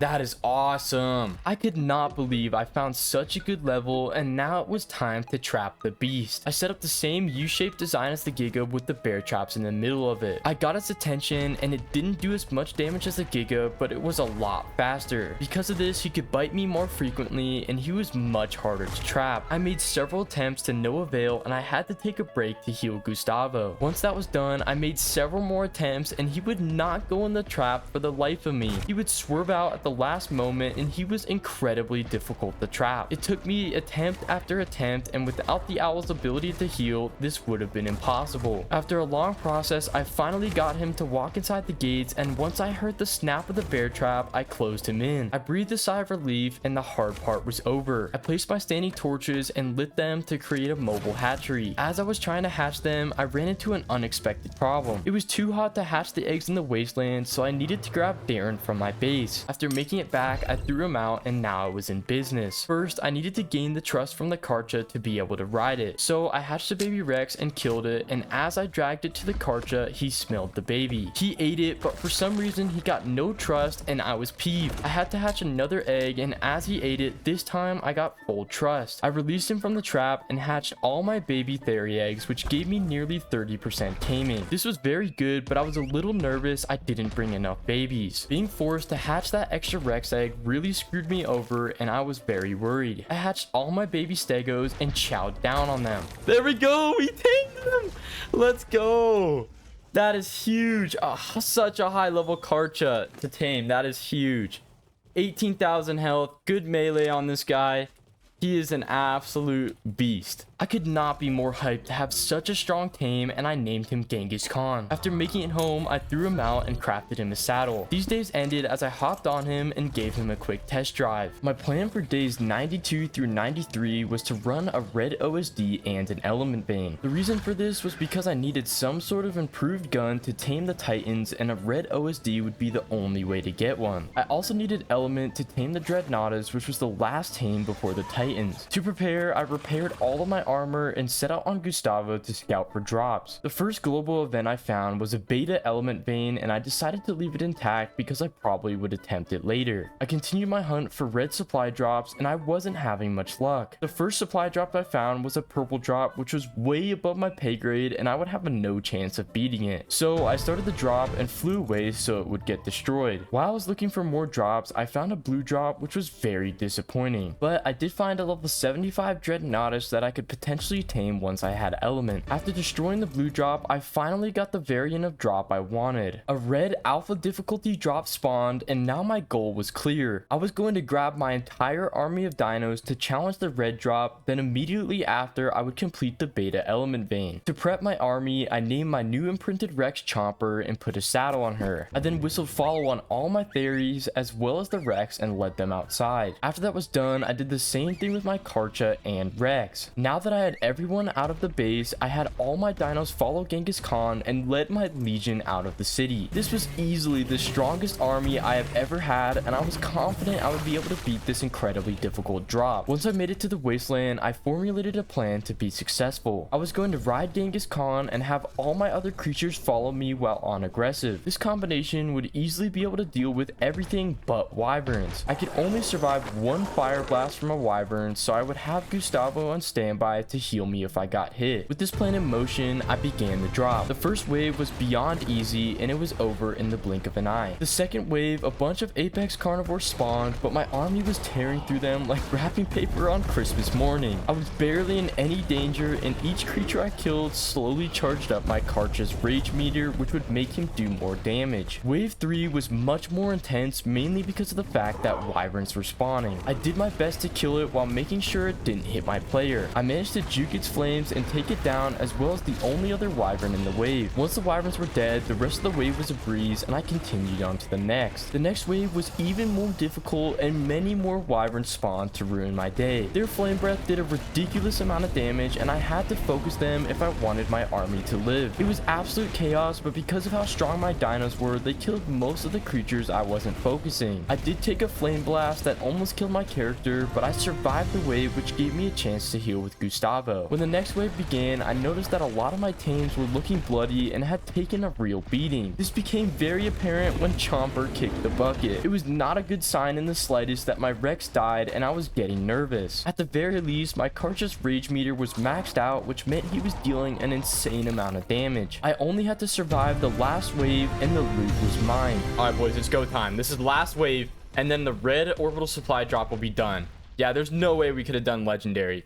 If this is red, then legendary is death for me. I heavily focused on the remaining wyverns, and once they died, the drop was as good as mine. None of the other creatures did anything to me, and the only thing left in my way was an enraged trike. It died immediately, and I completed the supply drop. I was extremely hyped to have this huge success, and I made sure to heal my Giga, who was a literal inch away from death. Once she was healed enough to survive, I ejected the items and looted my goodies. This drop could not have been any better for me. First off, we got these riot armor, flak chest piece and helmet. So that's awesome. We got that going now. Got a better chest piece and these gloves and everything. We can wear these soon. But even better, we got this absolutely insane fabricated sniper rifle. So that is nuts. And we got a ascendant pump action shotgun. So I'm just over the moon with that drop. This drop was loaded with good gear and basically had an entire set of super strong armor as well as powerful new guns that would be essential for taming the titans. I could not have asked for better loot, and I collected all the fire wyvern talents for my tames, which gave me enough to spawn the bosses. Now I just needed to complete the element vein, so I healed all my tames and made the journey there. This element vein was far easier than the red drop, and I didn't even need my army of dinos. My Karcha was plenty strong by himself, and I just ran loops around the place killing corrupt creatures. Oftentimes I had to hit the element to kill the creatures, which was not ideal, but I did a good job protecting the center one. This vein was an absolute cakewalk and nothing threatened me in the slightest. The only issue I had was because of my big hitbox, I accidentally destroyed some of the veins, but before long it was over. Now that it was over, I could reap the rewards and harvest the whole thing. It gave me much more element than I thought it would, and I had way more of it than I knew what to do with. Especially the main node gave me a boatload, and when all was said and done, I got nearly 250. I then crowded my army and made the journey home to end these action-packed days. On days 94 through 95, it was time to tame the Dreadnoughtus, which was the final real tame before the Titans. To prepare, I grabbed some element, put a Theory in Duke's black hole, and crowd Genghis Khan. I then set out to find a Dreadnoughtus that was closest to an element vein. I found a node that was right next to the level 75 I found earlier, which made things things a whole lot easier. The way this tame works is you feed the Dreadnoughtus element, which will make it follow you. Then you lead it to the closest element vein and it'll run up to it and start eating from the vein to start the tame. The fact that this Dreadnoughtus was so close to the vein made my life a heck of a lot easier, and I was going to take full advantage of that. I landed next to it and threw out my Karcha, not knowing things were about to go horribly wrong. I ran up to it to feed it element and I almost lost my life. Whoa, whoa, whoa, whoa, whoa. No, passive. What happened? He's gonna kill Genghis Khan. I was super confused on what just happened, but my character and my Karcha almost died. Eventually, I figured out that the Dreadnoughtus are normally passive, but large creatures make them aggressive. Because of this, I would have to use my Theres on this tame instead of the Karcha. I flew home on Duke, grabbed some food, and grabbed my second strongest Theres Xeno. I then repaired my armor and set back out to redeem myself. Unfortunately, by the time I made it back, the original element vein was gone, and I would have to lead the Dreadnoughtus a much farther distance. This really sucked, but I had no other choice, and I ran up to the giant herbivore to start the tame. I fed it an element and she began to follow me for a minute. She was very slow, and I was in for a long process. None of the corrupt creatures in the area were a challenge for me, and I just had to balance making progress while feeding her element to keep her following me. I continued the painstaking process for a long time, and I led the Dreadnoughtus through the rugged terrain until we finally reached the vein. It broke a path to the center of the vein and started feasting on the element. I think it's starting.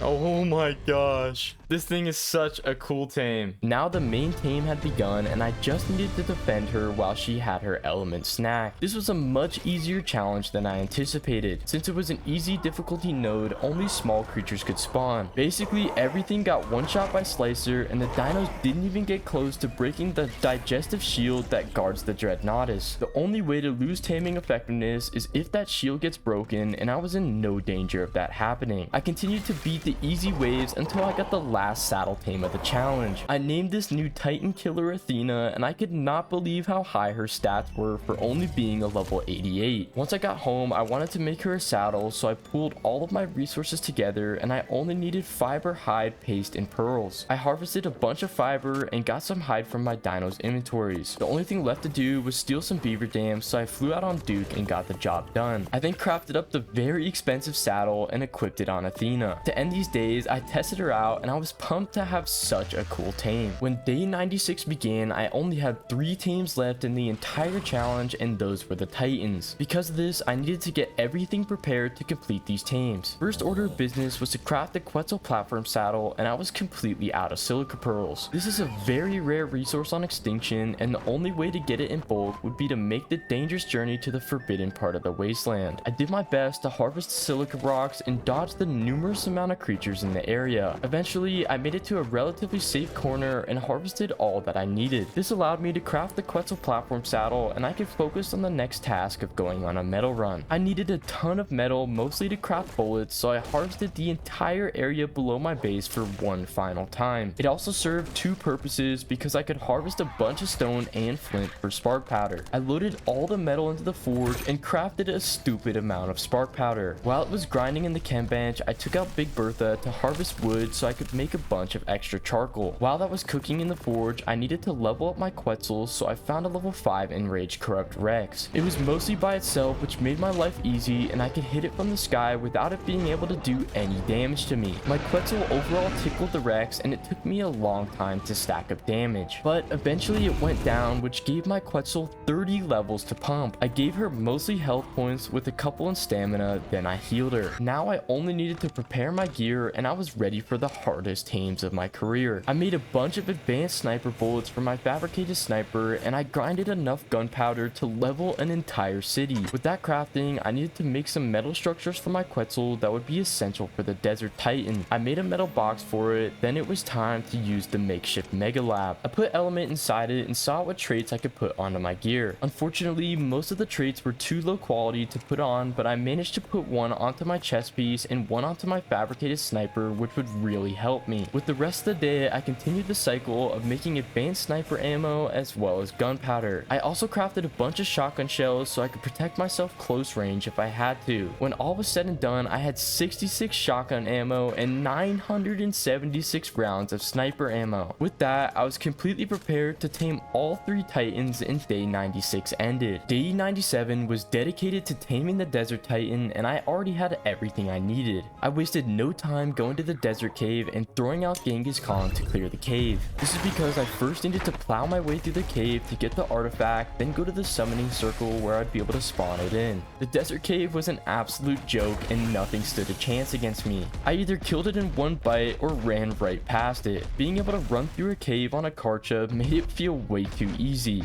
Eventually, I made it to the cave artifact, which was the last piece of the puzzle to be able to summon the titan. I pushed deeper into the cave and made it to the desert titan summoning circle. I put in my talons, Sarco skin, and 100 corrupt hearts, which allowed me to spawn my first titan.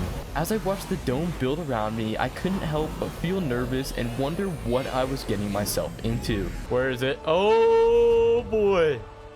All right, the desert titan is here. Now that the titan was spawned in, I flew away with my Quetzal so I could safely set up my box without getting struck by lightning. I placed a foundation right where my rider sits, along with walls all around it and a secret door so I could get out. The idea behind this box is that it protects you from most of the desert titan's attacks. Its attacks consist of a flock which targets your player, and if it hits you, it dismounts you from your tame. The second attack is a lightning strike that one-shots your character. The metal box would protect me from both of these attacks and help me to focus on the tame instead of just trying to survive. The way this tame works is you have to get the titan to lightning strike you, then you use its attacks against itself to destroy the corrupt nodes. Once all 3 nodes are destroyed, the titan is tamed. There we go. We got the static charge.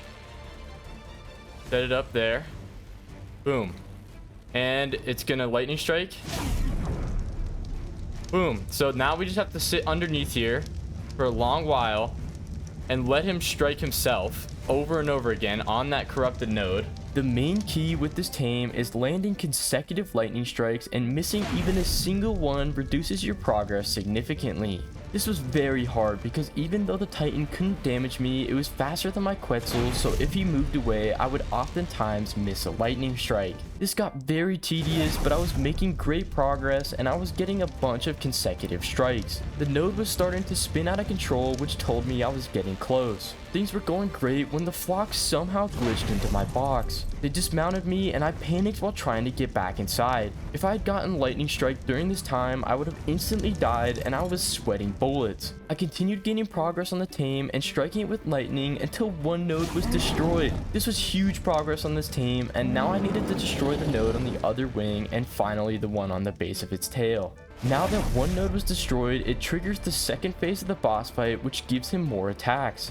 Now he had access to his most deadly attack, the tail slap. This does a ridiculous amount of damage, but because I was flying under him, I could easily avoid this attack. I had this guy's flight path down to his science, and I got a ton of progress with only a few occasions where I missed the lightning, which caused the nodes to dissipate. Uh-oh, we're gonna miss this one. Dang it. It's gonna go and shrivel up inside now. Pause. What happens when it gets cold outside? The shrivel effect is what they call that. Things were going super well until I accidentally got hit by the tail and got launched across the map. It didn't kill me, but it did a ton of damage, and I would have to be super careful to make sure it didn't happen again. Come on, break that. It's close, I can tell. Yeah, there we go. There we go. There's 2 down. Only 1 left to go. The hardest one. The tail. Now the titan was getting close to being tamed, and I needed to destroy the hardest node out of the 3. The problem with the tail node is that when you're flying below it, the titan won't target you with the lightning because you're too far below it. So I had to fly up higher in the sky above its wings, then fly under it in time to strike the node. Combining that with the fact that he sometimes hit me with his tail, it was a super dangerous tame. By the end of the tame, I was a professional at knowing his attacks, and I flew completely above him. I wasn't even messing around flying below it, which was very risky, but I made huge progress. This went on for a long time, but I finally did it. I landed on its back and claimed my very first kaiju. Yes, Tame Kaiju Alpha Desert Titan.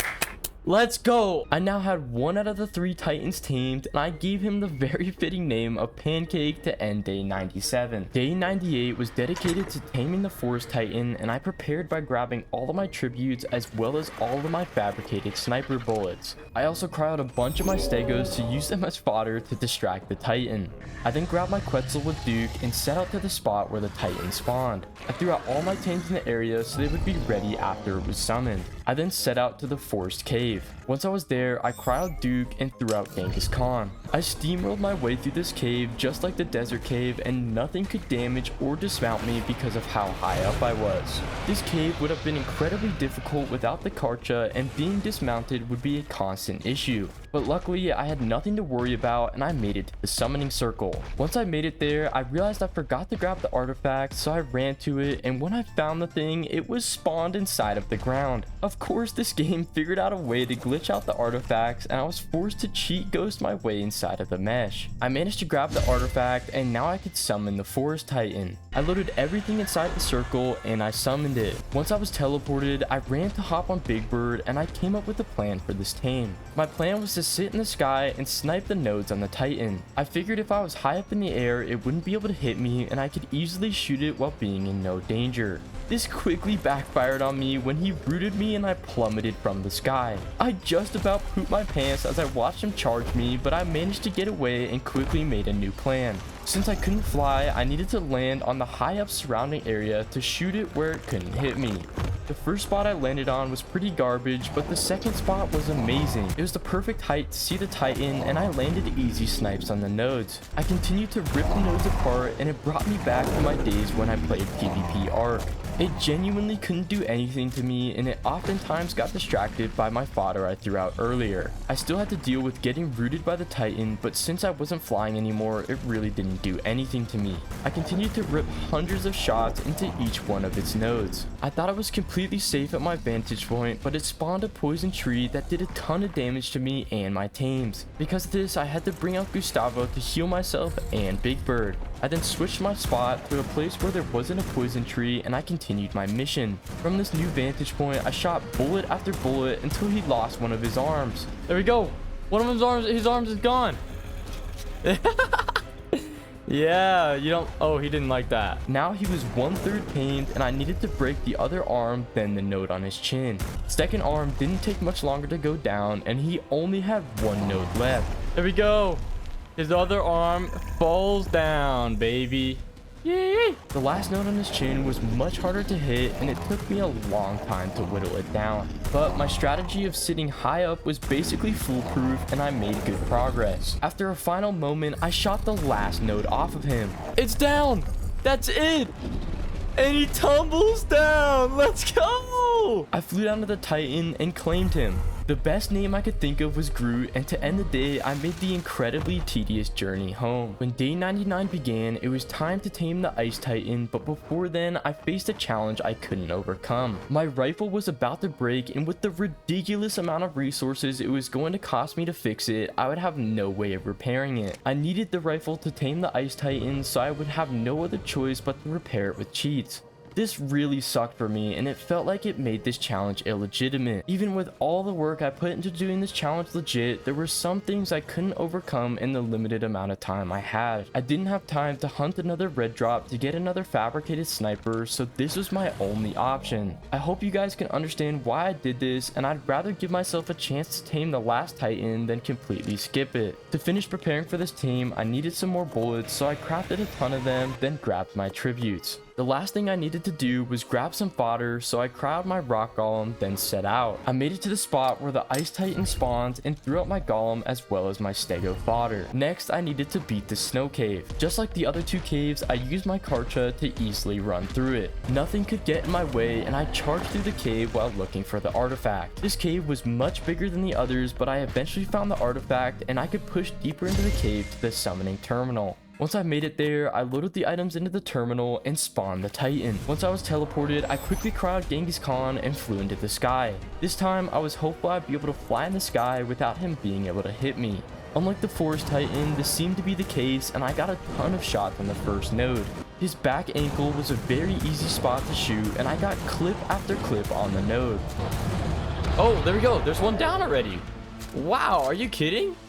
That was crazy. That was crazy quick to destroy one of those that fast. This node broke incredibly fast compared to any of the other titans, and he was 1/3 tamed. Now I could focus on the second node, which was on his shoulder and was much harder to hit. It put me in a much more dangerous position, and I had to be careful he didn't jump up to hit me.